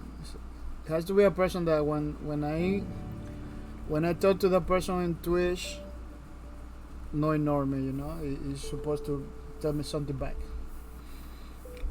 You know, cannot be a busy person that is working in something else. It has to be somebody that know what I do over here. They know that is agree with the philosophy of the channel, to support the developers, the platform, and the gamers, and the players, or the supporters of the channel. Because we got people that doesn't play games, they still coming to the channel. People, you know, that at some point they was playing something, they found me. Maybe they don't play no more, but they're still coming. You know, we got all kind of people over here. All kind of people. So my mod has to be a person that, you know, is online every time I get online. Like my mod has to be some kind of commitment. You know, that's the only person that can require that. You know, I am the mod like for 3 or 4 channels, but they don't require me to be there all the time. You know, I do my streams. Sometimes I rate those guys. Like a lot of the guys that I rate, I don't know if you know, it's because I mod the channel. You know, I mod the channels. It's an opportunity for me to do the things that they want me to do. You know, even though I don't get paid or anything like that. But yeah, I mod the channel. Like Jerry said, I believe I mod over there too. You know, that's why I like his streams. I like him and everything. That's another reason. But one other reason is because I am mod over there. That give me opportunity to be a mod over there, you know. But I like his stream. It has to be like you need to have those elements. You need to like the streamer. Like going to a random channel and wanted to be a mod in that random channel for no reason. It's not the way. Like, you know how many people came like one day and say, "Oh man, can I be a mod?" Like, yeah, no, you just came in today. You wanna be a mod? Like, you know, like, come on, man. It doesn't make no sense. You don't even know my style. You don't even know me as a streamer or anything like that. You just came in today. You wanna be a mod? Like, no. That's not the way. Like, you know. So it has to be those elements has to be there. Like a lot of the places, the channels that I am a mod, those are channels that I've been going forever over there. They know me as a streamer, not in the personal life, but they know me as a streamer. They know, you know, how I stream and everything, my philosophy and the way I do things. And that's why I'm mod over there in those places. You know, that's why I go over there too, because I enjoy their streams. Even though way before I was a mod in those channels, I was a mod and I enjoy being there, support those streams and everything. So it has to be. It cannot be like an instant stuff. It has to be something that is a process. You know, it takes time, a couple of years maybe, to be a mod in a channel. You know, the same with the VIP. The same with the VIP in this channel is not for everybody. VIP in this channel supposed to be a person that really cares about the streams. You know, they do some sacrifices for my streams. Yeah, they have some commitment to the streams. You know, a lot of those people came in one day and bring a lot of people to the streams, you know, their friends. If they stay coming to the stream, those people are gonna get VIP right away.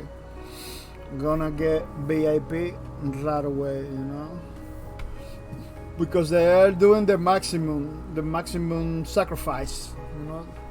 They just not coming to the stream. They recommending the channel. In that recommendation, it did some results, like the people came to the channel. I stayed to the channel. You got people like Cephilot, they bring like a lot of their friends, and now they are here, you know. We got the W31 suit over there still. Tricel is still there. All those people that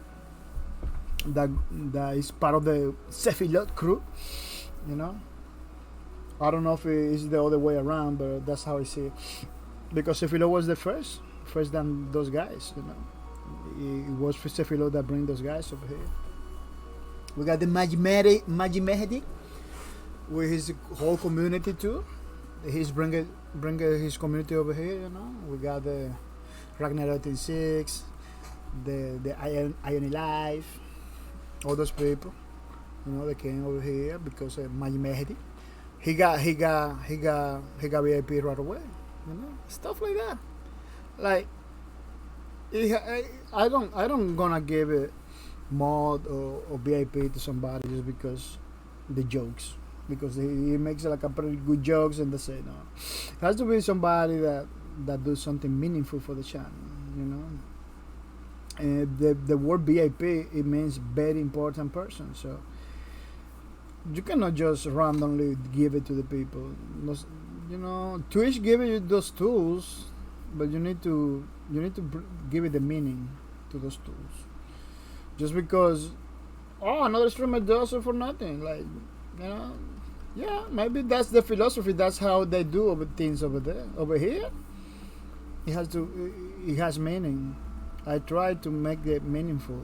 You know, not everybody is gonna get it. Not everybody's gonna, you know.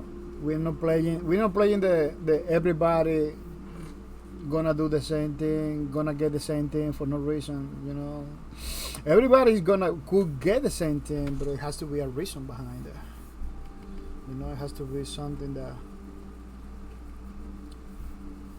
everybody see that he did something, you know. That's how we roll. That's how we roll here. It has to be meaningful, you know. I'm not trolling nobody. I'm not make sure. Another thing, being a VIP in the channel doesn't grant you nothing. You know, doesn't grant you nothing. It only says that you did something meaningful for the channel. That you came over here and did something that different. You know, that you initiate something good. That's what VIP means, you know. It doesn't gonna give you Steam cards. It doesn't gonna give you nothing. Only the privilege, only the prestige. It's a prestige kind of thing, you know. But only the prestige that you're getting. Only the prestige that you did something good for the channel. That's it. Because I don't want to attach rewards and prices to that, because people always find a way to exploit and to get the stuff even though they don't deserve it, just because there is a price or there is a reward attached to it. You know. Yeah, I'm not gonna tell you you're gonna do it just because of the reward or anything like that, but we can easily see one guy that never came to the streams and the first day simulate a pretty good situation for me, and then I give it VIP right away. See if they know there is like some kind of reward behind it. You know, that happens all the time. That happens all the time. You know, that's why I don't wanna use the Twitch point for meaningful stuff like the Steam gift card stuff like that. I try. That's why we got like we used to have back in the days the redemption or Twitch point for bahcorp points. You know, we used to have those, but we remove it because you cannot use nothing meaningful with those points. Those points, they need work. They Twitch need to work more on those points, like give it more options. You know, more options for the people. Like,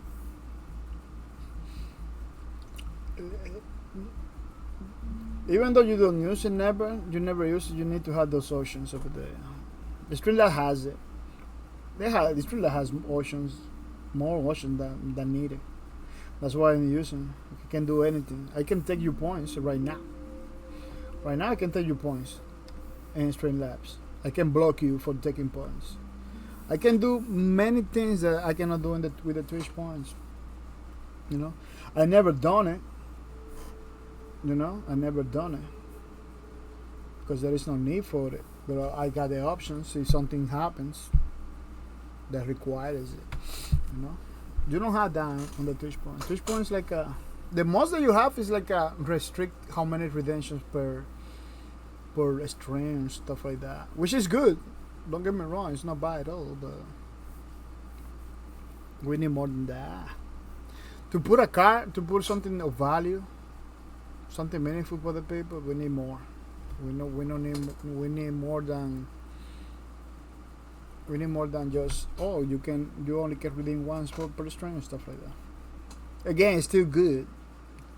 You can if you wanna use them, if you got you know how to use them in that way, go for it, man. You know, I personally don't use it because I need more than that. Another thing is like, yeah, it's part of that too. You know, people can basically abuse the Twitch points, the channel points. You know, with the biddies and the subscriptions. People that subscribe, they get like more points. And people that give it the biddies, every time you give it the biddies, you get like more points and stuff like that. No, people will exploit that. Some people will exploit that. Maybe you say, but it's good for your channel because it's gonna give you more stuff and more support.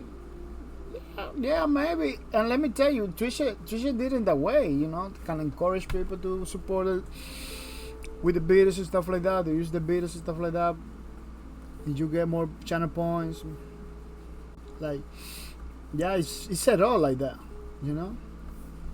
But me personally, I believe it's not fair to use a system that is kind of free to play, you know. It's kind of free to play, no, it's like kind of pay to win, basically. When you just pay for the things that you wanted with no sacrifice at all, only paying money, or the people there is people that has a lot of money, you know. They don't want to waste time. It will pay for everything. So you're gonna see people over here. We have tons of getting cars all the time. Even though it's better for me because I'm gonna get that almost the same amount, you know, in biddage and stuff like that. You know, but you're gonna see, if I do it like that, you're gonna have people getting cars every single stream all the time because they will pay for it. They will pay for it. Oh, I want a car. Let me give it a $20 in bids to these guys to get a car. Stuff like that, because money for them is no problem. Even though it doesn't make business sense for them, because I don't know, getting a $5 Steam gift card, where you had to spend almost 20.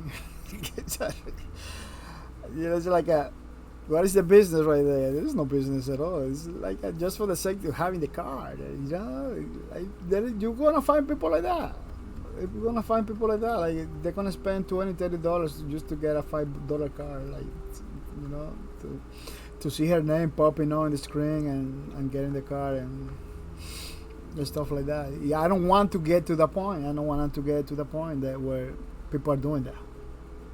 You know, I don't believe it's fair for anybody. It's not even fair for the person that is doing it. You know, because how much I have to put the car in order for them to be profit, be good, be fair for those people. You know, I don't even know. I had to be calculating and It's gonna be a mess. I thought about it beforehand a long time ago. I said that's gonna be a mess. That's gonna be a mess. So they need to give options to me. They had to give options to the all people using push points or channel points, whatever they call it. They need to have more options for us to manage the stuff we're doing over here, you know. If we're talking a point that even the bots can take it, can earn it by just being there in the chat, you know. It happens the same with the Streamlabs, but with the Streamlabs I can block those guys. Once I know it's a bot, I block them. I got so many people blocked. They cannot take more points. Why? Because they're a bot. You know, I see them taking the points, never redeem. I block them. They never take more points anymore. They never redeem. They never do nothing. They never reclaim. It's like this has to be a bot. So if I block somebody that is not a bot, they're gonna ask me, "Hey, dude, I'm not taking points." It happened. You know, it happened to some people that came over here. I thought it was a bot because never say nothing. You know, getting points, and they got 300 points. They don't redeem. You know, I leave it 1-2 weeks, the same thing. Like, this guy's not even redeeming. It should be about. Once they decided to redeem, you know, they redeem. I forget about they being blocked or something like that. They redeem because you can, even though if I block you, if you got the points, you can redeem. You can redeem with the points. It doesn't matter. So they redeem. The time pass. They notice that they're not getting points. They ask me right away, like, "Dude, I'm not getting points. What's going on?" "Oh, I thought you were a bot," because that was the first. That's the only time these people talk to me, like after they redeem. You know, like, "Man, I'm not getting points. What's going on?" Like, "What? I thought you were a bot, man. I didn't even know you was a real person behind it." That's why it's important to say hi. People, I'm gonna tell you something, people. I don't have to explain you look at 100% every single thing. For two reasons. It's not realistic for me to remember everything. You know, to tell you everything at the same moment. You know. The other reason is like I don't have so much time. I don't have like that much time to put in explaining every day or every time I do the streams, explain you every single little thing. You know, it's not realistic. It's basically not realistic. You cannot expect that from none of you streamers. You know. I tell you, say hi because it's good for the community, stuff like that. It's good for the system over here. With that explanation, I'm telling you, once I tell you it's good for the system that we're having over here, you kind of figure it out. You kind of have to figure it out, trust or no, I don't know what, you know. That I'm telling you. So you say hi, it's gonna be better for you to get your points, you know. It's gonna be better. That's what it comes from, you know. You say hi, I know you're a real person. I don't have no problem with you. Dealing with bots alongside real people you need to design the system in a way that will work for you. That will work for you. Yeah, you're never gonna have, you know, that it will help a little bit, but you always gonna have the guy with the many accounts, maybe. You know, there is no way to detect that. Getting maybe many cards, you know, we got those too. Who? I don't know, but I know we got those. We got those guys that has like 3 accounts and getting 3 cards at the same time. You know, I cannot do nothing. I cannot do nothing about it because I don't know who he is. I don't know how they do it. But that we got it. You know, I got that question the other day. I believe it was in private. You know, And that's my answer, man. That's my answer. I don't even know how we're gonna tackle that one. You know, you're always gonna have those that they see what you're doing, they find a way to exploit it. They're gonna exploit it. You know, who are in my channel? I don't know who. I don't know who. You know, I don't even suspect who. But we got those guys. We got those guys. Maybe I'm getting 3 or 4 redemptions. You know, by himself. If we don't even know, if they act like 3 different people.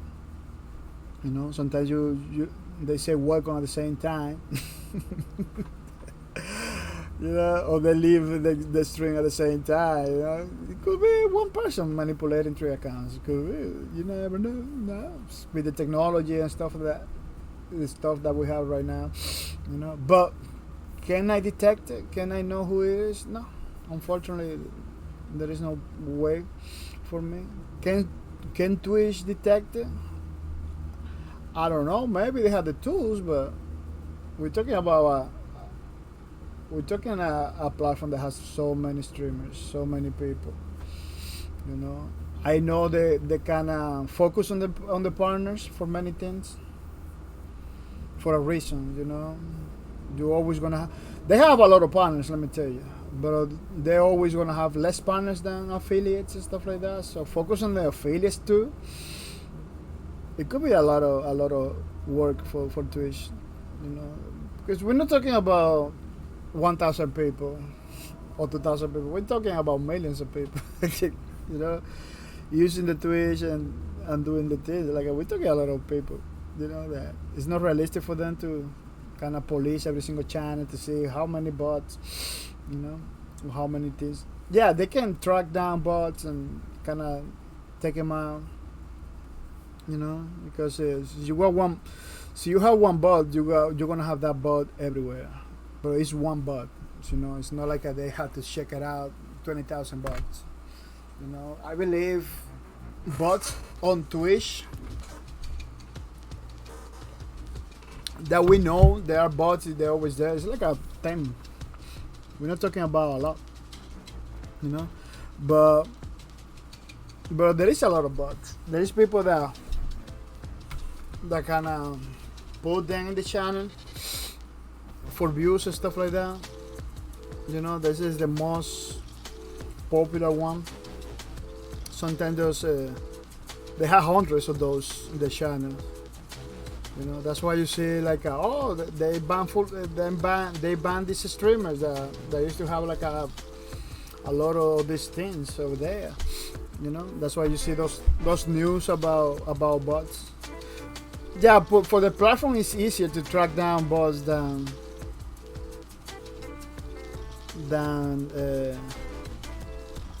anything else in the channel in the platform, because bots is gonna be always the same. But people acting like accounts, like it's no bots, it's no people, like 2-3 accounts.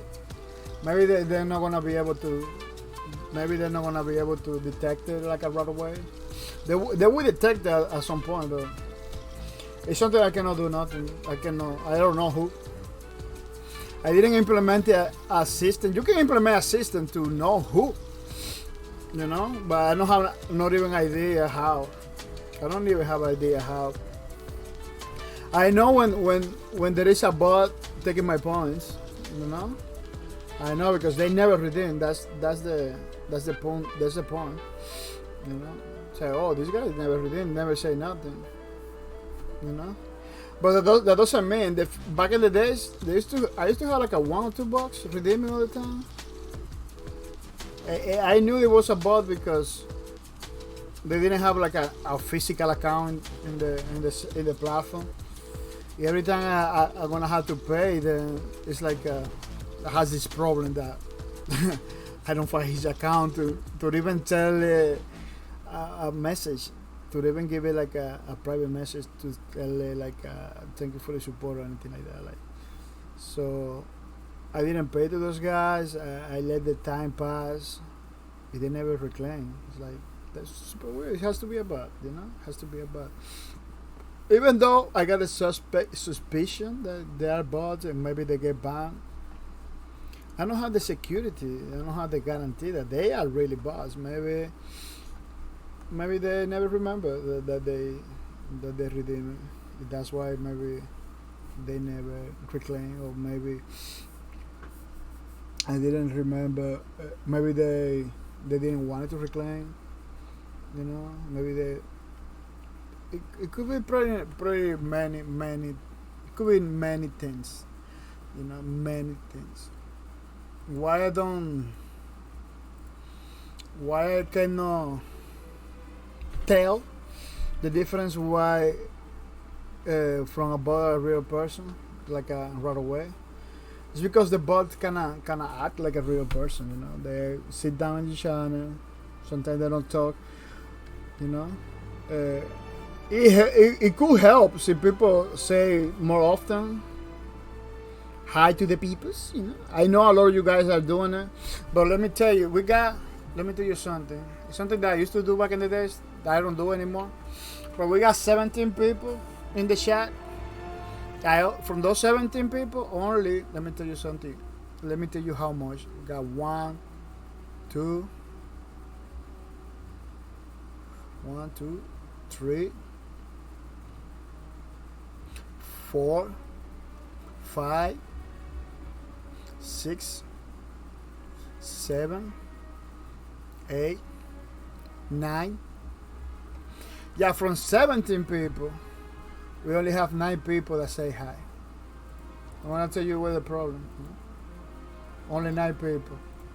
So there is like 8 people that still doesn't say hi. Could be bots. Could be bots. But let me tell you something. For those 8 people, we got like a 1 or 2 that didn't say hi. You know, that I know they are no bots. They are real people. Bro, they decided not to say hi. You know, because I got the list. I check in the list. You got like a 2-3 people that didn't want to say hi from those 8 people. You know, that is a problem. You know, that is a problem. So maybe we had like a 2 or 3 bots or 5 bots, from 3 to 5 bots. You know, from, you know, that I can basically point. You know, with the finger. That's a problem. You know, you don't say hi. I don't even know who are the bots or not. Maybe I know you. I don't. That's another thing. If I know you already, you know you are not a bot. You know, maybe I'm not gonna tell you nothing. Maybe I'm not gonna tell you to say hi. Maybe I don't care if you say hi or not, because I already know you. I already know, because the part of the strategy of saying hi is to know who is the bot too. You know, it's good for the community because it creates like this environment where everybody's like there. Everybody knows that you are there. Plus, it allows me to know who is the bot or not. Yeah, it's like a 2 or 3 stuff that kind of help me to know who is who, you know, which is very important. Which is very important. Well, people, it's getting late. I really wanna finish this.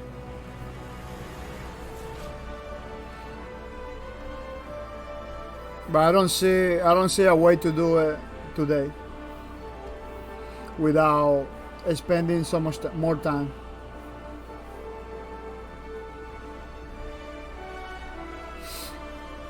I don't see a way to do it without spending more time, unfortunately. So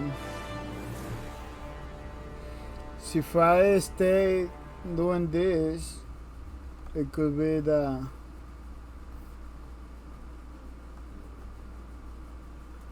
it will hurt the next stream. We got a next stream later after this one, and I had to give it like some room to every single stream. In order to get the reports and do my thing that I had to do in the background. I had to give it breathing room. Cannot just begin one stream after another. It's looking good, I'm liking it, but so many things to do still. Still so many details that I had to put into it. No? So many things, so many shadows that I still need to paint.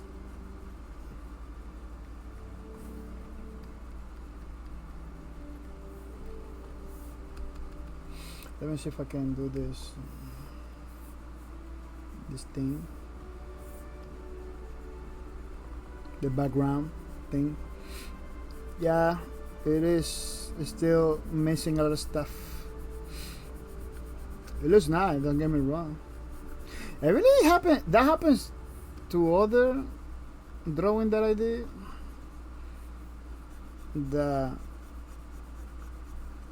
That just like oh, people are not gonna continue doing it, then continue next week, and then I forgot. That's why they look like a lot of them look like rush, because maybe I forgot to come back to the drawing. You know. But yeah, this thing is looking good. People, now that we are in the art string, I'm gonna tell you that we put some challenges in my site, on my website. We put some challenges over there, and you can in the Twitch streams. So you go to the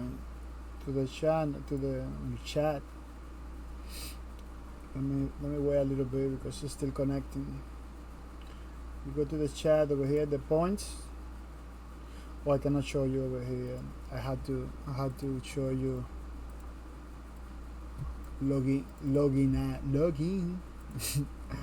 I was using incognito, but I cannot use that. If you go to the points, you're gonna see some challenge. People are still doing it, you know. We got the 6 days of Cyberpunk, just like we're doing with the Sea of Thief. We're gonna do it. We wanted to do it with the Cyberpunk, you know. It's getting crazy. Look over the 6 days of Cyberpunk. We have the work on Lawbreakers. Lawbreakers, people, is a video game based on Lawbreakers. Kind of similar name, but once is love, once is law.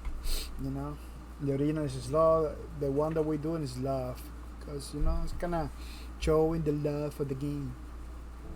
But yeah, we had this work on Lawbreakers. So you select that. We're gonna replace one Sunday. We work on the game. You know, it's only one Sunday just to begin the projects and maybe do the first character. I don't know, stuff like that. It's gonna take a while. It's gonna be a pretty slow process. You know. Then we got the 6 days of art. That it looks like it's winning. People want 6 days of art. You know, whether we're gonna get requests for 6 days from the community and do drawings. You know, you want me to do an apple? Let's do an apple. You want me to do a house? Let's do a house. You know, so we just raised that thing. Still 5 days left, people. You know, you don't need to do biddies. It's only channel points. Only channel points. You know, there is no way for me to put biddies. And if I put biddies, it has to be like a 2 liter, because I don't expect people to be breaking the bank for those little things. You know. But yeah, you can request drawing as long as it's not lewd. You know, even if it is lewd, it has to be my kind of lewd. You know, it has to be no explicit. You know, you just show me to me the day. Oh man, I want this character that you make it. I'm gonna tell you if I can make it or not. You know, because I don't want to give you like it has to be like that, it has to be like that. I had to check it out. You know, so nobody get confused. but no explicit stuff.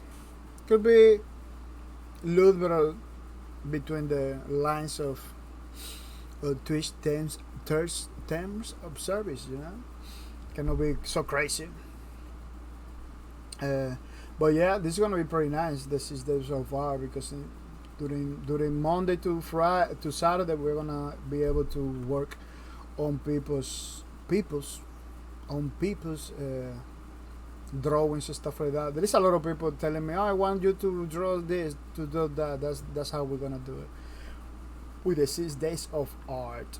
So it's a way to control, you know, because once a lot of people figured it out that was doing like things for the community, they wanted to stuff for them, like, oh man, I want you to do something for me, you know, which is totally fine.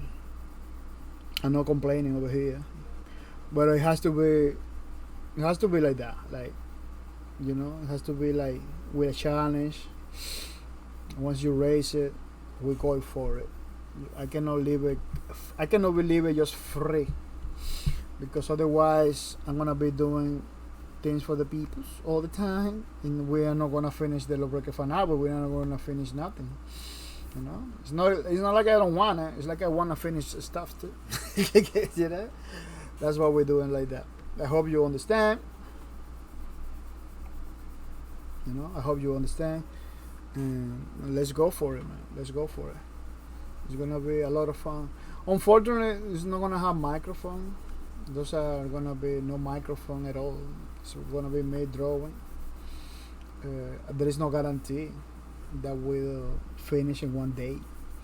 You know, 3 hours, 4 hours is good. So if I only doing drawing without talking, maybe I'm gonna manage to do it. You know, because it's an event, the 6 days of art.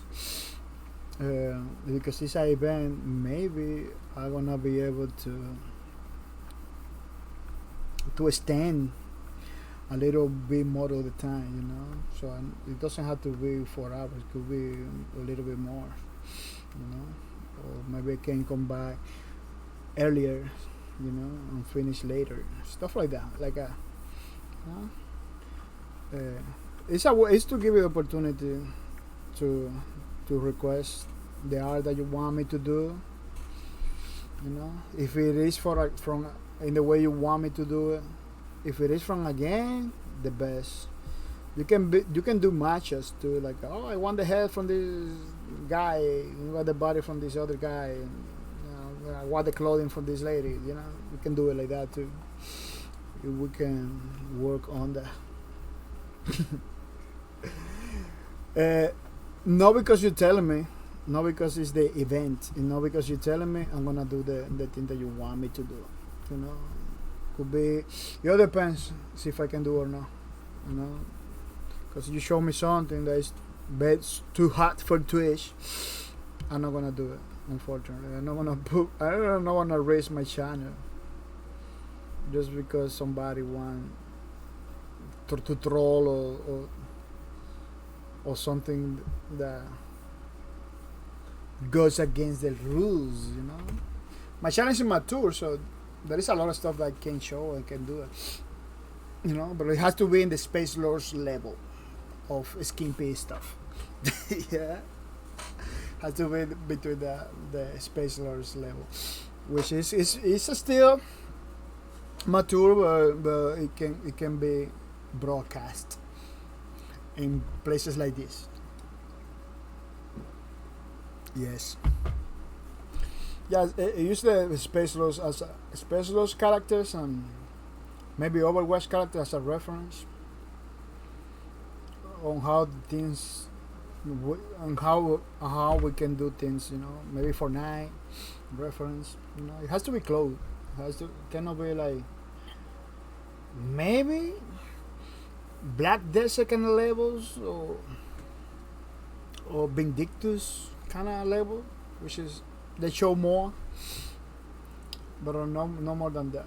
You know, the day I was streaming Vindictus, I was like a super scared, like a wow, this is they showing stuff. They're showing stuff over there that I don't even know. But yeah, everything was good. Everything was good. Nothing happens. But Vindictus, it wasn't like that when I began to play the game. They kind of changed the philosophy of Vindictus. You know? They went more crazy now. Almost mobile. They went almost mobile style kind of art. Like you only see stuff like that in mobile games. Now that you got a lot of stuff like that in games like Black Desert, Vindictus. Like what? But Vindictus is like getting crazy. Vindictus was like against that for a long time. Like you know, everybody was like a very formal and everything. Now it's like let's do it, dude. Yeah. We had nothing to lose. Maybe they say that. They come in with characters that are super crazy. Super crazy. People, I believe we're gonna leave it like that right now. You know, having a lot of fun and everything, but we cannot continue. We had another streams later on. So we're gonna leave this one in this way. Coming back next Sunday. You know, remember that our streams are for mature only. So you are new in the stream. Remember, it's mature. So you are coming all the time. Don't forget about it. You know, we do this for a reason. I cannot be explaining you every single time because one time it's like I don't remember all the details. The second time it's like you know, it takes time to explain you all the little things. But the things that you need to know is to make sure you are 18 and up before coming to the channel. Remember the Twitch itself, it tells you. Twitch itself tells you so you can be here or not, you know, by showing this little thing over here, you know. So before you click at the link, before you click in the button, make sure you are 18 and up. You know, it's in the title. You know, if you cannot see this, it's in the title, in the chat. You know, making sure you know what's up before coming to the streams. You know, make sure you know before you come into the stream, because otherwise it will create a problem for you, for me, for the platform. We don't want that. We don't want that, people. I love you too much, but not that much. People, we have the Twitter for bahcorp TV. You know, bahcorp TV. Twitter's pretty awesome place to know about all the things that I do, all the people that I support, all the games that we play. You know, all the arts that we do through the power of Wacom tablets and iRage. Yeah.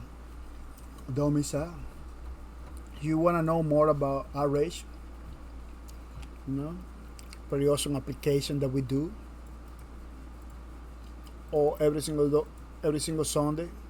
Pretty awesome application. No, we don't do the application. We use the application that we use. I say we do. We don't do it. Do you mind if I do a race? I'm not gonna be here streaming. I'm gonna be very busy doing a race, improving it, you know, updating it. We don't do it. We use a race. Pretty awesome application. Don't forget to check it out. The Wacom tablets, Wacom tablet Twitter. Pretty awesome device to create every single page of the Lawbreakers fan art book. Use it with the power of the Wacom. Quality product, quality device. Highly recommend it. And I totally forget about the Lawbreakers Twitter. The characters that we are doing are from the games Lawbreakers. Pretty awesome game. Created by bahcorp Productions and Nexon of America. I'm gonna give you the Twitter because I don't know how I miss it. I always kind of miss it. The Lawbreakers itself. Follow.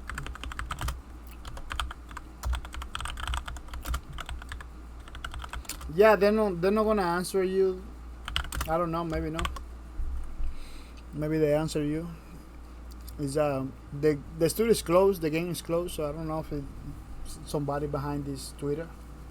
I doubt it. I doubt it's nobody between they not even post nothing from the last post was February 7th. That's 18. You know? But you can check all the tweets, all the videos, all the stuff to know more about Lawbreakers. All the characters of Lawbreakers, pretty awesome stuff. It was a pretty awesome game. In my opinion, one of the best games ever created. This is Rohan Rivas, a pretty awesome dude that is working for Epic Games now. Yeah, a lot of those guys that used to play and I used to work on Lawbreakers. Now they're working in Fortnite. You know, a lot of them used to work on Fortnite before Lawbreakers, when Fortnite was like in development. I mean, after Lawbreakers, they come back to Fortnite. So something that a lot of people didn't know about it. People used to came to the channel over here like, what do you think about Fortnite? Fortnite is better. Yeah, developers from Fortnite are working in Lawbreakers too, but yeah, I know a lot of people doesn't research. Like, Cliff Blasinski, Fortnite is better. Yeah, Cliff Blasinski was one of the developers of Fortnite, so you don't even know. So come to my channel to complain about Lawbreakers and telling me that Fortnite was better. It's like you putting yourself a foot in your mouth, because Cliff Blasinski worked on Fortnite too. So you didn't know. You know? Let me tell you something. The closures of Lawbreakers doesn't even was positive for Fortnite or Epic Games. Let me tell you. Doesn't even was positive. You know, a lot of people got the vendetta against Cliff Blasinski, against Bosky, against Nexon, against Lawbreakers, but they didn't know. They didn't know the how much it was affecting their own game. You know, they didn't even know how much the closure of Lawbreakers was affecting the whole game. Look, in the future we could have characters in Fortnite from Lawbreakers, or the other way around. You know, all of that beautiful stuff, you just boycott it. You just boycott it because you didn't research. You know, you was 100% to boycott without knowing. You know, and people like Toro Bisky, that unfortunately we don't have it around, was telling you, go play the game. The game is pretty good. They used to put in pretty awesome people behind it, the best developers out in USA, the best developers out there. You didn't know. You didn't pay attention. You know, the same thing happened with Battleborn. Battleborn, you think you like Borderlands? You like those games that are pretty awesome? Yeah, Battleborn used to be one of those games created by the same people that created Borderlands. You like Borderlands? Battleborn was maybe another IP that we needed in the gaming community to play, to have fun, you know. But you didn't want it to support it. You didn't want it to support it. That's what we have. That's why we had the same games. That's why a lot of people jaded, because the good stuff, people don't wanna support the good stuff. People just wanna, I don't know. I don't even know the reason. Follow the bandwagon, you know. I don't know. It's kind of it's nonsensical. Man, in the gaming community, we got the capacity to basically support every single game out there. You know. And sometimes people buy the game, but they don't play the game. They don't promote the game. That's why the game dies. If you're a streamer, you can pick any game right now and build a community around it. So you're a streamer. I don't know why some people they just, okay, don't play the game, don't support the community, but at least don't boycott it. Like telling everybody that the game is dead, although the game is not going nowhere. Like What's the reason? Yeah. That behavior kind of kills the game community itself. So not nobody wins when people decided to do that. People remember to say hi to the people. The most important thing in our community is to say hi to the people, to make friends. That's how you create community. I don't know if you know. That's how you get people together, by saying hi. Very, very complex activity. I'm telling you how to say it. You just raise your hand, say hi to the people. Pretty easy. It only takes 1 second. It doesn't cost no money. It creates a better community for everybody. You believe, you see that girl over there? That girl is a streamer. Did you believe she's doing that because reasons? She understood how important it is to say hi to the people. She understood how important it is like to create community by just doing a simple action. It doesn't require go to the moon. It doesn't require a Bitcoin or anything like that in order to create community. Just 1 second. Is that the only way, the only 100% way to support a community? People see you say hi, they say hi, other people say hi. That's how communities are created, people. So let's say hi to the people. So you really care about the channel over here? So you really care about getting maybe in the future a $10 Steam gift card? Just say hi. Take 1 second, man. Take 1 second. Say hi to the people, and let's be together. People, 6 days of SAP is beginning in a few hours. Maybe in 3 or 4 hours, we're gonna have our first stream on 6 days of SAP. Unfortunately, it's no microphone at all. No microphone. But you're gonna be able to play with me. We're gonna be playing together. We're gonna chat in the chatties. We're gonna have fun. And support a pretty awesome game. Giving a pretty awesome message, a powerful message to the gaming community. We need more games like a Sea of Thieves. We need more games like this that maybe don't look like complex situation. Maybe don't look like the best graphics out there or the best games out there. But let me tell you, it's pretty good. It is pretty good. I understood that maybe when they released, it wasn't like that. The review say it all. Well, I was watching the Angry Joe review. He cannot say the truth. He said like the game is beautiful. It's nice. The water physics is the best water physics. Yesterday I was watching. I said, wow, man, everybody coincidence. It has the same coincidence. Like the game is pretty beautiful. The game is pretty beautiful. At the time that he plays, maybe the gameplay was kind of lacking. Maybe there wasn't a lot of stuff to do. But now with the new update, all the updates that they did, and this one, the Apart Life, man, the game is I cannot put it down. We don't play every week because I don't want to create a Sea of Thieves channel only. That's the only reason. That's the only reason. But if I say we play every day, we play every day. I just want to be like, control with the Sea of Thieves addiction. I just want to control myself a little bit. But otherwise, I would be playing Sea of Thieves every day, every single freaking day. It's that good. At least for me, it's that good. And let me tell you, I don't do telltales. There are so many things that I don't do in this game. There is so much content I don't even know they exist in the game. Because I kind limit myself to do 1 or 2 activities. Part of that is I don't want to get jaded from the game. I don't want to get tired of burn from the game. I believe the game deserves my attention for many more hours.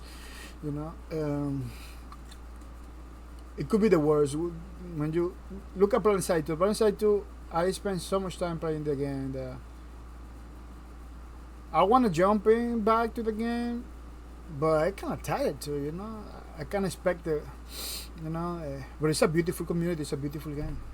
I don't mind coming back and play every day, but I taking my time with Planet Side 2 because I don't want to burn. I burned already basically. But it's a game that I'm willing to continue playing for more hours, and keep supporting the stream. But with Sea of Thieves, I'm going a little bit controlled, You don't wanna when you find a gem of the game like Planet Side 2, Sea of Thieves, you just don't wanna EVE Online. You just don't wanna play Space Lords, The Cycle, Minecraft, Star Citizen. You don't wanna just burn from them. You just wanna keep enjoying it, So you take your time. You take your time. This is the times and the days that we're gonna be playing the game. Screenshot it, take notes, whatever you wanna do. It's 3 a.m. A few hours, a few more hours will begin. Because I don't want you to ask me every day, man, when you gonna play? When you gonna play Sea of Thieves? When you gonna play Sea of Thieves? That question is the number one question in the channel, because we don't play Sea of Thieves just because I like it. We play Sea of Thieves because the community wanted to, So, in Sea of Thieves, for this channel, it's a win-win situation. The community wanted, I like it. It's a good game. Why not? Why not? People, this is the games that we play all the time, or we try to play all the time while we don't play Sea of Thieves, unfortunately.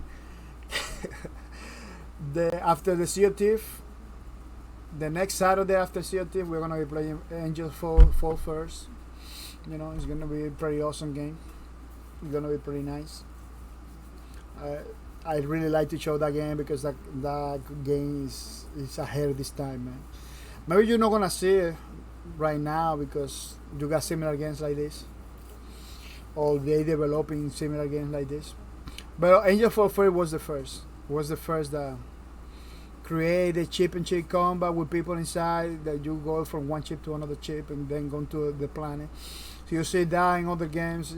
Remember, Angels Fall First was the first that did it in an Unreal Engine, Unreal Tournament game. Not even Unreal Engine. It was a mod for Unreal Tournament. And now we got a standalone version, which makes me a lot of happy. It was happy when it came out. I just bought it right away. So I sang along. Oh, give me the money, take my money. Shut up and take my money, because I couldn't believe it. And just for first stand along without having to. The first thing that I thought about it was like I'm gonna be playing with all my friends. We're gonna have a lot of fun. Unfortunately, all of my friends get married. They get kids. And they don't play no more. That's crazy situations. The game has a pretty awesome community behind it. They play together from time to time. They make service. I never know, in the future maybe I could do a server too. People, Steam gift cards, $5 Steam gift card, we give it to the people all the time. So you don't get in it. Could be because you don't know how it works. Seconds, maybe you don't watch the streams. Oh, I don't know what you're doing, man. Because see, if I found a streamer that gave me a $5 Steam gift card, I'm gonna be supporting that guy all the time. Like a lot, I supporting many streamers and watching many streamers. They're fun and everything, but you don't get nothing from them. You just get a stream. Over here in bahcorp TV, we're trying to make the difference.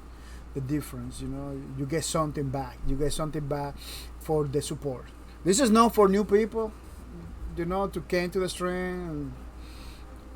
No, this is for people that really had time over here watching the stream. That's why you don't get it right away. You get it after 300 points. You get 300 points, and then you get the ability to redeem a $5 Steam gift cards. I don't claim that every single stream has to do something similar. There is a streamer that do more than that. They give you like a full system. You got Xbox One, take a Xbox One. They do it pretty good, let me tell you. But a lot of people that I support, and it's just the streams. You don't get nothing else. They're pretty good, let me tell you. I'm not bashing those guys or anything like that.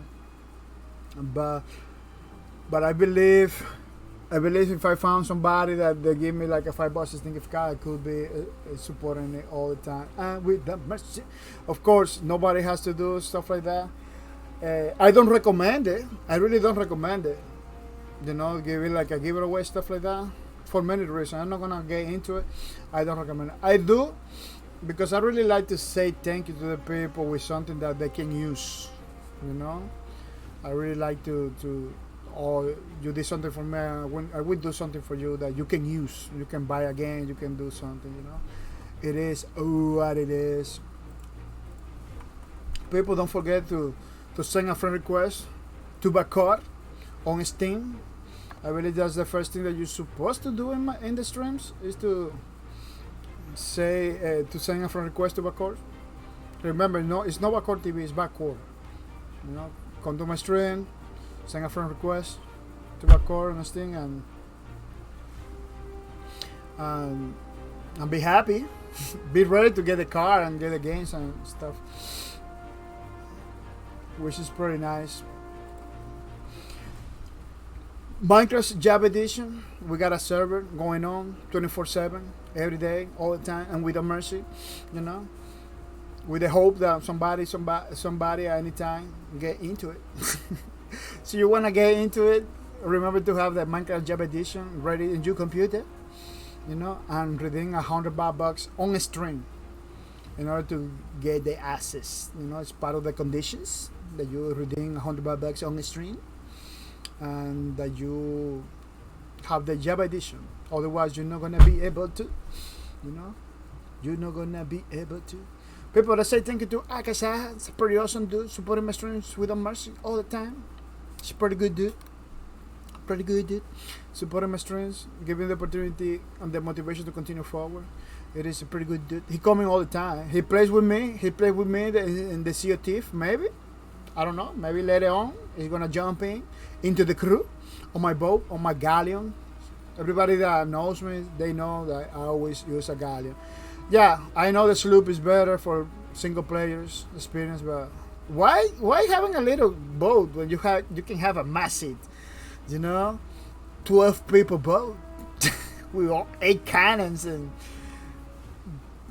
a lot of sails, and I don't know why people like the sloop. Yeah, I know why they wanna do PvP. You know, the sloop is the best. It's fast, it's maneuverable. The fighting in the ship, you know, in the sloop is the best. That's why they want the sloop. I don't do PvP. I don't care about PvP. I just get a package and bring it to somebody else and sell it. You know, that's what I wanna do. And this is true. You're getting package, selling it. Getting package, selling it. You know, getting stuff for the island, selling it. That's what we do. So I don't care about sloop. I believe a freaking galleon is the way to go. Solo 74, solo BA 74 FM. Oh, you changed the name? I believe you changed the name.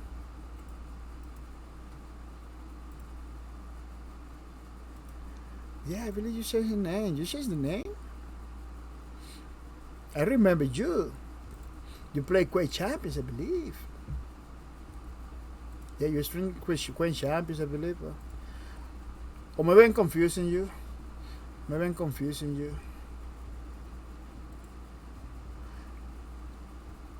Yeah, it's you.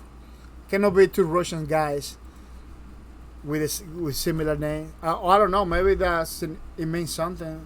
Solo BA 74 FM. Welcome to the stream. Long time no see you, man. See, you are the guy that I know that play Quake Champion. You are the one playing Quake Champion, yeah.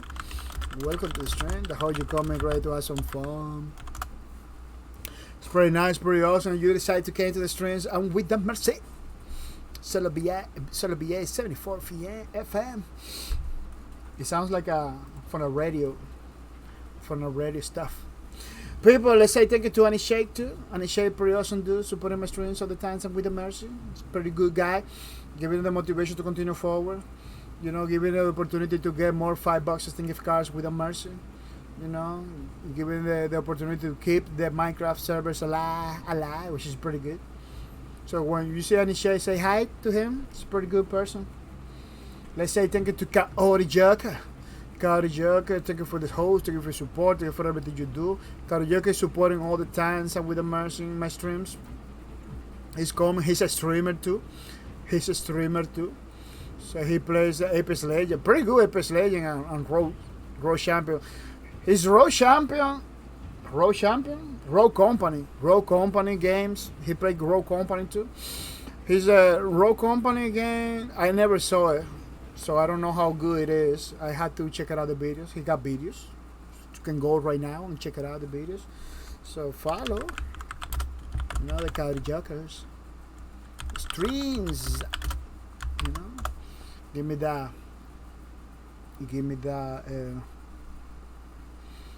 That pleasure, to go over there and check it out. Pretty awesome dude. I want to say thank you to Kaori Joker for support my streams. 5 months, for 5 months, baby.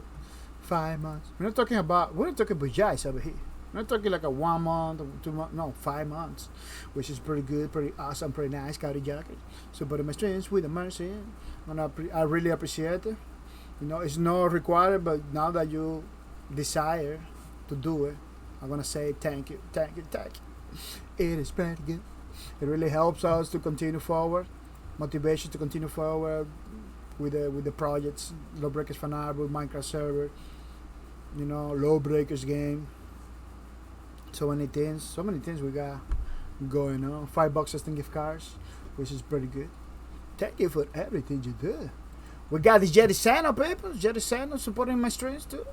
Without mercy, it's pretty awesome dude too. That supports a lot. Jerry Sano is one of those guys that you go over there, you can play with him. It's not just the streams. It's not just the streams. He's the guy that say, play with me, come over here.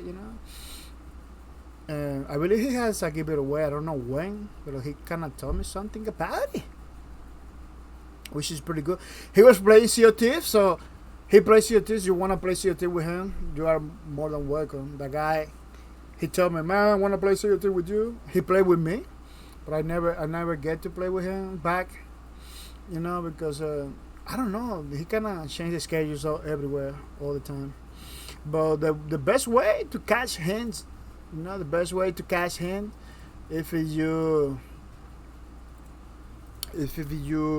follow him, I'm gonna tell you to follow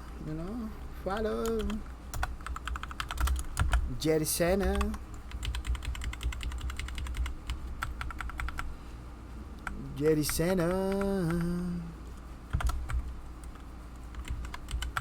Streams.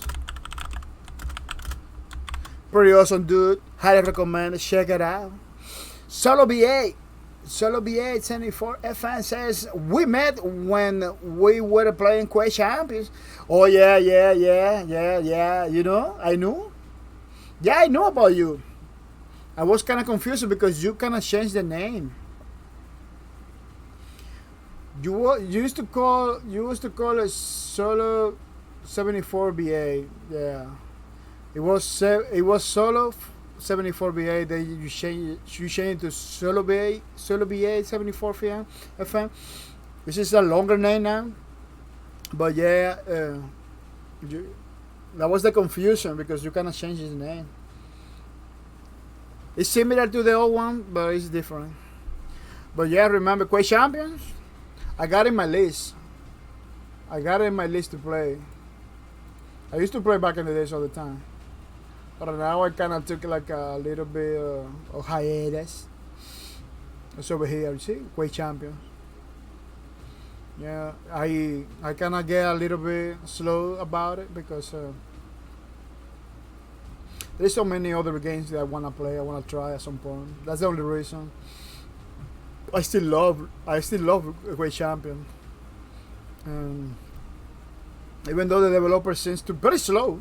It's still in early access still. How many years can be a game in early access? Like Quake Champion is still in early access, man. Like what? They're going super slow. Yeah, it's free and everything, but what? Look at early access still. I need to change that, man. Solo VA 74 FN says, I just added FN to the nickname. Yeah, you was Solo 74 VA. Because the number was like in another part of the name too.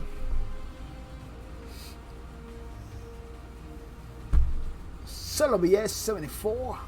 Yeah, I remember you used to come over here all the time. I used to raid you all the time. I used to go all the time to your streams. Yeah, Quake Champion is a pretty awesome game. After Lawbreakers, I believe it's the most exciting game right now. There is no other game like Quake Champion right now. It was Lawbreakers, but now it's Quake Champions. Why I don't play all the time? Because I really play Quake Champion for a lot of months together. We're still playing it. We don't play it every week, but we're still playing it. We're still rooting for this game. It's in my list to come back to play, so you're gonna see one day, you know. And I believe we stream it in a few months ago. I just don't stream it every week. It could come by the future, maybe, yeah. I don't see Quake Champion being like a game that I don't play. It's a game that I would play in some way, shape, or form. Yeah. Yeah, people, check it out. The Jerry Seno, the link is in the chat. Pretty awesome streamer. Pretty awesome streamer. Are you streaming Solo VA? Solo VA? Are you streaming Quake Champions? You know, Solo VA 74 is a fan. Pretty awesome dude. He's from Russia, but he plays pretty awesome games. He played Quake Champions, so follow him. Let me give it a shout out.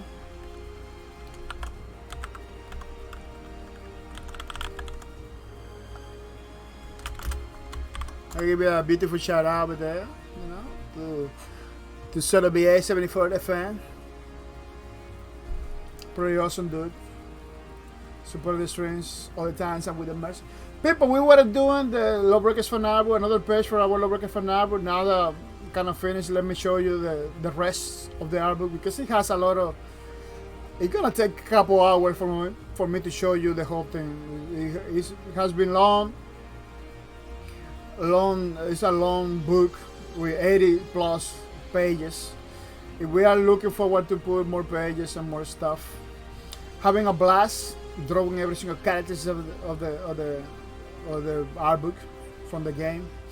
And we're gonna continue. We're always thinking about doing new pages, new stuff, pages that we didn't want to put in the past. We kind of check it out. Say there's nothing wrong with those pages. Let's put it back. You know, we're gonna put it back and stuff like that. It's gonna be pretty awesome. Today, I'm gonna finish show you the next Sunday because it's too much. Today we were doing this. I really think this is Russian. I believe this guy is Russian. He's from Russia, I believe. He's a business dude. He's a warlord. So he sells and buy weapons. It kind of hook everybody into the. It kind of give the weapons to everybody in Lawbreakers. Even I believe the law, but nobody knows. Nobody knows about it. You know, that's why he's covering his face and very stealthy, because he doesn't wanna people know who he truly is. You know, because he's dealing with crazy stuff in Lawbreakers, like crazy weapons, crazy technology. And when you're dealing with stuff like that, you don't want people to know who you are. Solo 74 BA says, and I first came to your streams when you were playing Lawbreakers. Yeah, a long time ago. Yeah, I remember, man. Yeah, I remember. I believe I had your car. In some place. Let me see.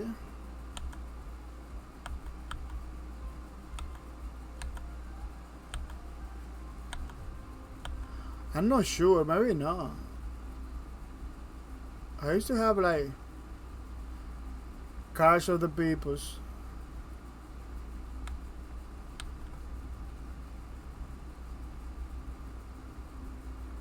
Let me see.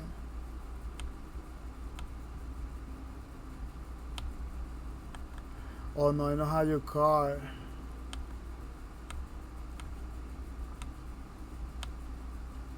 But I believe, I'm not sure.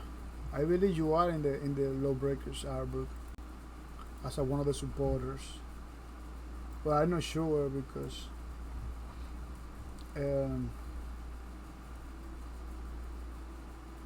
yeah, maybe no.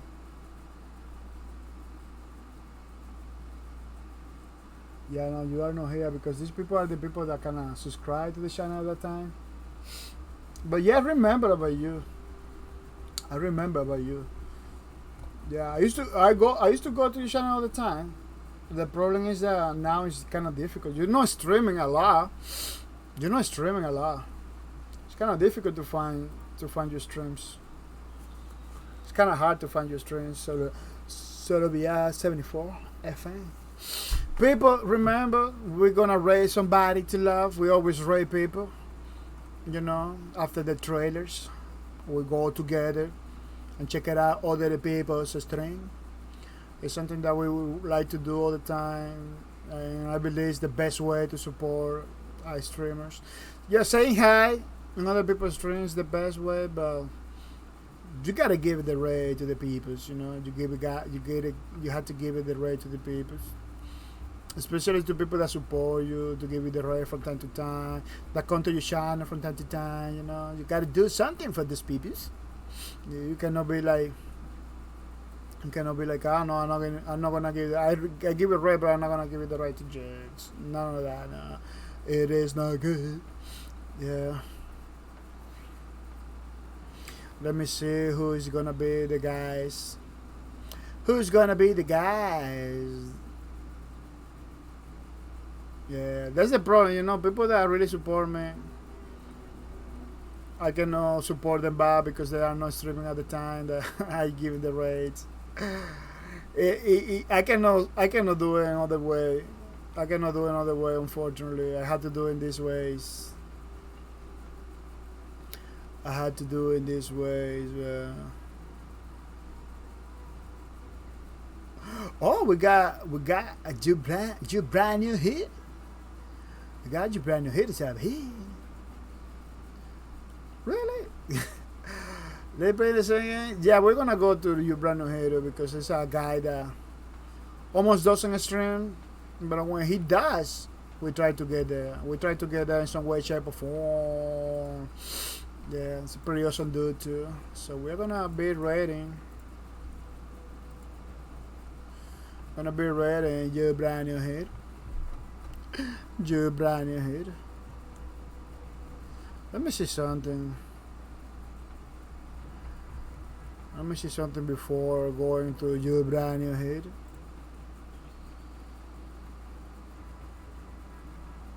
Oh no. Yeah, we're going to your brand new hit. Check it out. Couple minutes, couple hours. I always spend 1 or 2 hours in other people's streams. You don't have to. So you can give it 10 minutes. It's more than enough. But kind of give it 10 minutes. Don't go away right away. A lot of people. Yeah, I know. We got like how many hours? Say 6 hours. In this stream, we're still requesting you 10 minutes. It's kind of hard. I don't like to do that, but see, we want to support. That's how we support. You know, that's why we had to support. Going to other people's stream and just leaving after 1 second, 3 seconds is not the way. Give me a minute. Give me a minute. Yeah, don't give me 10, but give me a minute. You know, it makes the difference after a minute. Give me at least a minute, man, dude. Come on, dude, a minute. Yeah, give me 10 minutes. Give me 5, 10 minutes. That's let's do meaningful stuff, peoples. Let's go. I know you're tired. Maybe you're gonna go to bed. Maybe you're gonna be ready for our stream or see a thief. But give me a minute. Yeah, we're ready. Ready, you know, the beautiful your brand new hit. It's pretty awesome, dude. So don't miss out. People are gonna say thanks to everybody. Thanks for the support. We comment later at 3 a.m. USA is time. I don't know how people don't see they. I am in USA. See if I put up every time. GMT 5, so usually the Greenwich Meridian time. You know, but like you told me, we know about time zones. So, okay, I hope you don't miss my streams. You know, I hope you don't miss my streams because I really want people like that really know about time zones. I don't know a lot. That's why I use Google's. You can use it if you don't know. You know, you can use the Google's too. But just giving an ideas. Thanks for the support. We're coming later at 3 a.m. or a.m. Yeah, a.m. USA is timing. You know, we another streams. You know, so thanks for coming. Yeah, it's gonna be pretty nice. It's gonna be the Sea of Thieves. Gonna be later at 3 a.m. It's gonna be the Sea of Thieves, so don't miss out, man. We're gonna be here. Unfortunately, it's not gonna be a microphone enabled. The stream is gonna be a mute stream. So I hope that you understand that. This thing is not finished. We're gonna finish next Sunday. You know, we're gonna continue with the same format. You know, we're gonna check it out in games. We're gonna talk about games. And we're gonna draw stuff. I just did half of the body. Maybe next Sunday we're gonna do half of the bodies. You know. Remember, people, we got a challenge for the 6 days so far. So you want me to do your art? Put some channel points over there in the challenge. Let's go together. If the channel is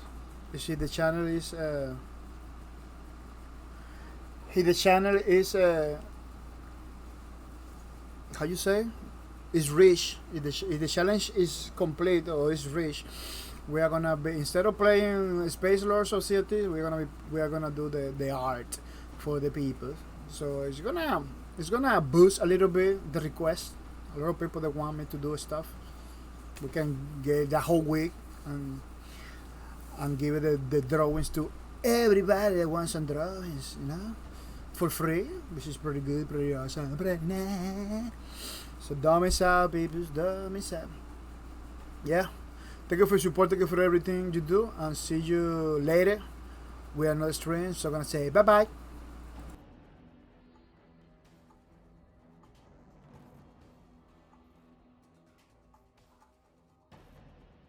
Grid access granted. HANA artificial intelligence initialized. Role analysis. Wraith.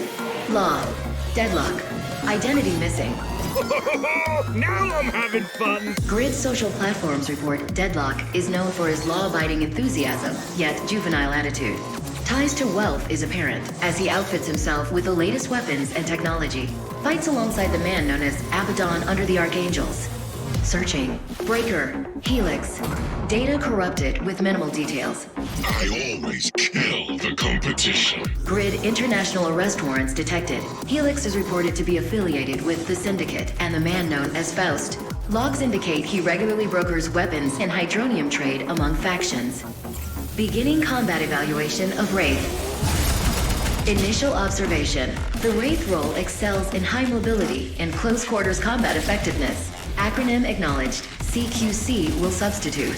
The Wraith's primary weapon is the Spectre Auto Pistol. It is highly versatile, fired in bursts for more accuracy, and full auto in CQC scenarios. Optimization acknowledged. Effectiveness increased when used in conjunction with his Wasp short sword. Ideal combat scenarios pair use of the Spectre along with CQC maneuvers such as slide to close in on enemies, and then complete combat executables with a stab from the Wasp. Additional movement abilities, such as double and triple jumps, noted, wall jumping as well. The Wasp blade can be ejected at high speed, embedding into surfaces or enemies. Additionally, if the discharge blade is shot by the Wraith, it will explode. This is cool. Anomaly detected. Chrono switch technology.